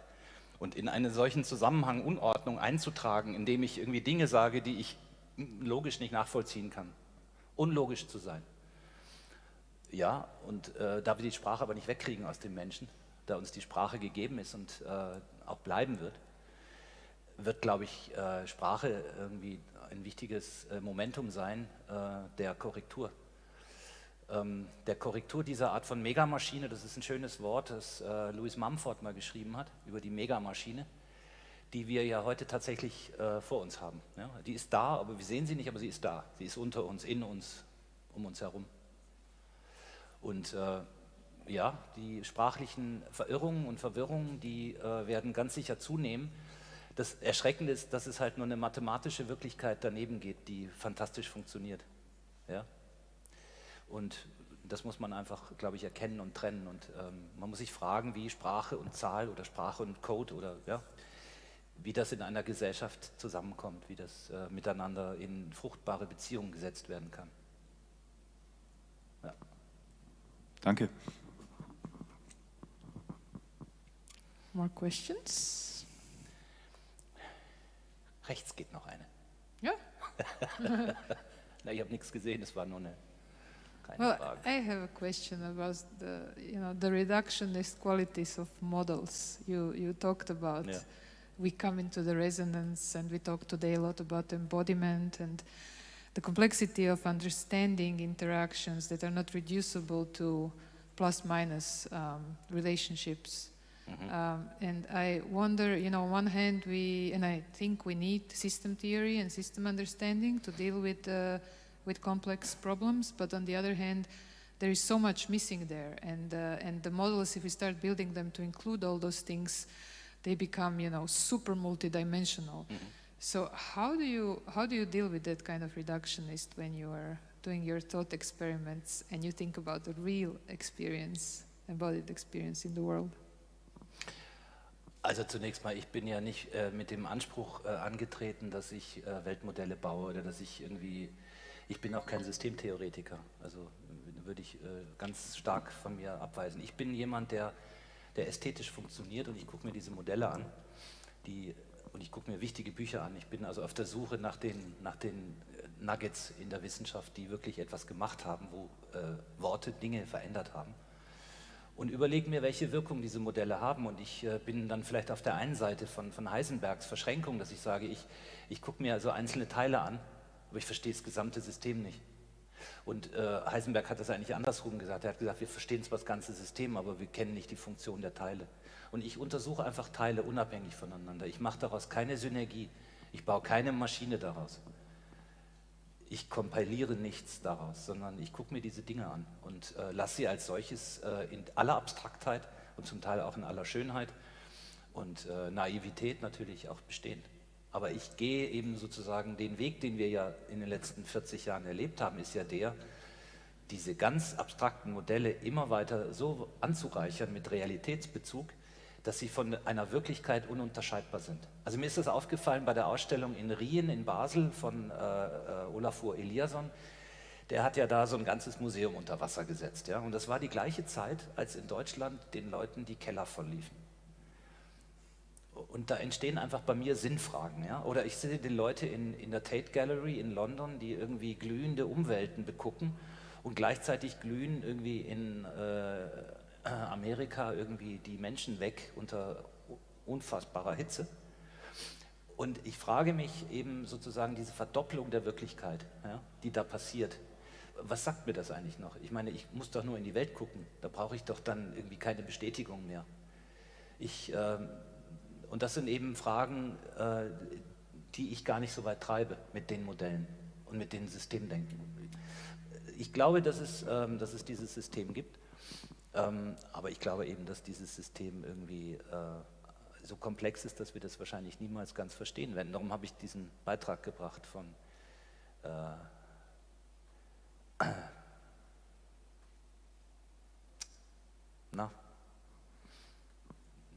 dieses mathematische Modell der Weltbeschreibung, der Dämon, genau, ich glaube, den wir vor der Nase haben. Ich spüre das, wenn ich auch Wissenschaft angucke und wenn ich mir überlege, was in den Geowissenschaften, in den Wetterwissenschaften betrieben wird. Ich frage mich, wofür brauchen wir immer mehr Daten, immer mehr Technologie, in uns und um uns. Und wir haben ja nicht mehr nur die Welt verschrottet, sondern wir haben mittlerweile auch einen Schrottplatz um unseren Globus. Und wir jagen Raketen hoch und wir holen noch mehr Daten, um eigentlich immer wieder das Gleiche zu sehen. Das wird immer schlimmer. Jede Rakete, ich meine, das ist Entropie. Wir verbrennen irgendwie Energie, um etwas herauszufinden, was wir ja eh schon wissen. Und da stellen sich bei mir einfach nur Fragen, was wäre irgendwie die Alternative davon? Ja? Was wäre die Alternative? Weil ich glaube, der Preis des Verstehens ist am Ende die Zerstörung. Ich glaube, dass das Zerlegen, die Analyse, im Endeffekt dazu führt, dass wir alles in Einzelteile zerlegen. Und wenn man das Bild einfach mal hochrechnet, dann das Problem heute sehe ich darin, dass wir keine Haltepunkte mehr haben. Die Frage nach dem Ziel. Geht es um Erkenntnis oder? Also mir vermittelt sich das nicht mehr. So, is there another question for Gerhard? Or otherwise, we come to the panel and we keep it really short. I think the panel is called 20 Years Interaction Design, and it's basically Roman, Joël, Gerhard, and I. I would like actually to start. We can all sit down here if we don't see us. Ich komme. I would like to start with asking you about this question of goal. Our students, over some drinks. Yesterday, the day before yesterday, I think it was Vincent's, he basically said, your program is like we come year one and you tell us, technology is bad, design is bad.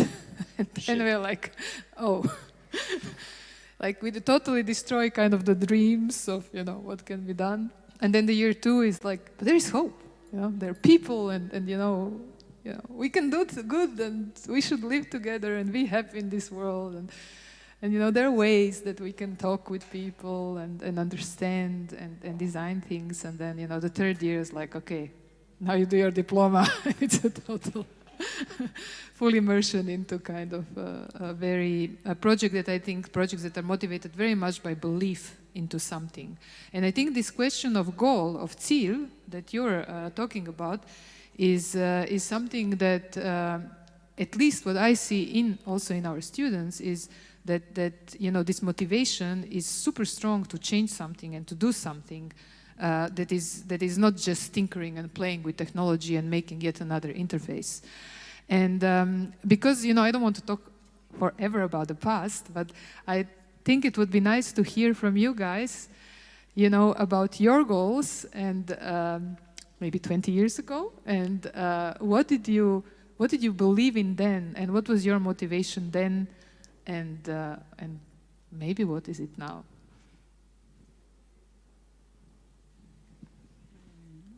I can go.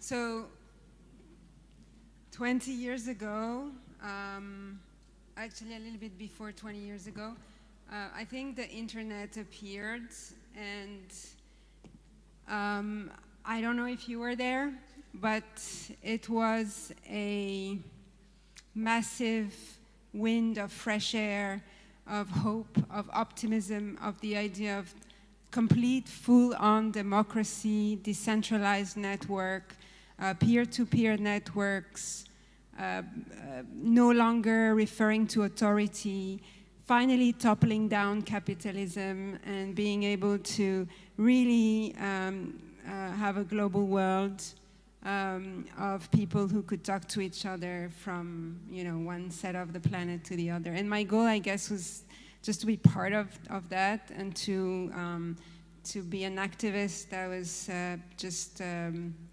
able to also join the movement. And then September 11 happened. I guess it's next few days, and then surveillance showed up, and then Google showed up, and then Facebook, and now we're here. So I guess my goal is to try to minimize the pain and to tell my students that it's still the same sort of hope that whatever you put out in this world as an expression of your project, do it like with a certain level of integrity, ambition for yourself, and fun, I guess. Yeah. And my goal actually nowadays is to try to, I don't know, it's a bit of an entanglement, but to, I don't know, I'd have to think about my goal today. Yeah. I think it's easier to talk about it 20 years ago than now. Yeah, I guess. I'll ask you in 20 years. Yeah, okay, sounds good. Thanks, Karmen. Aber wir haben ja über Erwartungen gesprochen und Erwartungen, Ziele, was? Doch, jetzt, Entschuldigung. Erwartungen und Ziele, also irgendwas muss man ja erwarten. Und du hast es gut beschrieben, die Entwicklungen, die seit damals, als wir angefangen haben, passiert sind, die sprechen eigentlich dafür, dass das, was wir dort tun, gesellschaftsrelevante Arbeit ist. Aber ich glaube, wir verstehen das falsch. Ich glaube, wir kommen aus einer ganz anderen Denkschule und wir müssen, glaube ich, verstehen, dass das, was wir da tun, eben mit Vorsicht handzuhaben ist. Ja? Und dass wir irgendwie dazu mehr Wissen brauchen als Technik.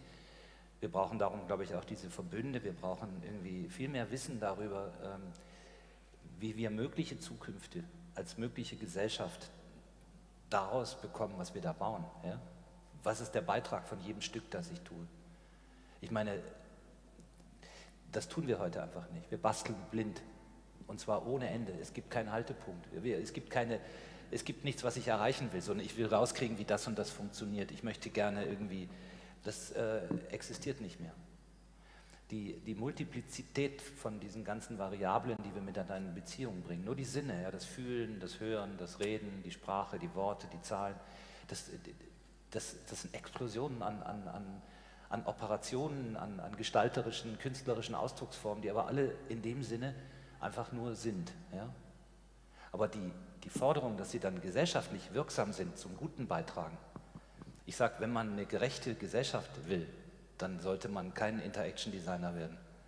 Dann muss man irgendwie kämpfen für ganz andere Dinge. Da geht es um wirklich anderes. Und diese Art von wahrhaftiger und ehrlicher Nachdenkerei über das, was wir tun und wo unsere Grenzen sind, das ist, glaube ich, total wichtig. Und nicht den Leuten zu sagen, wenn du diese geile Technik beherrschst. Überlegt mal, jetzt macht ihr Daten. In 10 Jahren sind die hippen Studiengänge an der ETH, wo mit Genen rummanipuliert wird. Ja? Die züchten dann kleine Mickey-Mäuse mit Nutella-Logo auf dem Rücken, ja? Oder keine Ahnung, oder in der Farbe von Esso oder so. Das ist dann vielleicht, also das ist jetzt Spinnerei, aber wir befinden uns in solchen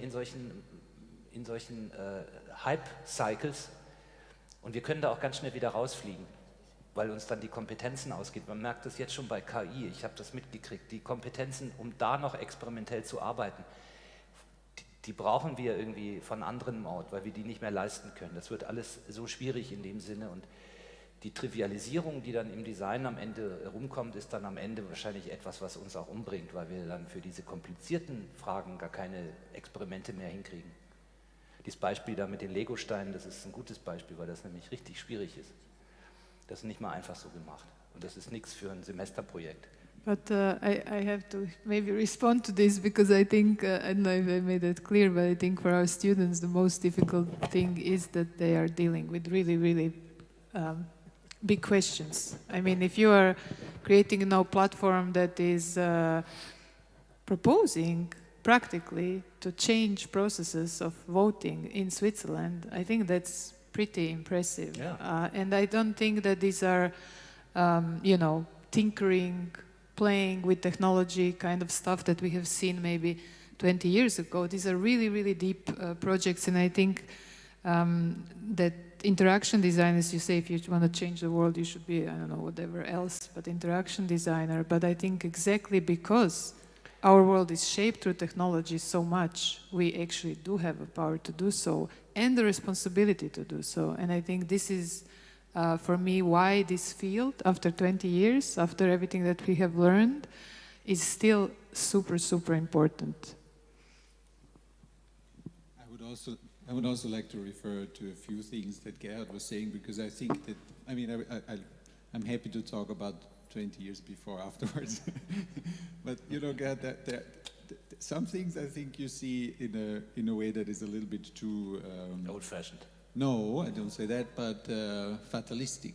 Because, for example, the bioengineering kit, you can only buy it from the US, okay? It's a little bit more Wild West there, but in Europe you can buy it, and customs will probably let it through, but you cannot do everything that you imagine. It's quite a restricted technology. I know. But the way you presented it seems like it's the ultimate tool to change every organism, but for that, you cannot do this in a semester, you cannot do it in 5 years. No, but it's a question of the approach.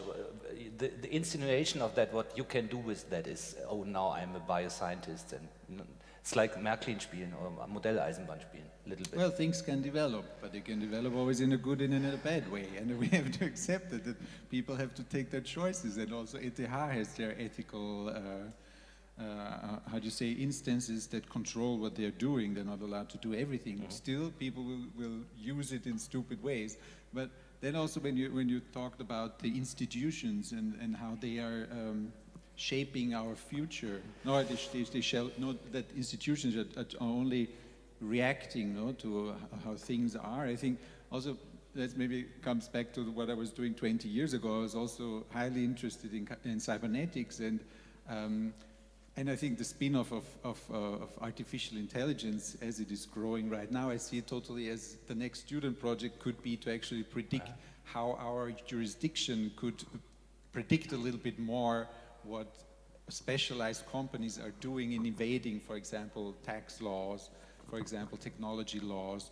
These are things, you know, we have to keep responding to how things are developing. It's not that everything goes down the drain. Ich habe da nicht, nein, also it sounded a little bit. Nein, das ist überhaupt nicht wahr. Das ist natürlich, im Sinne eines charmanten Vortrages vielleicht gewisse Polemiken und Übertreibungen gibt, das ist ganz klar. Aber ich will mal eine Sache sagen. Wir beobachten seit vielen Jahren das, was mit den sozialen Medien passiert. Und nochmal dieses Modell von Merton oder Merton. Wir erleben heute, dass jeder von uns in diesen sozialen Medien Stimme hat, ja, und irgendwas tut.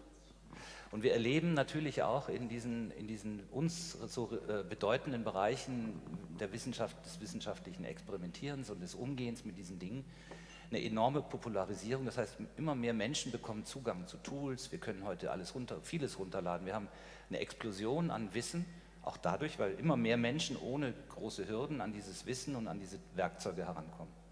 Und meine These ist einfach nur, dass ich sage, das, was dann am Schluss aus all dem emergiert, an Gesellschaft, an Ordnung und an Regeln, das ist aus meiner Sicht nicht planbar und das ist überhaupt keine Schwarzmalerei. Ich sage, wir experimentieren am offenen Labor und am offenen Herzen, wollte ich sagen, und ich sehe überhaupt nicht schwarz, aber ich sehe auch keine Möglichkeit, dass in irgendeiner planvollen Art und Weise eine Gesellschaft der Vernunft oder eine Gesellschaft der Fürsorge oder eine Gesellschaft des Respektes gegenüber der Natur in diesem Sinne planbar ist. Und Gerechtigkeitsmaschinen gibt es nicht. Und auch die KI und das Recht zusammenzudenken. Ich habe in Pforzheim Vorlesungen vor Rechtswissenschaftlern gehalten über Legal Design. Vergiss es. Das ist einfach irgendwie, ich finde das naiv, wenn wir als Kunsthochschule hingehen und uns in so komplexen Arbeitsfeldern einfach hinsetzen und sagen, wir machen mal eine kleine Gesetzesmaschinerie. Das ist einfach echt naiv, sorry. Und ich finde, wir können das tun. Das meine ich auch nicht. Aber wir müssen das anders bezeichnen. Wir müssen anders darüber reden. Und wir dürfen nicht davon... Das ist ja genau der Kampf um die Futtertröge, oder? Ja. Dass das überspitzt formuliert wird, so wie du auch in deinem Vortrag gerne ein bisschen zuspitzt. Also ich würde am liebsten jetzt eigentlich gerne mich hinstellen und eine Stunde einen Gegenvortrag. Ja, es wäre sehr komplex, ja. Es gibt so viele Dinge zu besprechen. Ja. Also wir können das vielleicht nachher beim Abendessen machen. Da wird gegessen. Ich finde, du hast doch extrem interessante Punkte natürlich auch. Sorry to exclude you by using German. I'm really sorry, I forgot about it. No, but, for example, that using models or describing models and that there's always something that gets lost. That's actually really the core of what you were talking about, that we're always fighting against these things that we do not incorporate into our understanding. And I don't think we as a society know so much, and I think we need much more sensors, whether it's our body or whether it's more networked technologies to know more about our world.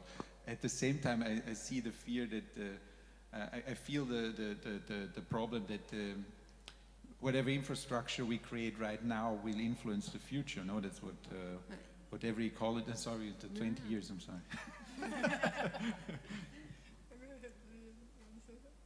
No, I mean, sorry, I didn't get all the subtleties of the conversation, but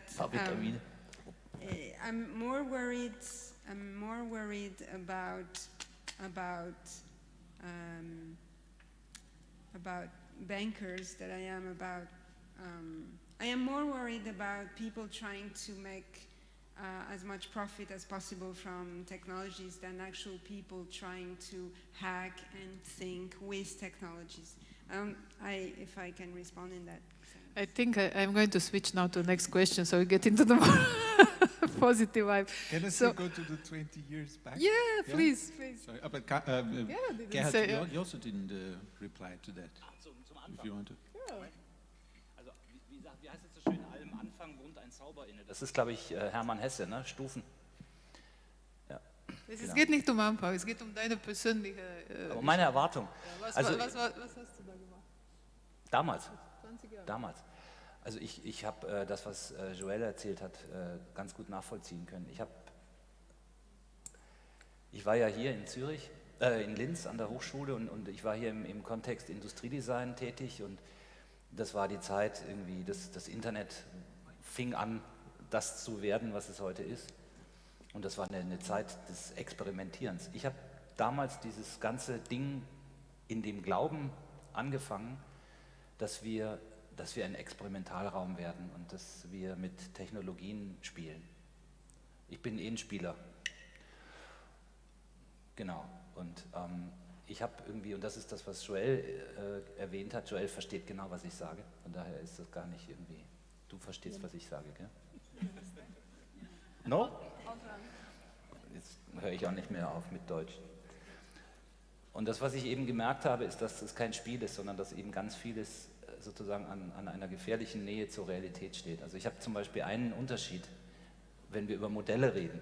Im Industriedesign, wenn ich ein Automodell baue, ja, auch selbst 1:1, das wird niemals auf der Straße irgendjemanden umfahren, weil das irgendwie ja nicht fahren kann, das ist ja nur ein Modell. Das, was wir gemacht haben damals, waren ja auch schon Modelle, die tatsächlich wirklich funktioniert haben. Ja? Also konnte man sich ins Netz einwählen oder man konnte irgendetwas damit tun. Die haben gewirkt. Und deren Wirkweise hat sich eigentlich von dem richtigen, dann später gebauten Teil eigentlich nicht wesentlich unterschieden. Und diese Nähe zu einer Wirkung, die ihr ja als Studierende auch habt, ja? In dem Sinne, dass ihr nicht in irgendeinem Laboratorium arbeitet, in einem Schutzraum seid, in dem man erstmal die Dinge testet, sondern die Mäuschen werden ja alle gleich freigelassen. Und das ist etwas, was mir irgendwie eigentlich mit der Zeit auch klar wurde, als ich auch mit Banken zusammengearbeitet habe, dass ich einfach gesagt habe, ja, und das muss ich heute nach 20 Jahren tatsächlich sagen, dass ich mich von diesen damaligen Ursprungsideen ziemlich weit entfernt habe. Und den Erwartungen, die ich damals hatte an eine friedliche Existenz in einer disziplinären Schutzordnung, die irgendwie ja, ein künstlerischer Ort ist, der aber nicht zu so einer Art von Gesellschaftslabor wird, in dem tatsächlich irgendwie die Dinge so an mich herankommen. Mit all den Fragen von Institutionen, von Recht, von Sprache, von Wirksamkeit, also das, ja, mich hat irgendwie, ich habe diese Sandkiste, dieses Bild von Sandkiste im Kopf.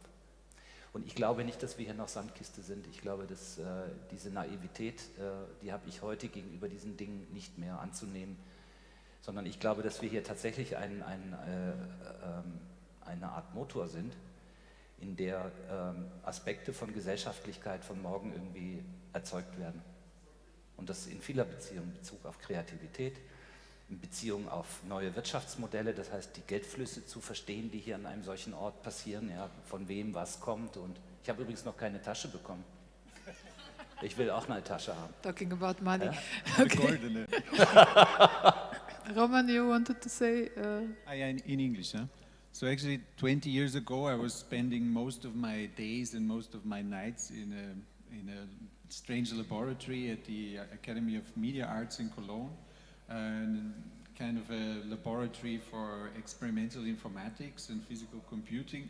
And we were discussing a lot actually what interaction meant at that point in time. And we had, the head of the laboratory is still in his function, and we were constantly guided by his idea that interaction actually has to, in the deepest sense of the cyberneticians also, be a system that changes both ways, so that there's not just one person interacting with the system and the system just reacts to my input, but a real interaction should be one that is where we're both or all the participants in this interactive system are able to change their core, their inner workings. And this is of course mainly a technical problem if you think about it in a human-computer interaction scheme.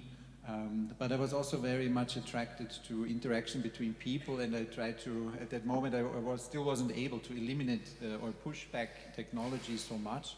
I'm still not completely able to do it, but my life has changed over the 20 years. But what I always found very interesting at that point in time was that interaction with computer games was already so much more advanced than what we would usually find in the classical interaction design project of that time. You know, it was mostly reactive systems, but computer games at that point in time, they were already able to be in a kind of demo mode. So they would actually play themselves, and then they would tell you, they would show you what they're able to do, and then you were able to access it, and then slowly you would be able to cross the onion layers of being a total novice player and being guided by the system into becoming an expert player. But then, of course, I also was totally interested in changing the hardware itself. So we were experimenting a lot with chemical and biological computer systems, and it's also when I built or rebuilt a model of Gordon Pask into a new three-dimensional constellation that would grow its own sensors to the world. And yeah, spend most of my time, how do you say this, in isolating or unisolating cables. It was quite a difficult time. So I'm happy that I could grow out of that. So actually, I had a question for you and for Shaën in relationship to the panel that you had. And I think you could maybe take this question because it connects to what you're saying right now. You said something about how, you know, materialities, material always flow, and we are within this kind of flux of matter and environment, and there is no beginning and end, right? Nothing disappears, everything changes state and becomes something else.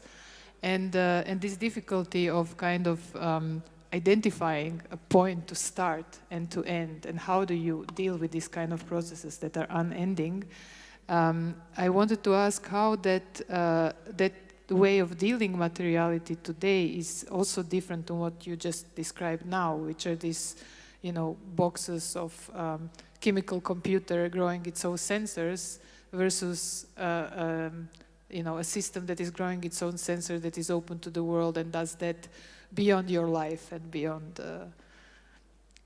your time. I'm not quite sure what the question is. How do you? There are two questions. The first one is how do you find these entry points? Where do you find the point to start? Like, and I think, you know, we saw some examples, and I think, you know, Dui's example was a very long travel where he found some access points. But the other question is how that also changed. I mean, if I think about my work 20 years ago, it was like working, you know, with kind of hacking things. There was a scrapyard challenge that we were just talking the other day about, hacking stuff that is very electronic versus working today with materials and ecologies that we saw in the presentations in your panel that are much more open. Well, I'm afraid there's no magic formula. But I guess it depends on the material constellation that you work with, or the field of materials that sparked your interest. And then, of course, it depends on in which way you want your project to develop or have an impact on society, or whether it's a prototypical project that just first chooses materials that won't have a large footprint on the ecology, or that are trying to source energy from ecology. That's completely different, of course. I'm not quite sure if I can give a more precise answer to that. Okay.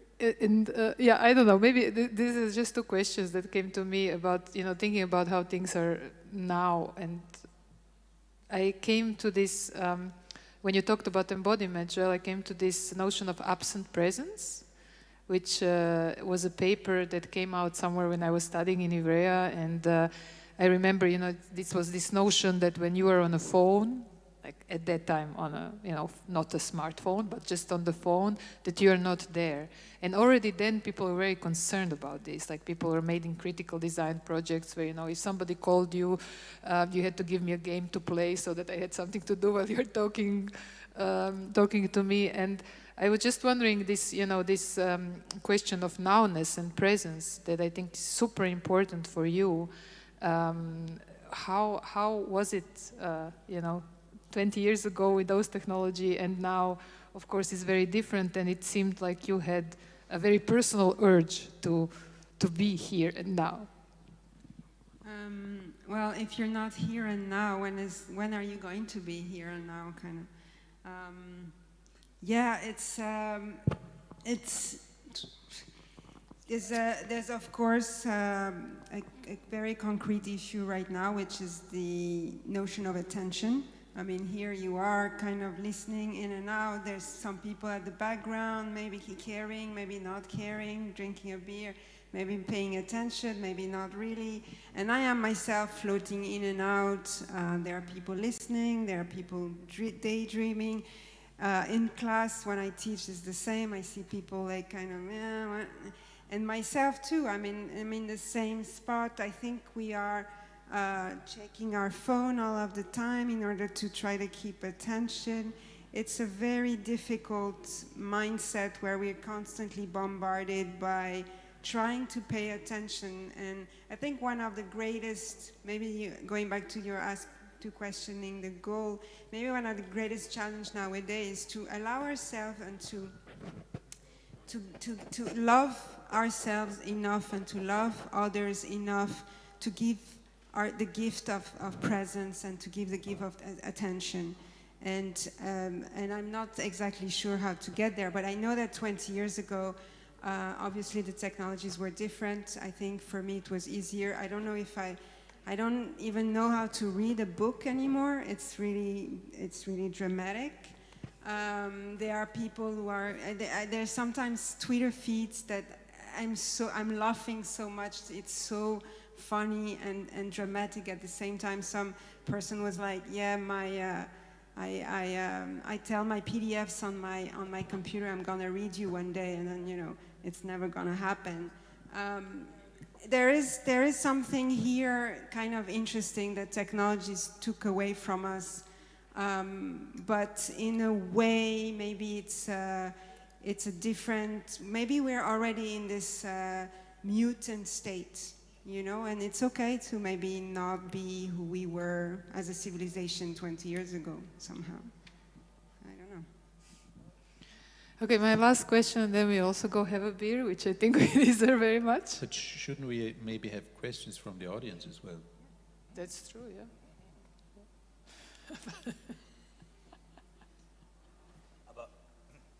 But can I just maybe say this, because it's kind of a question, and it's an information.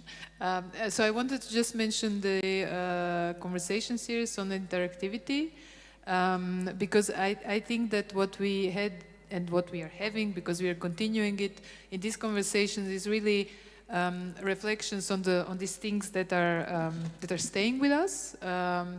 So, Joel, you talked with Casey and Ben, the creators of processing, about their work, and I just wondered if you can tell us what is their perspective on their project and how it has survived these 20 years. I think that they're extremely feeling grateful because, and it goes back to this question of love, also a good motivator to start a project, by the way, to fall in love with something, that a machine, or to fall in love with an object, or to fall in love with people.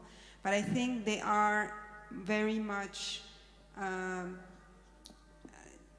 geared towards generosity, and the community that has supported processing is what gives them the energy to keep going, I think. And that's what I took from the conversation, is the tremendous amount of people who are there to build this tool with them to take over. And what's interesting is I don't think they realized it was 20 years for them as well, because since then I see their Twitter feeds.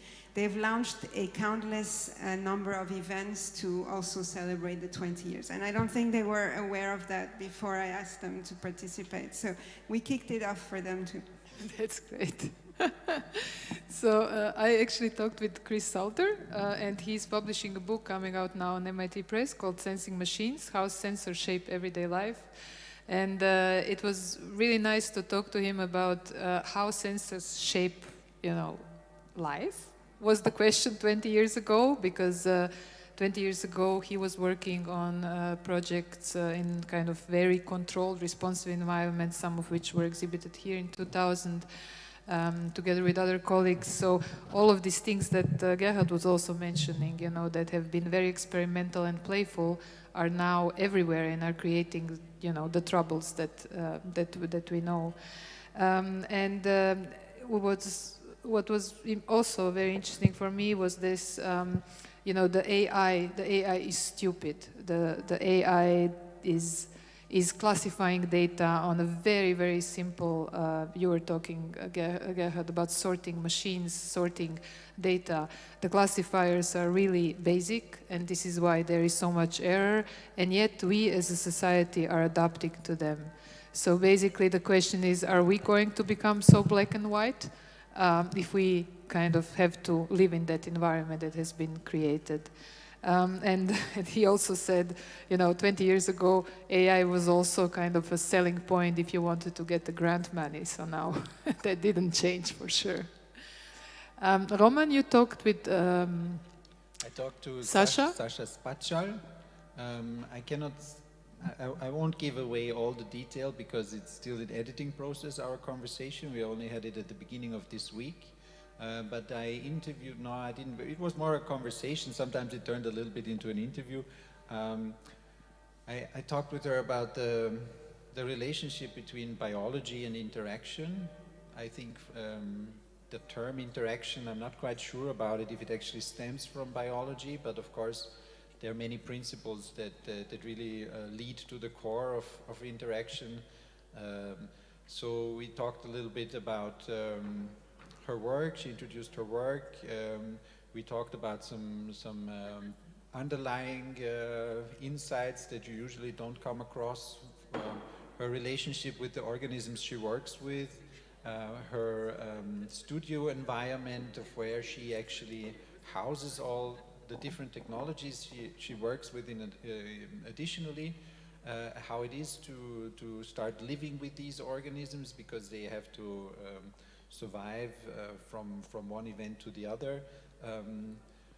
We talked about the differences between her new materialist, non-hierarchical approach to working with the environment in contrast to let's call it more industrial scale processes of maybe using organisms to grow themselves or to grow other raw materials. And we also talked about interface strategies that she uses, about spatial strategies that she had to adapt, because that's what for me was also quite interesting, that she sees her work in dealing or going from experimentation to exposing these experiments to audiences is for her like creating a lot of embedded stages. So she first does her experimentations, then she builds or thinks about a stage for these organisms to perform their tasks. then she has to build a stage for this stage to work in an exhibition stage and so on, until it reaches audiences that have to have a certain distance to these environments, some certain kind of security distances, yeah, but I already gave away too much. So yeah, the conversations have taken place, and we will be talking to other colleagues, and you can find these conversations online on our website at ZHDK.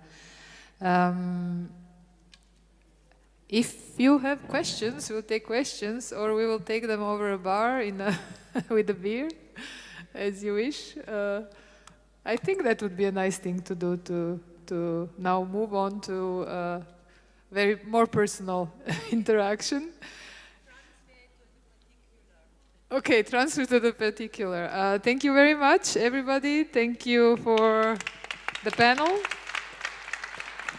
Thank you, Karmen. Yay! And yeah, there is drinks and music, so let's party.